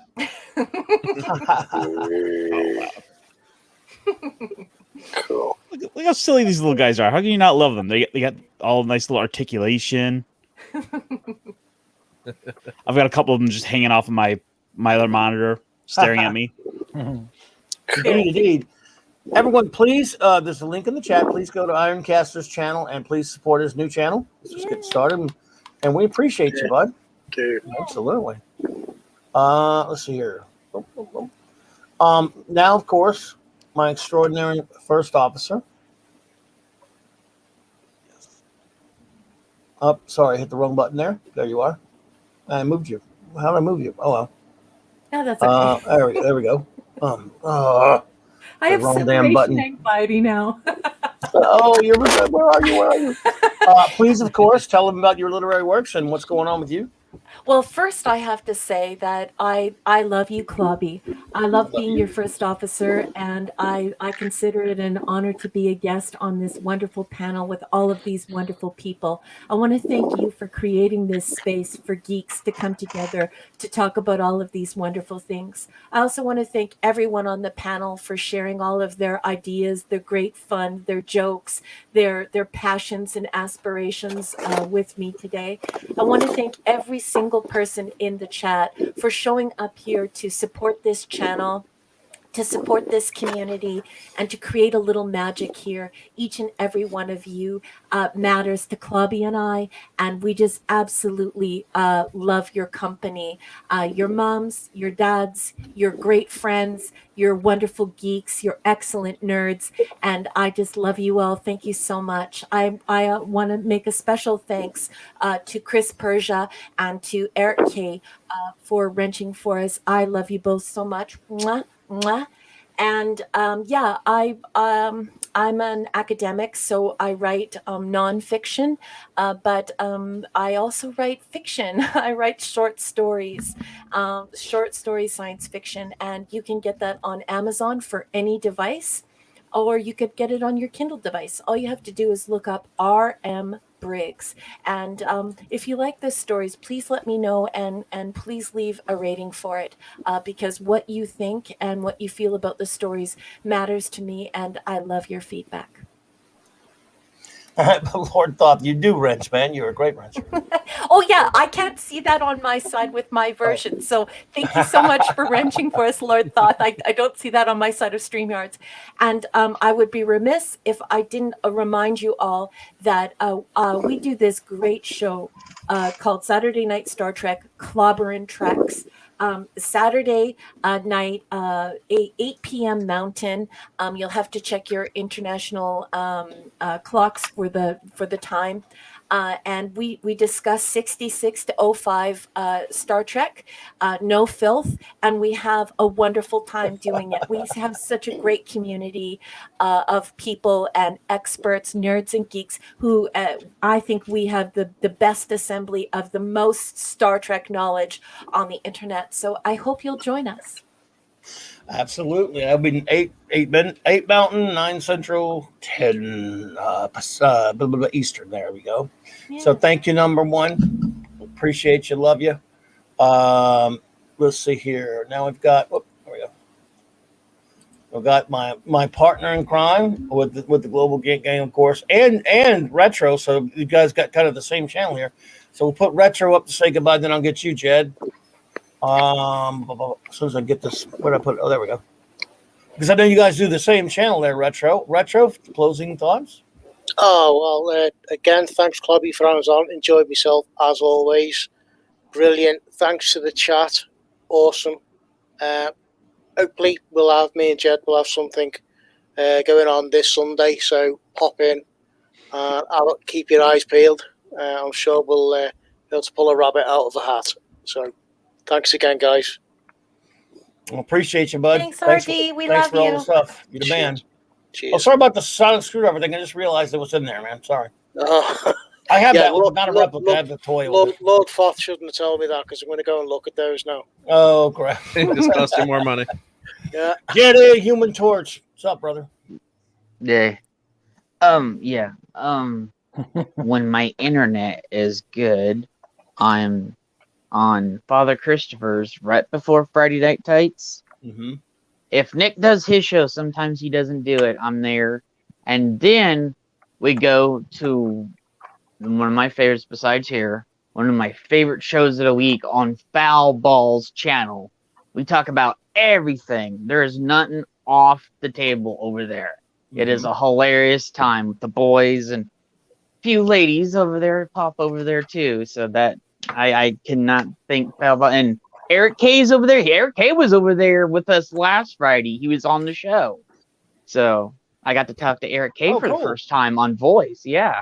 Man, he's too good to come over here on my channel, but he'll go on there. Yeah. And 70s is over there every Friday too. I became a regular over there. So me, 70s, when comics gets better, he'll be back over there. Comics Division, right? Yeah. Yeah, comics will be on there. We sometimes culture's over there. Our buddy Vigilante, right? Yeah. DW's over there too. He's awesome. We just have a lot of people that pop in over there. Tom comes over there sometimes. Yeah. Friday Night Bree. Like it's like what is it your time there? Because I know it's after. It's pretty late my time. It's like 11. Yeah, it's late over there. Something like 9 your time or something. I'm not sure exactly. we do get a little bit more adult over there. So sure. Well, it's a cool bunch of guys. Yeah, 70 dude, me and 70s hang out over there like we love that. Is one of my favorite parts of Friday now is going over to Foul Balls channel and just kicking it with the boys. And some ladies do come on and they come in chat too. So that's and then on Saturday, me and Ash, Logan comes over there too. So yeah. On Saturday, me and Ash both do Pablo's show and then t-shirt show if my internet for some reason it works on Friday, but then like I don't know why.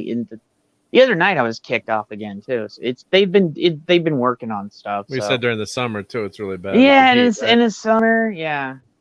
Oh yeah, Pat Esco's over there every single week. Like we are in the zone on Foul Ball show every single week, man. I love that. Absolutely. Nice bunch of guys. Yeah, and 70s is starting to become kind of a regular on the show when we do have a Sunday show. So it's Lord Thoth comes over there too sometimes too. But on Sunday we're gonna do something. I don't know what we're gonna do. I had something set up for this Sunday, but it kind of fell through, so I'm gonna have to do something else. But here's a big thing, and I'm doing it a week in advance for the first time because it's the first time because the channel's only been around 6 months, but I've had it for a long time. We just haven't done it. We are going to do a full E3 thing. All the video games, everything else. Ash is going to be there. Mark, I was going to talk to you about this because I haven't got to talk to you about it. Yeah. So I know you're going to be down for this, right? Is that next week, the E3? Oh, no, it's next. It's not. Yeah, it's not this Saturday. It's next Saturday and Sunday. And I think, wait. No, it's. I have during the week usually. It's during the week. Yeah, I think it's Monday and Tuesday. It's on the 12th and the 13th or 14th or something. But yeah, we are going to cover and we can do this because the other channels do this. We're going to have the live broadcast of cool. all the stuff, and then we're going to be chatting during it too. So, and then Nice. I may throw some special guests in there that I'm trying to get a hold of. So, but we're going to do the Xbox one. We're going to do the Ubisoft channel. We're going to do the Xbox Bethesda concert, and then do some other stuff too. So Sounds like I fun. haven't fully got it. What? Sounds like fun. Indeed. Yeah. So I was waiting for. I was hoping E3 would be around this year. So the minute that I got the schedule, I popped it in our chat last night. So cool. And then I was just idea. Ideas were just coming out of my ass last night. So I was looking for a place to watch some E3 content. Oh, dude, yeah, dude. And hey, brother, I will bring you on, okay, if you would like to. So I would love to talk some Nintendo stuff, especially. Yeah. Oh, yeah. Okay, we're good. We're gonna, and it's not gonna be just Xbox. It's everything. If you guys want to talk about it, there's no bias on there because Ash loves PlayStation 2, and we're gonna do everything if we can. So we're gonna have 2 days of streams. So we're gonna have that first one, and then we're gonna do some speculation, and I'm gonna try to get some special guests from some other places that do some really cool video game stuff if I can get them on. And then the next day is gonna be the Bethesda Xbox one, and we're just gonna probably do a little bit of. It's gonna be different because we haven't done 2 streams back to back. So in a while, well, we haven't. I'm just trying new things out, and we're gonna be doing some other really cool stuff that me and Retro are putting together. We might be putting out more videos too. So, yeah. So, yeah. There's stuff gonna be coming out. It's gonna take us time. So, oh, and in the future, I will say this. Just as a tease. There may be some No Man's Sky content and Fortnite content coming your way. So, because we already play Fortnite on MARC's channel, but I'm into talking to some people and other things. So that's another thing. Because we haven't. Oh yeah, I'd never do short X's. Pod. We're on his channel. Do I ever do it short? So, but yeah. I didn't get to talk most of the stream, so I'm making up for it. It's okay, man. Look, all it's good, fine, all good. Yep. Yeah, but yeah, it's so I'm just trying to do things, so we're just. It's a great idea, do some though, cool man. stuff. Yeah, there's some cool stuff up. So if you have any friends that want to come to a cool place for E3. Our channel is going to be the place to come to it. So, absolutely. And again, by the way, our good buddy Lord Thoth, someone was asking, and so Thoth, there's his channel link up there, and of course, many links in the description below to many wonderful channels. We're all great friends of the show there, and a lot of cool channels that you can find the links to. That's our buddy Thoth right there. By the way, LT's the man, and we appreciate you, bud. I'm going to shoot for now. Let's see. Obviously, it's best to do this a couple of weeks in advance when you want to do like a topic or a roundtable. So, our first big Fantastic Four celebration, I'm going to shoot for doing it in 2 weeks, a week from next Thursday. Okay. That way to give everyone a chance to prepare for it. If I have to make it later in the day, even because I know Thoth works and I know Raymond works. If you guys can't make it, just let me know. But if there's any way you can, because I would not do a Fantastic Four roundtable without you two guys. Or me. Who? Who are you? Oh, you're the Human Torch. No. I'd probably be a couple hours late, but I'll be there.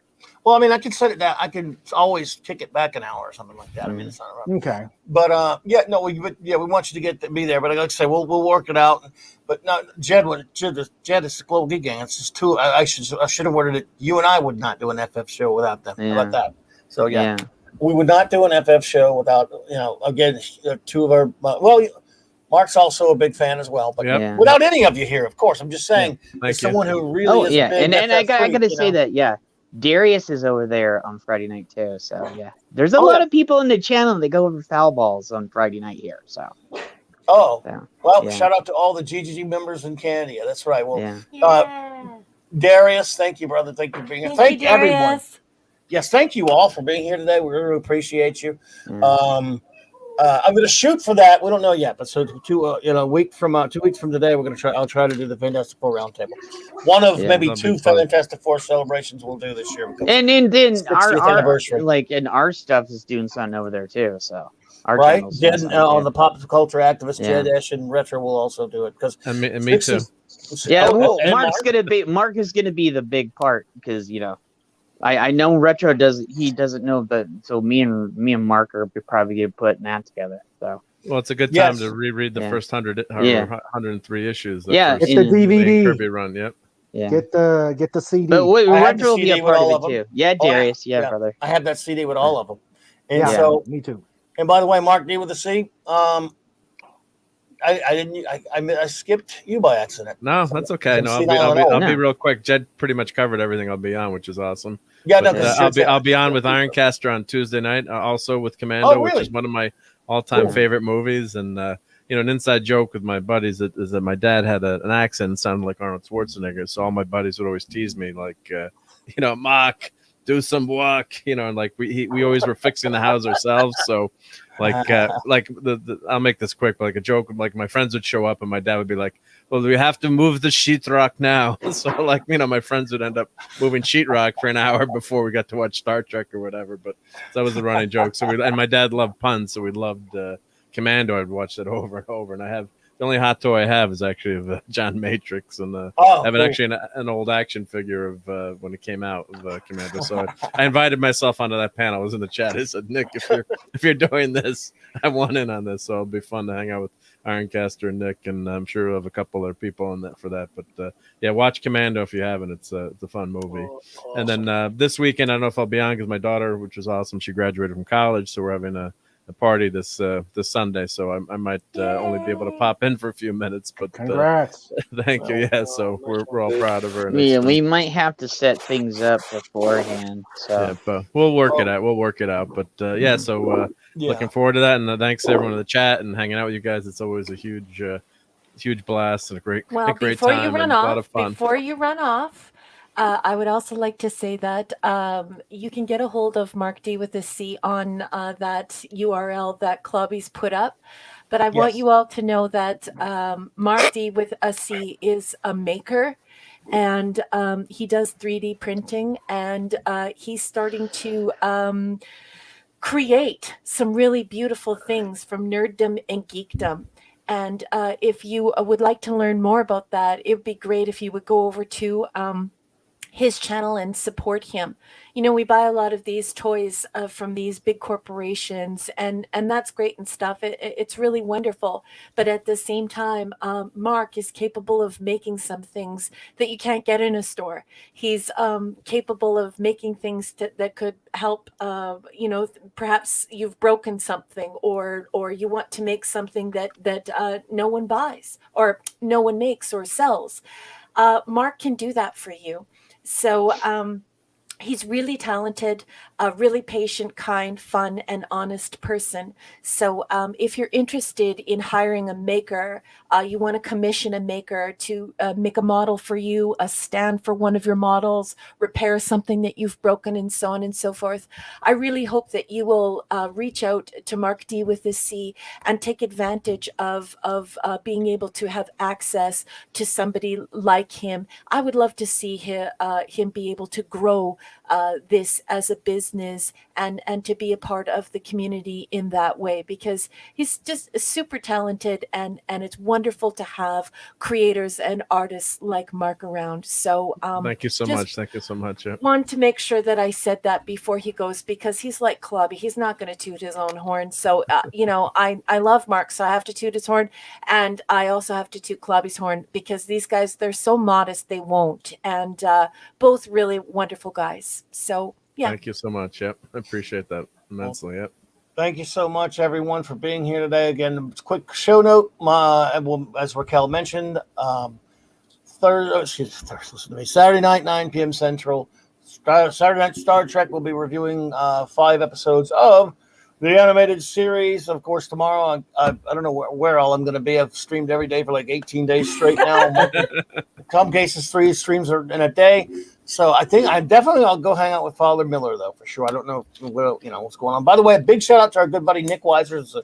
He could not make it today, but we love Nick, and there's a link below. Please, if you have not gone to his channel, 32 Flavors of Nick Weiser is a great fellow, and we appreciate him. He's a great friend. On that topic, I have to say, on Monday, I'm going to be meeting with Nick Weiser. Many of you were on the Global Geek Gang, and you were watching the show where we were talking about his food reviews, and we were talking about how there's this list that world travelers like to eat Canadian junk food, and it's not available anywhere but Canada. Well, I put together an entire care package for him filled with just Canadian stuff that you can only get in Canada. And Nick is going to be doing an unboxing on, I believe, Monday afternoon or Monday evening, depending upon where you are in the world. And he's going to be eating all that Canadian food, so junk food. And I know that there are a lot of Canadians who watch the Global Geek Gang. So Canadians, you have to tune in. It's going to be hysterical. I actually sent him Cuban lunch. I sent him all of our weird stuff, all of our good stuff. I even sent him Old Dutch chips. So make sure you tune into that. It's going to be funny. So which food item are you most looking forward to him eating or trying? Dude. Yeah. Who knows? Probably the fact that I would like my American friends to have chocolate bars instead of candy bars. I would love for my American friends to taste a chocolate bar instead of a candy bar. So you could eat a Mr. Big in the United States and it's a candy bar. It has lots of sugar and milk in it. But in Canada, it's a chocolate bar. And They're more bitter. I'm interested in watching an American man eat a Canadian chocolate bar. It's going to be funny. Also, our chips. I can't wait to see him eat our chips. Anyways, I don't want to delay any longer, but I had to throw it out there. I have one more. I'm going to murder you if you have one more. Go ahead, but go quick. Okay, so that right there. Let me see. Okay, so it's Saturday, June 12th. The pre-show starts at 10 a.m. Pacific time. It won't let me put the whole thing in there. That's for the Ubisoft. So, and then on June 13th, the pre-show starts at 8:45 Pacific time, 11:45 Eastern for Xbox and Bethesda. So. Those are the two things right there for those. Gotcha. Well, are we ready? I think we are. Yep. Gotcha. Let's roll. All right, everyone. Well, thank you so much to the chat. Everyone who came here tonight. I don't have all the names. I didn't write them down like I do on Saturday nights, but you all know who you are. Thank you all. Anyone who popped in, anyone who was here at the beginning, the end, the middle, or later broadcast. We cannot tell you how much we appreciate you all. Thank you so much to Global Geek Gang. Appreciate you big time. And we'll see you here next week for that and all of our other wonderful streaming. You've just all been such great friends, and we just can't thank you enough for being here tonight. I wish I didn't have to run so quick, but I can't thank you enough. So good night, good morning, good day, whatever it is. Oh, have a great one.